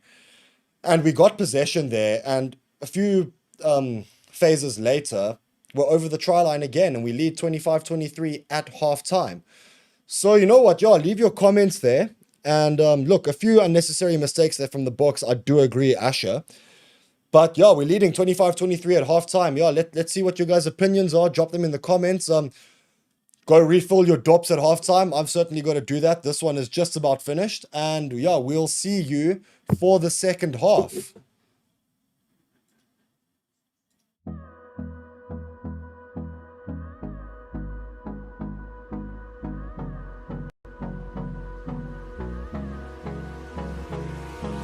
Hold me close till I get up. Time is barely on our side. I don't wanna waste what's left. The storms we chase are leading us, and love is all we'll ever trust. Yeah, no, I don't wanna waste what's left. And on we'll go, through the wastelands, through the highways, till my shadow turns to sun rays. And on we'll go, through the wastelands, through the highways, and on we'll go.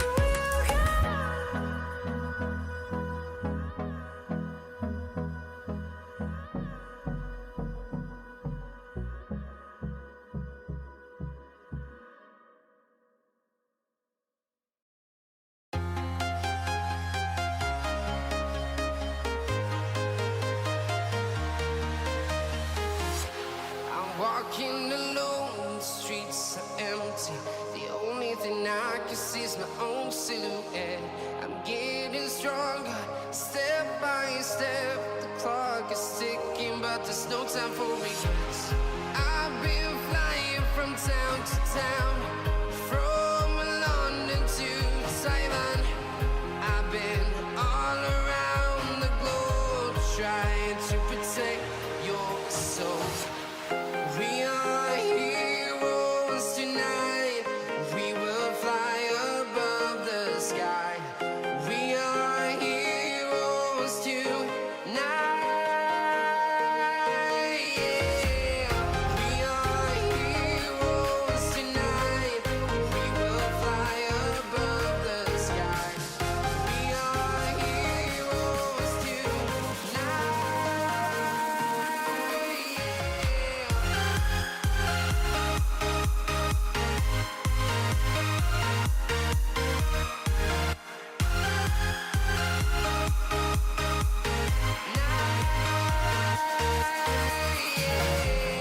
Feel like a dynamite, ready to explode right up in the sky.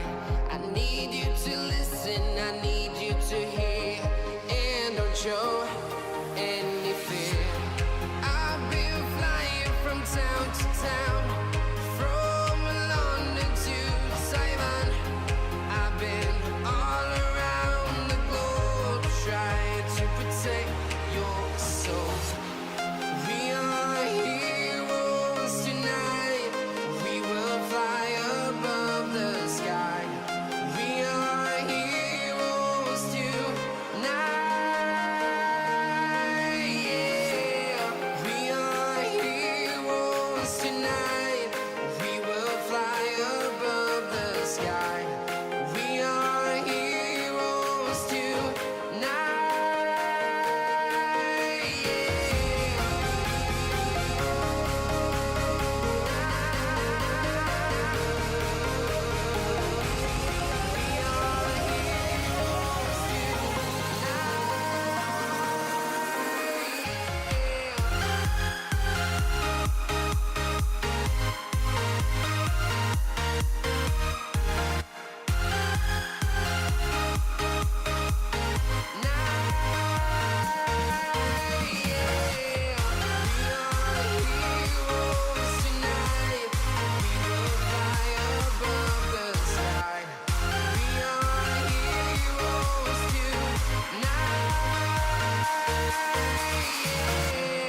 I've been flying from town to town, from London to Taiwan. I've been all around the globe, trying to protect your soul.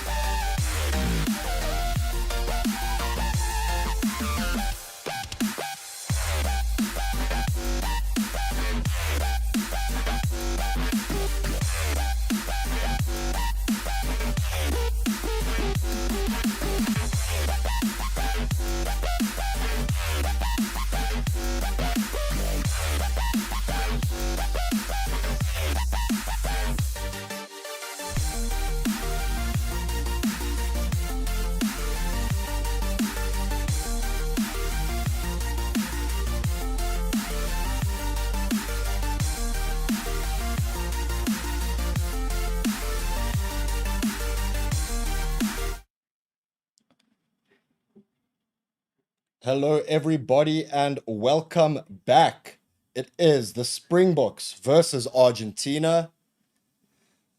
And that first half, all we can talk about is, ill discipline. I mean, I suppose not all we can talk about, but yeah, there was a lot of ill discipline there, and the Boks really did let themselves down.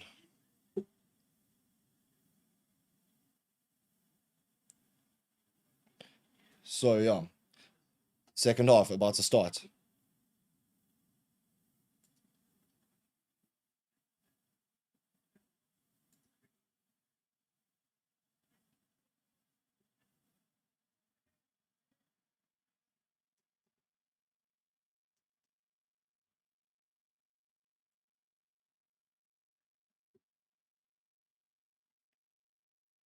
Kickoff has been taken. Apologies, guys, for the video issue here. I'm not quite sure what the problem is, but we are working on it. And we will look to get this fixed. But anyway, the commentary will continue. South Africa keep possession. And Feinberg and Ngomezulu puts the cross kick up. And Cheslin Colby collects it, but he is then tackled now in the Argentine half. Buan Fenter now takes it into contact. No, passes it through to Feinberg and Ngomezulu, who kicks it deep into the Argentine 22. And of course, it is Santiago Carreras who puts it on the boot again. And kicks it through to Damian Willemse. A bit of tennis now. Willemse putting it on his own boot, up and under, chasing it, and times his tackle to perfection on Juan Cruz Malia. Boks in the Argentine 22, but Argentina do have possession.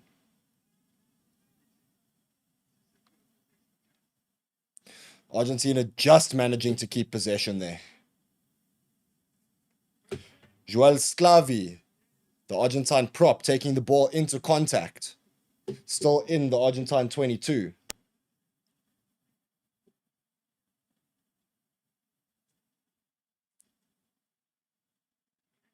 And Garcia manages to kick the ball out.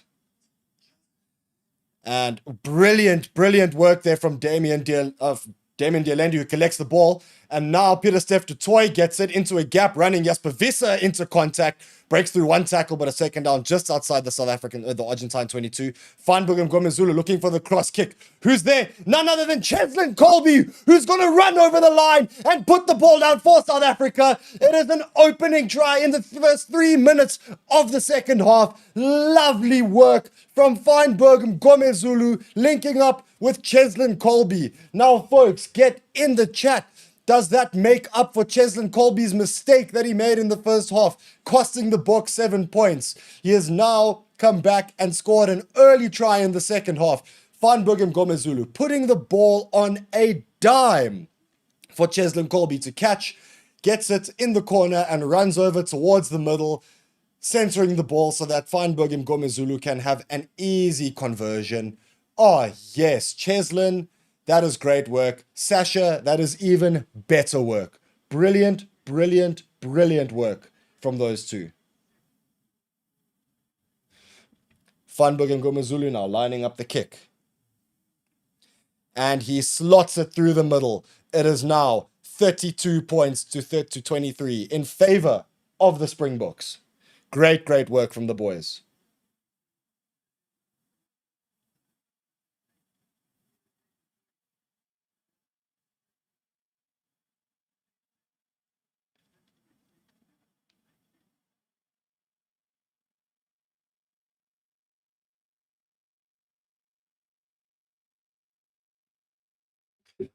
All right, the restart is taken by Argentina deep into the Springbok half, collected by Jasper Visser in the 22. He takes it into contact towards the touchline.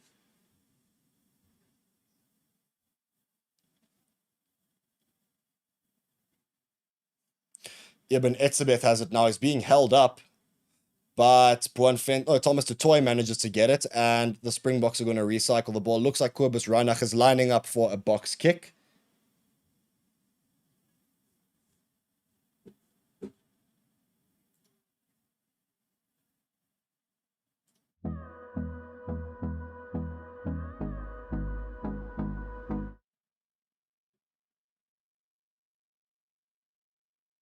And South Africa maintain possession.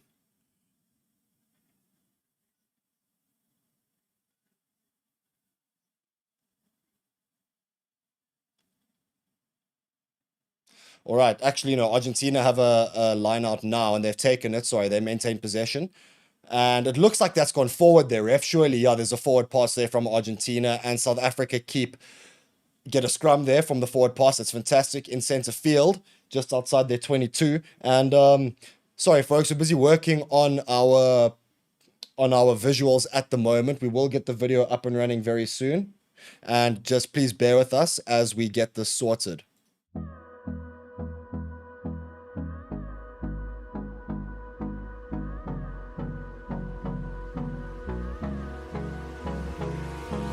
Hold me close till I get up.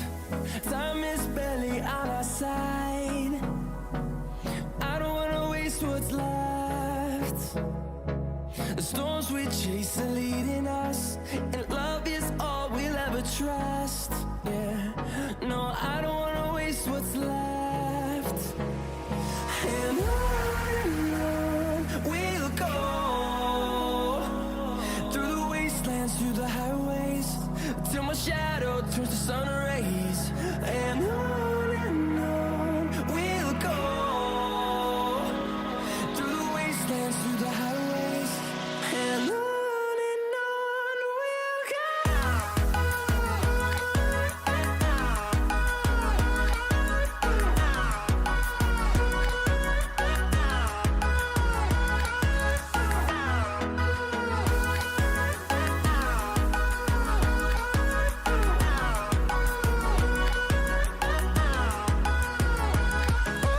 On we'll go, finding life along the way, melodies we haven't played. No, I don't want no rest, echoing around these walls, fighting to create a song. I don't wanna miss a beat. And on we'll go, through the wastelands, through the highways, till my shadow turns to sun rays. And on we'll go, through the wastelands, through the highways, and on we'll go.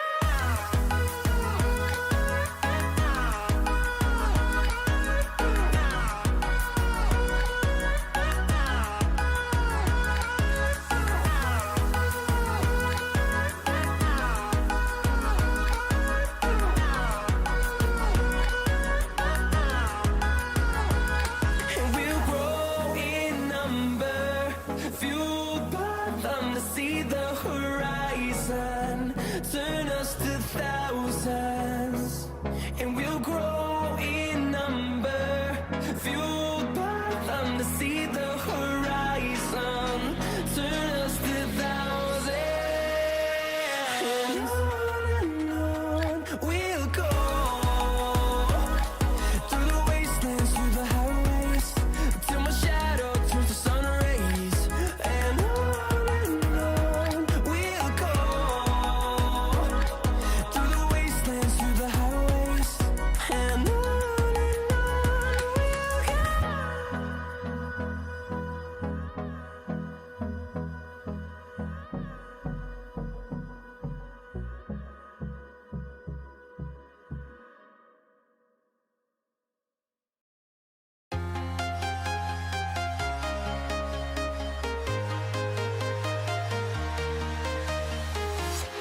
I'm walking alone, the streets are empty. The only thing I can see is my own silhouette. I'm getting stronger, step by step. The clock is ticking, but there's no time for regrets. I've been flying from town to town, from London to Taiwan. I've been all around the globe, trying to protect your soul. We are heroes tonight. We will fly above the sky. We are heroes tonight. Yeah. We are heroes tonight. We will fly above the sky. We are heroes tonight.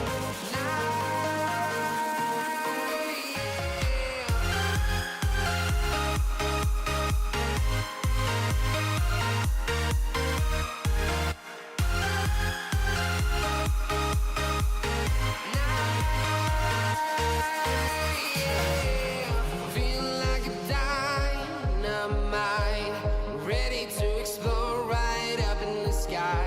I need you to listen, I need you to hear. And All right, everybody, I am back, and apologies for the delay there. Unfortunately, we cannot seem to fix our camera here. However, no points have been scored since I have left you, but South Africa do have a penalty advantage just outside their 22, and they win the penalty. Yup, That is very kickable for Sasha Feinberg Mgomezulu. And unfortunately, unfortunately our video is down. However, you can just look at the little animations we got going here. And look, it's a shame you guys won't get to see my beautiful face, but you know what? We continue despite the hardship. So, okay, cool. Springboks taking the penalty. Now, we're not looking to kick for 3 points. They are going to the corner and going to try and maul over just as they did in the first half when Malcolm Marx scored his try.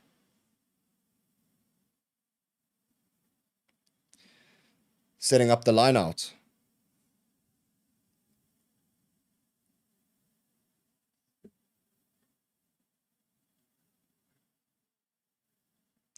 Lineouts is won by the Boks. Taken to the back line. Kanan Moody getting some ground now on the 5-meter line of the Springboks. Peter Steph du Toit into contact, still on the 5-meter line. Kobus Reinach takes it, passes it to Malcolm Marx, who takes it into contact. Now the Springboks are only 2 meters out. They have the penalty advantage. Kobus Reinach trying to snipe, not quite getting. He's pushed back to the 5-meter line again. However, the Springboks do have the penalty advantage. Feinberg Mgomezulu looking for, and he gets over. Sasha Feinberg Mgomezulu with the hat trick. He scores a 3rd try of the game for himself. That is great work. He dummies the pass. Argentines follow it, and he just snipes his way through, scoring under the poles. Sasha Feinberg Mgomezulu. What a player. Brilliant, brilliant work from the man himself. Throwing that dummy pass and just getting through and scoring. That is sensational work from the young man. Brilliant work, Sasha. Congratulations, mate. Wow, that was good.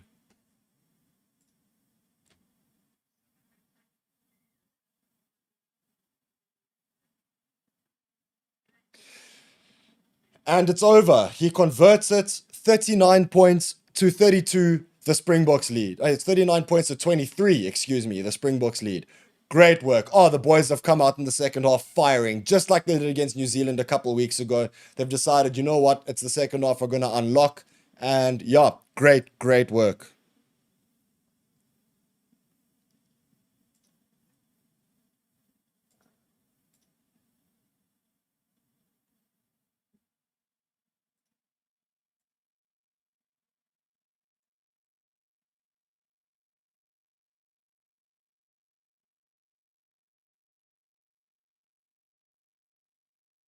Right, the restart is taken by Argentina to Jasper Wiese again, who carries it just outside the 22. And we keep possession. Peter Steph du Toit taking it into contact, and he's driven back into the 22. And Kobus Reinach is going to set up a box kick here, which he does. It's gone up high, being chased, however, by Ethan Hooker, who unfortunately knocks it forward, I think, or was that backwards off the Argentine hand? I think it was backwards off the Argentine hand. And Argentina keep possession and a bit of go forward.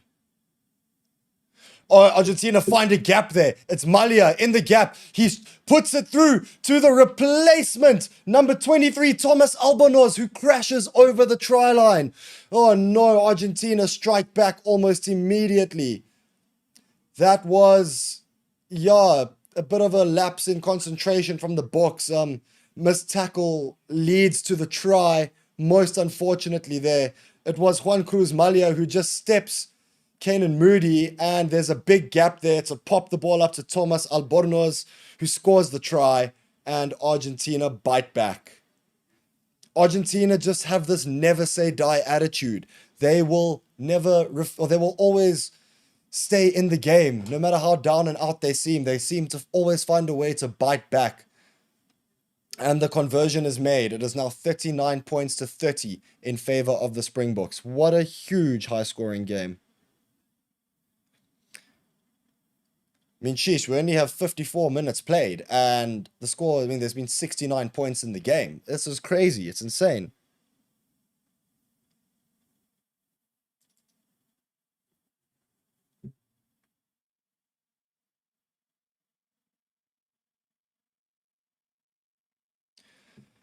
All right, the restart to be taken now by Sasha Feinberg and Gomez Zulu.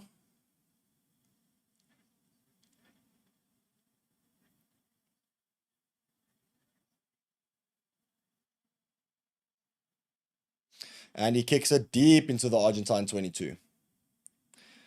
Argentina in possession. Crash ball in their own 22 by Joaquin Oviedo.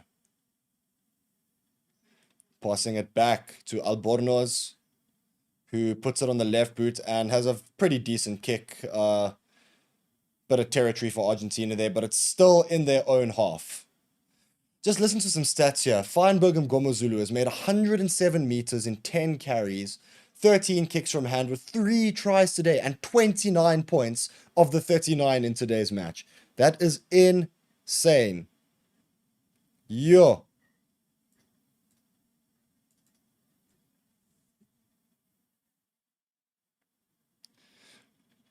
Yeah, look, Feinberg and Gomezulu, like, let's hear it in the comments. As if he's not your man of the match so far, I don't know who is, because, wow, for me, it's got to be him.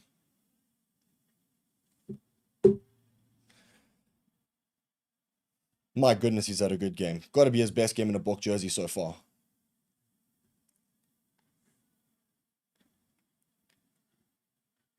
All right, Malcolm Marks now taking the line out for South Africa. Drop down to Sia Kolisi, who takes the ball into contact. Kobus Reinach playing quick ball here. Malcolm Marks finds a gap, gives it to Ethan Hooker, who finds some space, runs it into the 22 and is taken down 10 meters from the try line. Kobus Reinach now passing it back. Oh, and Jasper Visser driving through. Still 10 meters from the try line are the Springboks. And a bit of a... Oh no, Argentina have managed to steal the ball and they've got the penalty advantage from there.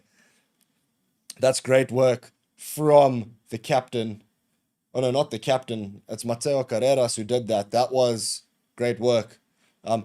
Anyway, Springboks have the possession back. Kanan Moody gets the ball onto his boot. He chases it. Does he get there in time? Oh my goodness, I think he may have scored a try. Apologies, folks, if this sounds confusing.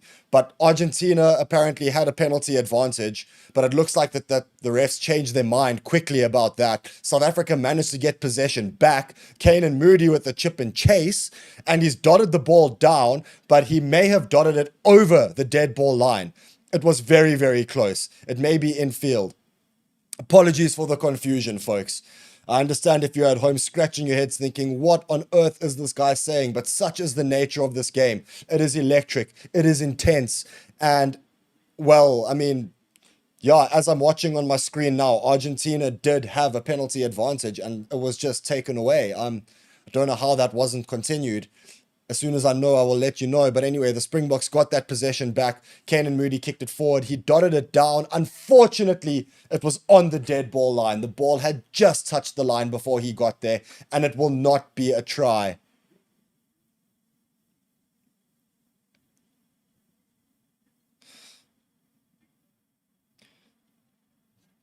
So the clock is paused for some subs to be made.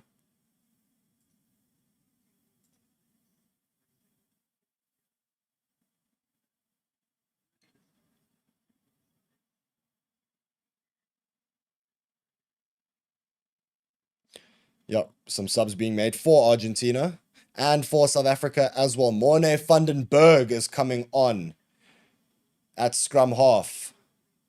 Kobus Reinach is going to make his way off the field.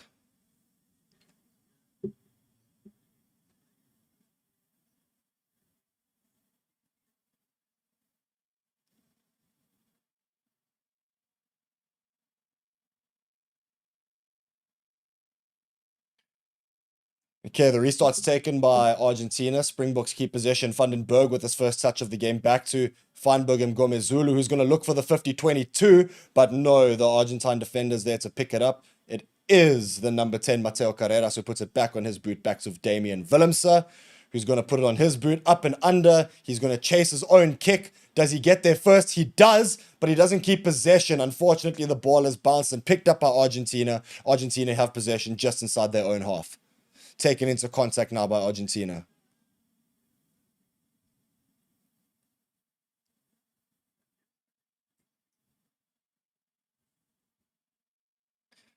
Yeah, Argentina still maintain possession. Pass deep to Albornoz, who puts it high on the boot.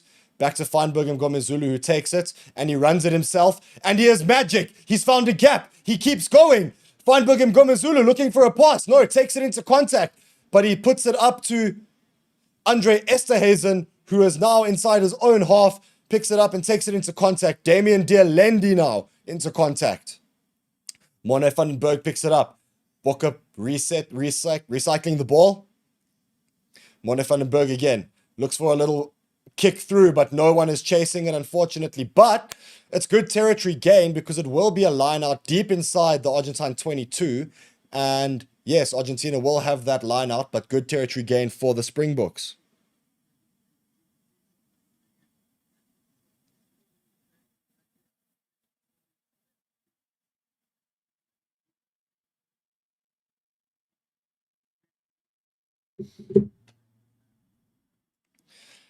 Again, ladies and gentlemen, apologies for the visuals. We are still trying to fix it behind the scenes, but in the meantime, you can still listen to the rugby commentary. I'm trying to be as clear and concise as I possibly can. But this game is insane. There is so much that has been going on.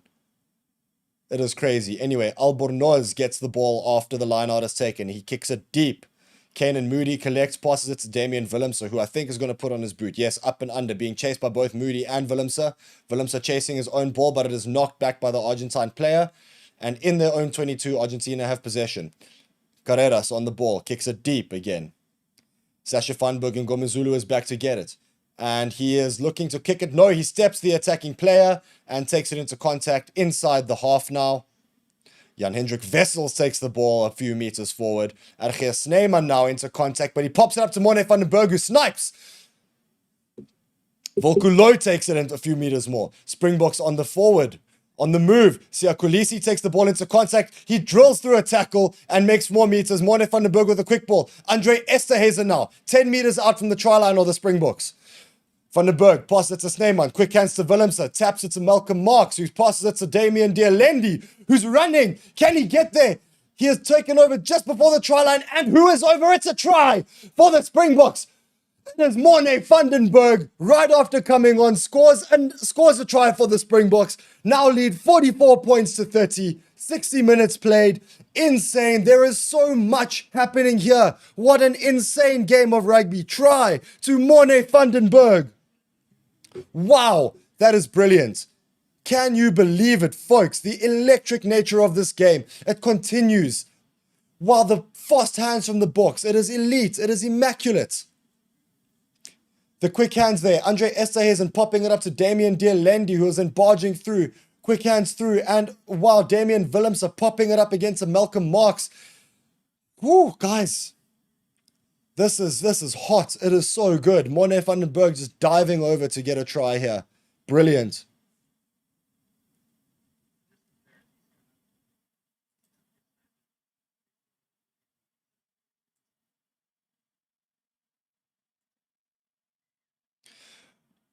All right, folks.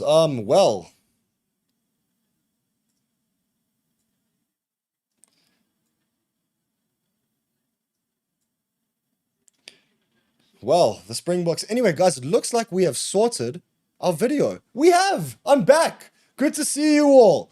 Anyway, thank you very much for your patience while we did not have any video there. But anyway, yeah, we're back. We have the video back. Sorry, so for a quarter of the game, we did not have our video. Anyway, so we're back, and Argentina with the restart. Mani Libok has come onto the field. He takes the ball, kicks it up and wide for Kanan Moody to chase, who gets hands on it, passes it back to Andre Esterhazen, who's driven back. However, South Africa keep possession. Mone van den Berg is looking to snipe. Oh, but he's taken down in the tackle and knocks it on in the process. Argentina managed to turn the ball over. Garcia still on the field, passing it. Looking, oh, Albornoz again eating another gap. Wow, he's done it twice now, but unfortunately for the Springboks, they keep it. But there's a knock on. Oh, poor hands from Argentina. Lucio Cinti knocking it on. The ball getting popped up to him and he just could not handle it. And the Springboks will have a scrum.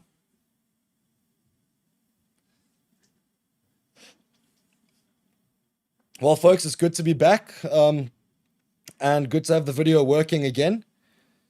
So, yes. 46 points to 30, the Springboks lead. Anyway, I'm going to have a sip in celebration of, seeing you guys again.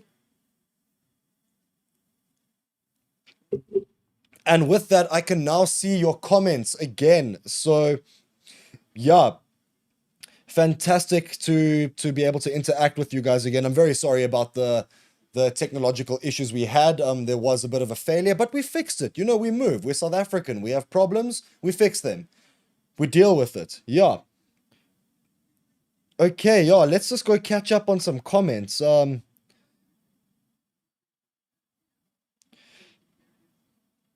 Craig Morgan saying game's going to be finished before you sort out the video. Well, Craig, guess what? You're wrong. We sorted it out. Can't see the commentator. Yeah, well, we've sorted that out. George, thank you. Yeah, look, guys, we are back and we've won our scrum and we have a penalty advantage from it as well. It's put out wide to Caelan Moody, who has shifted to the wing. And Caelan Moody chasing his own kick, but he's put it out on the full, but it doesn't matter because the Springboks had the penalty advantage. We will come back for that.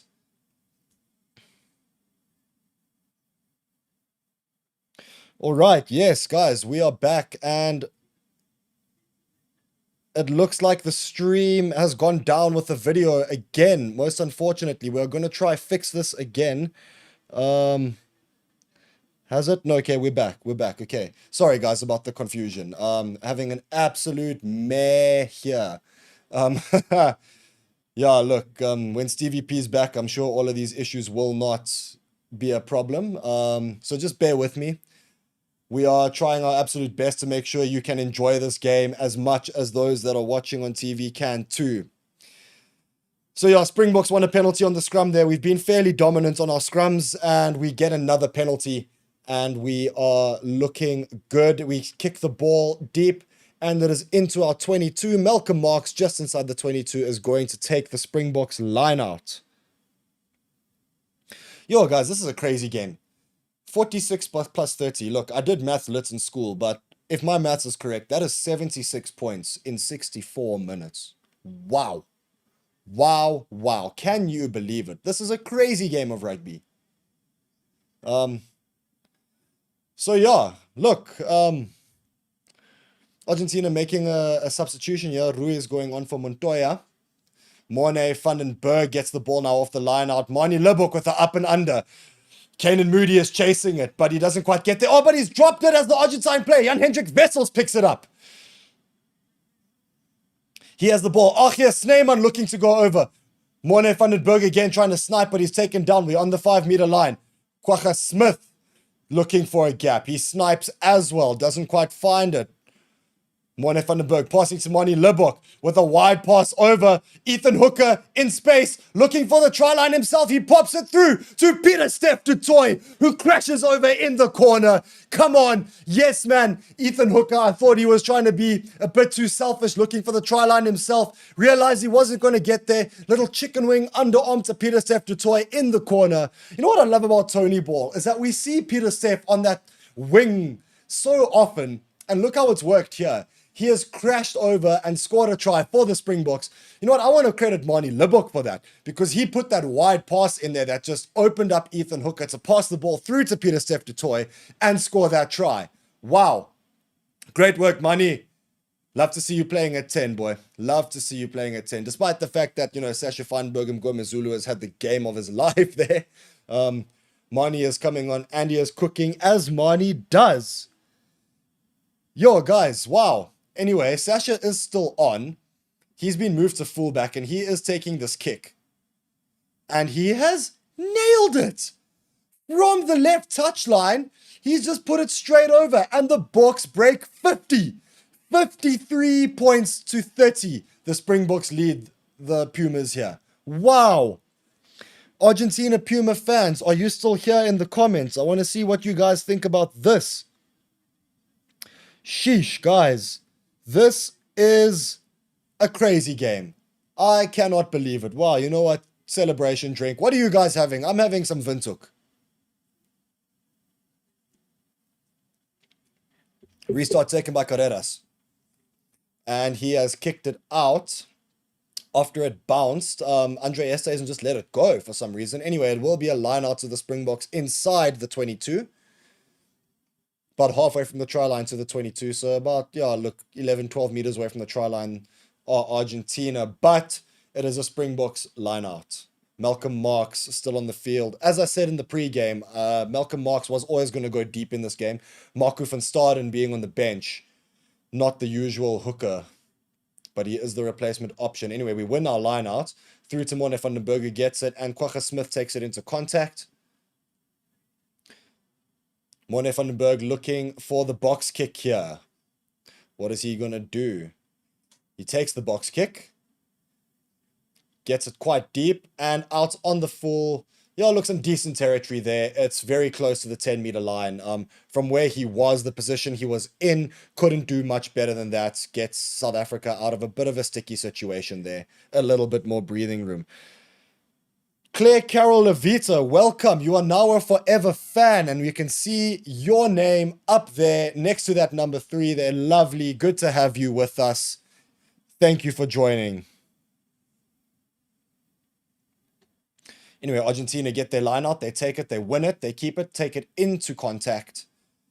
And Kwagga Smith challenging but falls off his feet. So let's go over the ball. Argentina get the ball again. Taking it into contact as they do. Keeping the backline play going. Andre Esterhuizen looking to clear the ball out. Doesn't quite get there. He's cleaned off it. And the tackle is made by the South Africans again. Quick ball now from the Argentines. Shuffling it through. The forwards are taking control here. And South Africa get the turnover. As I said, the forwards are taking control. They get the turnover. Morne van den Berg gets it on his boot. He kicks it deep. But there is a player back. That is Thomas Albornoz. And he is cooking. He's running it through. That's surely a forward pass, ref. Yes, it is. It's a forward pass on the halfway line. South Africa will be getting a scrum just there. Yeah, it looked like that was a forward pass, clear as day, from Carreras, number 15, through to his winger. And, yeah, unfortunately, with the ball going forward for Argentina, it means the Springboks will have a scrum. Diego Escura, thank you for your comment here. Argentinians never give up, but Boks are too good at every level. You know what? I think that's a very fair analysis of the situation. Argentina, like I said earlier, they have a never say die attitude. And today, well, they have fought. That first half, they were leading for quite a lot of it. In the second half, they did bite back after the Springboks scored that first try. And you know what? In their minds, they probably think that they're still in this. Look, they're 23 points behind. But if they can, in their mind, go and score a quick 4 tries in the next 10 minutes, they have a never say die attitude. We saw it against Australia. We saw it against New Zealand. Why not against the Springboks? Bokke need to just keep their focus.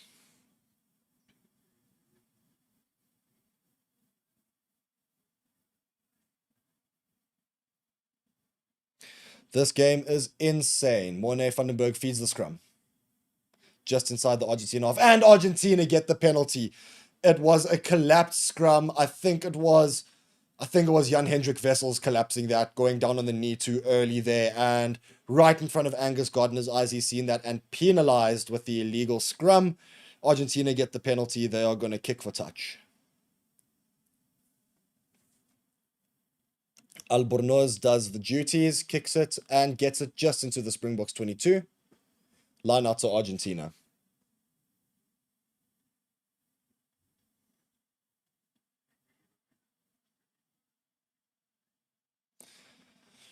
Argentina a bit sluggish getting to the line out. Maybe they have resigned themselves to the fact that they have lost this game. You know what? They do have the never say die attitude, but with 9 minutes to go and 23 points behind, South Africa have won the line out. We get there and we win it. That was brilliant. And we've broken. Kwagga Smith eats a gap. Mani Libbok now running. Gets over the halfway line. There's no one supporting him though. But he just passes it back. Andre Esterhuizen has the ball. Sasha Feinberg. Oh my goodness. He puts it around his back to Ethan Hooker. And Ethan Hooker knocks it on. Look, tough for Ethan Hooker to catch that. It was at his feet. That would have been so cool though. Wow. If Hooker could have just caught that. Look, tough catch, down by his feet. Anyway, guys, the Boks are cooking. Wow. That was super cool. Morne van den Berg getting the ball quickly off the line out there. Achia Sneeman stealing it. And it was Quagga Smith that found a gap in the back line. He is a versatile player. Mani Libok then running about 10 odd meters. Passing it through to Andre Esterhazen, and Sasha Feinberg mid-tackle just swings one behind his back, but it is at Ethan Hooker's feet and he cannot collect it and knocks it on. I think it will be a scrum to Argentina here. Joseph Swanky Motupi, welcome. You are our newest forever fan. Thank you for joining, our newest member.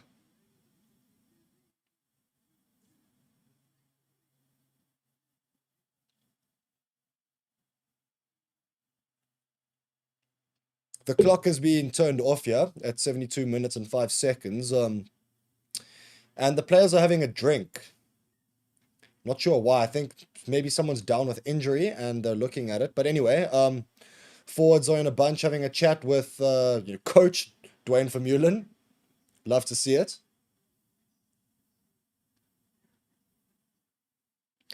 Diego, what you saying? This championship showcase is an amazing rugby level from all four teams. Go Southern Hemisphere power. I love to hear that, especially from an Argentinian fan. It is an amazing level of rugby from the Southern Hemisphere. Look, let's be real. Southern Hemisphere dominates the Northern Hemisphere all the time. We see it every World Cup. And the Rugby Championship is such a high level of rugby. It's beautiful to watch from all four teams, truly. We've seen some brilliant work. And again, okay, Argentina get the scrum and they get a free kick from it, collapsing a bit early. Mani Libok quick on the rush defense, though, he gets into contact. And Argentina still keep possession inside their own half. Shuffling the ball through to the back line now, and it's taken into contact. Quagga Smith trying to get the steal, but doesn't quite manage to get it. Argentina still keep possession just inside their own half. The ball is out now. Got to see her passing it through. And it's charged down by Malcolm Marks. And he's chasing it. There's no one in front of him. And Peter Steph Toy is going to pick it up. No, he's knocked it on. Oh, no. And Carreras is there to pick it up. But I tell you what, if either Marks or Peter Steph had picked it up, there was no one in front of them. They would have gone on to score. But the Argentine player came around to collect the ball that had just been knocked forward. And they keep possession. Jan-Hendrik Wessels now cleaning up an Argentine kick, and South Africa have possession just outside the 22. Taking it into contact is Marco van Staden. Morne van den Berg now passing it through to Argia Sneeman with a little pop back, but it's knocked backwards by Morne van den Berg, not a knock on. South Africa keep possession. Vandenberg looking to play some hands into the back line now. It's given to Quagga Smith, who slips into a tackle. And again, Vandenberg through to Achia Sneeman. Looks to pop out with a chicken wing again. Kanan Moody picks it up through to Mani Libok. Libok looking for a gap. He finds a gap. He's going himself. A little chip and chase. Mani Libok. That is brilliant. That is sensational. That is a try for Mani Libok. Can you believe it? He finds a gap, a little chip and chase. He finds it himself and dives over the ball that has gone over the gain line and scores a try for the Springboks. Mani Libok, Dibok. It is in the name. That is all I have to say. Mani Dibok. Wow. That is brilliant. From nothing, he just finds a gap, chips and chases his own little chip there and just dots it down. Oh, that is beautiful. Guys, we have the best backline players in the world. I'm sorry. I don't care what anyone else has to say. Sasha Feinberg and Gomezulu, Mani Libok, the way that these Oaks have cooked today. Oh, it's beautiful. It is so good. It is so good. 58 points to 30. The Springboks lead Argentina. 60 points to 30. The Springboks lead Argentina as Feinberg and Gomezulu kicks it over. Can you believe it? The second half has just been a try fest from the Springboks. What? Oh, Mani, that was dirty. That was so dirty. Oh. Wow. That is fantastic. Jeez. My goodness. Okay, well. Yeah, I think Argentina have resigned themselves to the fact that this game is well and truly lost now. Oh, shame. No, one of the players is down, injured. It looks pretty serious. One of the medics is attending to his head. I can't see who it is, but it looks like there's a head injury on the field here. It's an Argentina player.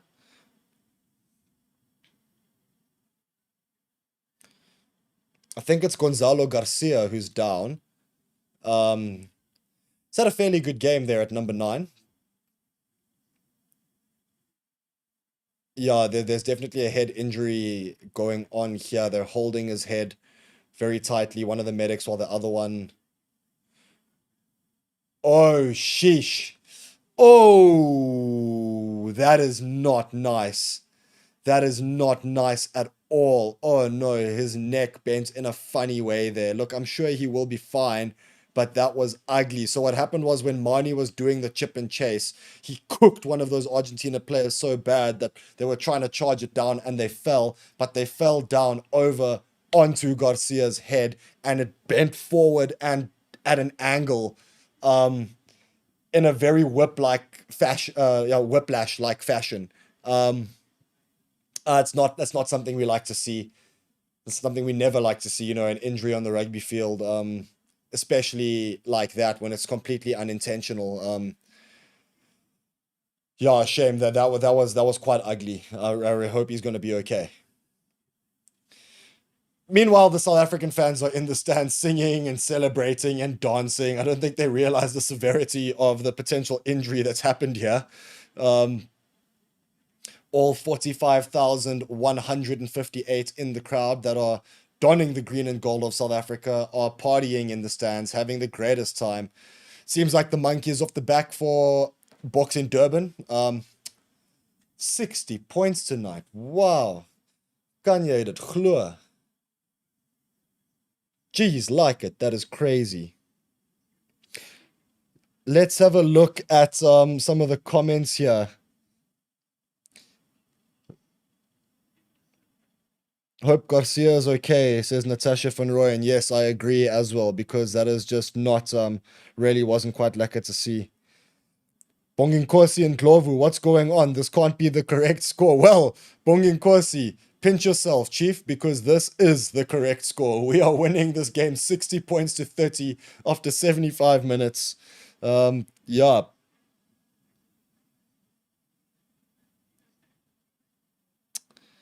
Craig Morgan saying, oh, on Garcia's injury here, yeah, the neck bent. Hope he's going to be okay. I agree. Sheesh. Yeah, sending good wishes for Garcia. Thanks, Natasha. I'm sure. Look, I hope he's going to be okay. Look, I mean, obviously I'm no medical professional, but that did not look good. The neck bending in a way, in that manner, is just simply ugly. Yeah, Graham Taylor saying 3rd highest point scored so far ever against Argentina by a South African side. Only the 3rd highest. Graham, if you could quickly go do some research for us there and let us know what are the top 2 scores there, that would be quite cool, because, you know, 60 points being only the 3rd highest is quite phenomenal if there's 2 more that are higher than that. More comments. Let's see. Petrus Mokwena saying Bokke is here and we're retaining our championship. Oh, I would love to see that happen, and we are in the driving seat to do so right now. Off to Twickenham next week to play Argentina again. Win that game, win the championship. Quite simple. Humphrey Bobby M saying, is that the time or the score? That's quite good. Yo, guys, the likes of Sasha Feinberg and Gomezulu today and Mani Libbok, since he's come on, they have been elite. I mean, the ill discipline of the first half seems like a long distant memory now. And look, it was poor. We shouldn't forget what happened there, because had that not been as bad as it was, we would be ahead by even more, I'm sure. Or at least with a bigger points difference, you know, letting Argentina score those 2 absolutely needless tries towards the end of the first half. Cheslin's mistake with the drop kick from the try line, allowing them to score that, and then Malcolm Marx conceding a penalty, allowing them to get a penalty try. 14 needless points. Anyway, Garcia, he is on a stretcher on the golf carts. They've given him some oxygen as well. But he's given the thumbs up. He says he's okay. That's good to see. That's very good to see. You know, when a player does that, you know, it is a good sign. It probably means he will be fine. Still not a great injury. All the precautions have been taken. The medical professionals are on site. And I'm sure that he will be okay. And he's put his thumbs up. It's good to see. Lovely.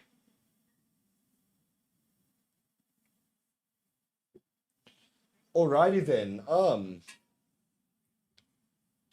Graham has done his research for us, and I'll get to that now. The restart has been taken, and the Springboks have possession just inside the 22, 75 minutes played. Morne van den Berg with a box kick, being chased by none other than Kanan Moody. And Kanan Moody gets there. No one was challenging him. Boks in possession, just inside their own half. Kwagga Smith handing it to Mani Libok with a cross kick. Through to Peter Steff. Oh, he's dropped it. Oh, no, and Argentina pick up the ball and get possession. I think he took his eye off the ball just at the last second there. There was someone coming to challenge him, and I think that just distracted him. It's going to be a knock-on advantage there for Argentina. Argentina still keep possession. Taking it into contact as they do. Still into contact, but going nowhere. Forwards just taking contact here and not really doing anything with it. Getting driven back, really. They're not making any meters here. Simon Benitez Cruz has come on for Garcia. And Argentina have now knocked the ball on. I wonder if they'll go back for that initial knock on, or if nope. Argentina's advantage was called over, and then they knocked it on, and now the Springboks will have a scrum, thanks to Argentina's knock-on.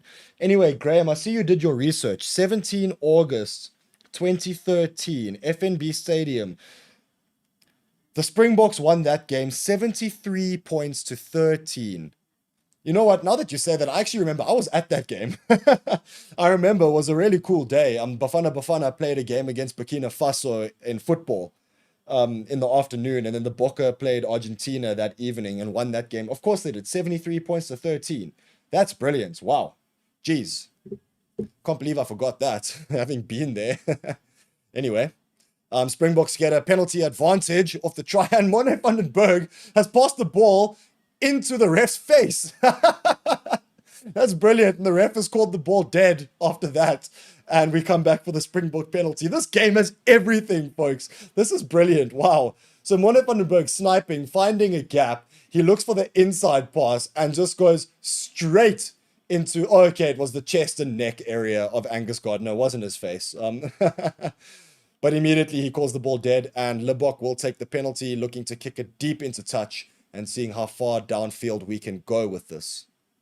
78 minutes played. Bokke lead Argentina 60 points to 30 in Durban. Decent kick from Mani Libok. Takes it all the way to the Argentine 22.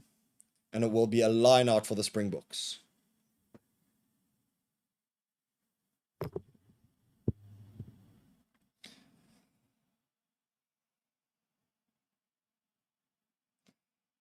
Yeah, Springboks taking a long time to get to the line out there. I mean, as they would, leading by 30 points with 1 minute left on the clock. Line out taken by Marks now. Over the top to Van den Berg. Ethan Hooker runs a gap. He's 2 meters away from the try line. Van den Berg passing, crash ball, run Nokia. Peter Steff du Toit is over. Oh, yes. That is good. He gets his second try of the game and makes it 65 points to 30 in favor of the Springboks. And the Argentinians clearly don't like that because there's a bit of an argy-bargy fight going on. Ref has awarded the try. He has called Morne van den Berg over for something, though. I'm not sure what he's talking about. But that doesn't matter. The Boks have scored again. 65-30 up with a kick to come. This kick is likely to go over into the 80th minute and end the game. Springboks scoring their 9th try of the game. 9th. You heard that correctly. 9 tries. Wow. Absolutely unreal. Feinberg and Gomezulu to take the kick. And that is full time. Springboks winning this match 67 points to 30. You reading that right, folks. 67 points to 30. That's not the time on the clock. Time is done. The game is over. The Springboks have won this match. That was insane. Oh my goodness. I cannot believe what I've just seen in the second half. That was... Wow, we seem to be a team that just switches on in the second half and turns into absolute madmen. Look, we're the best rugby team in the world for a reason. We've shown it again tonight. Hard fight from Argentina in the first half. But anyway, folks, thank you so much for tuning in for this game. Now, please stay tuned. We are going to have our post-match review and our player ratings coming up after this, and it will be on a new stream. So I'm going to end the stream now, but stay tuned because in the next 2 to 5 minutes, I'm going to be linking onto another stream and we'll be doing our player reviews. Before you do that though, go onto the My Picks app and make your put your player ratings in for this game. 10s all around, just hoy them. Boks were fantastic tonight. They were brilliant. Go put your ratings in so I can do my player ratings show. Compare my ratings to yours. We're going to do a game review. Let's see how that goes. Anyway, guys, thank you so much for tuning in. This has been your boy, Ali de Block, and I'll catch you in the player ratings show next.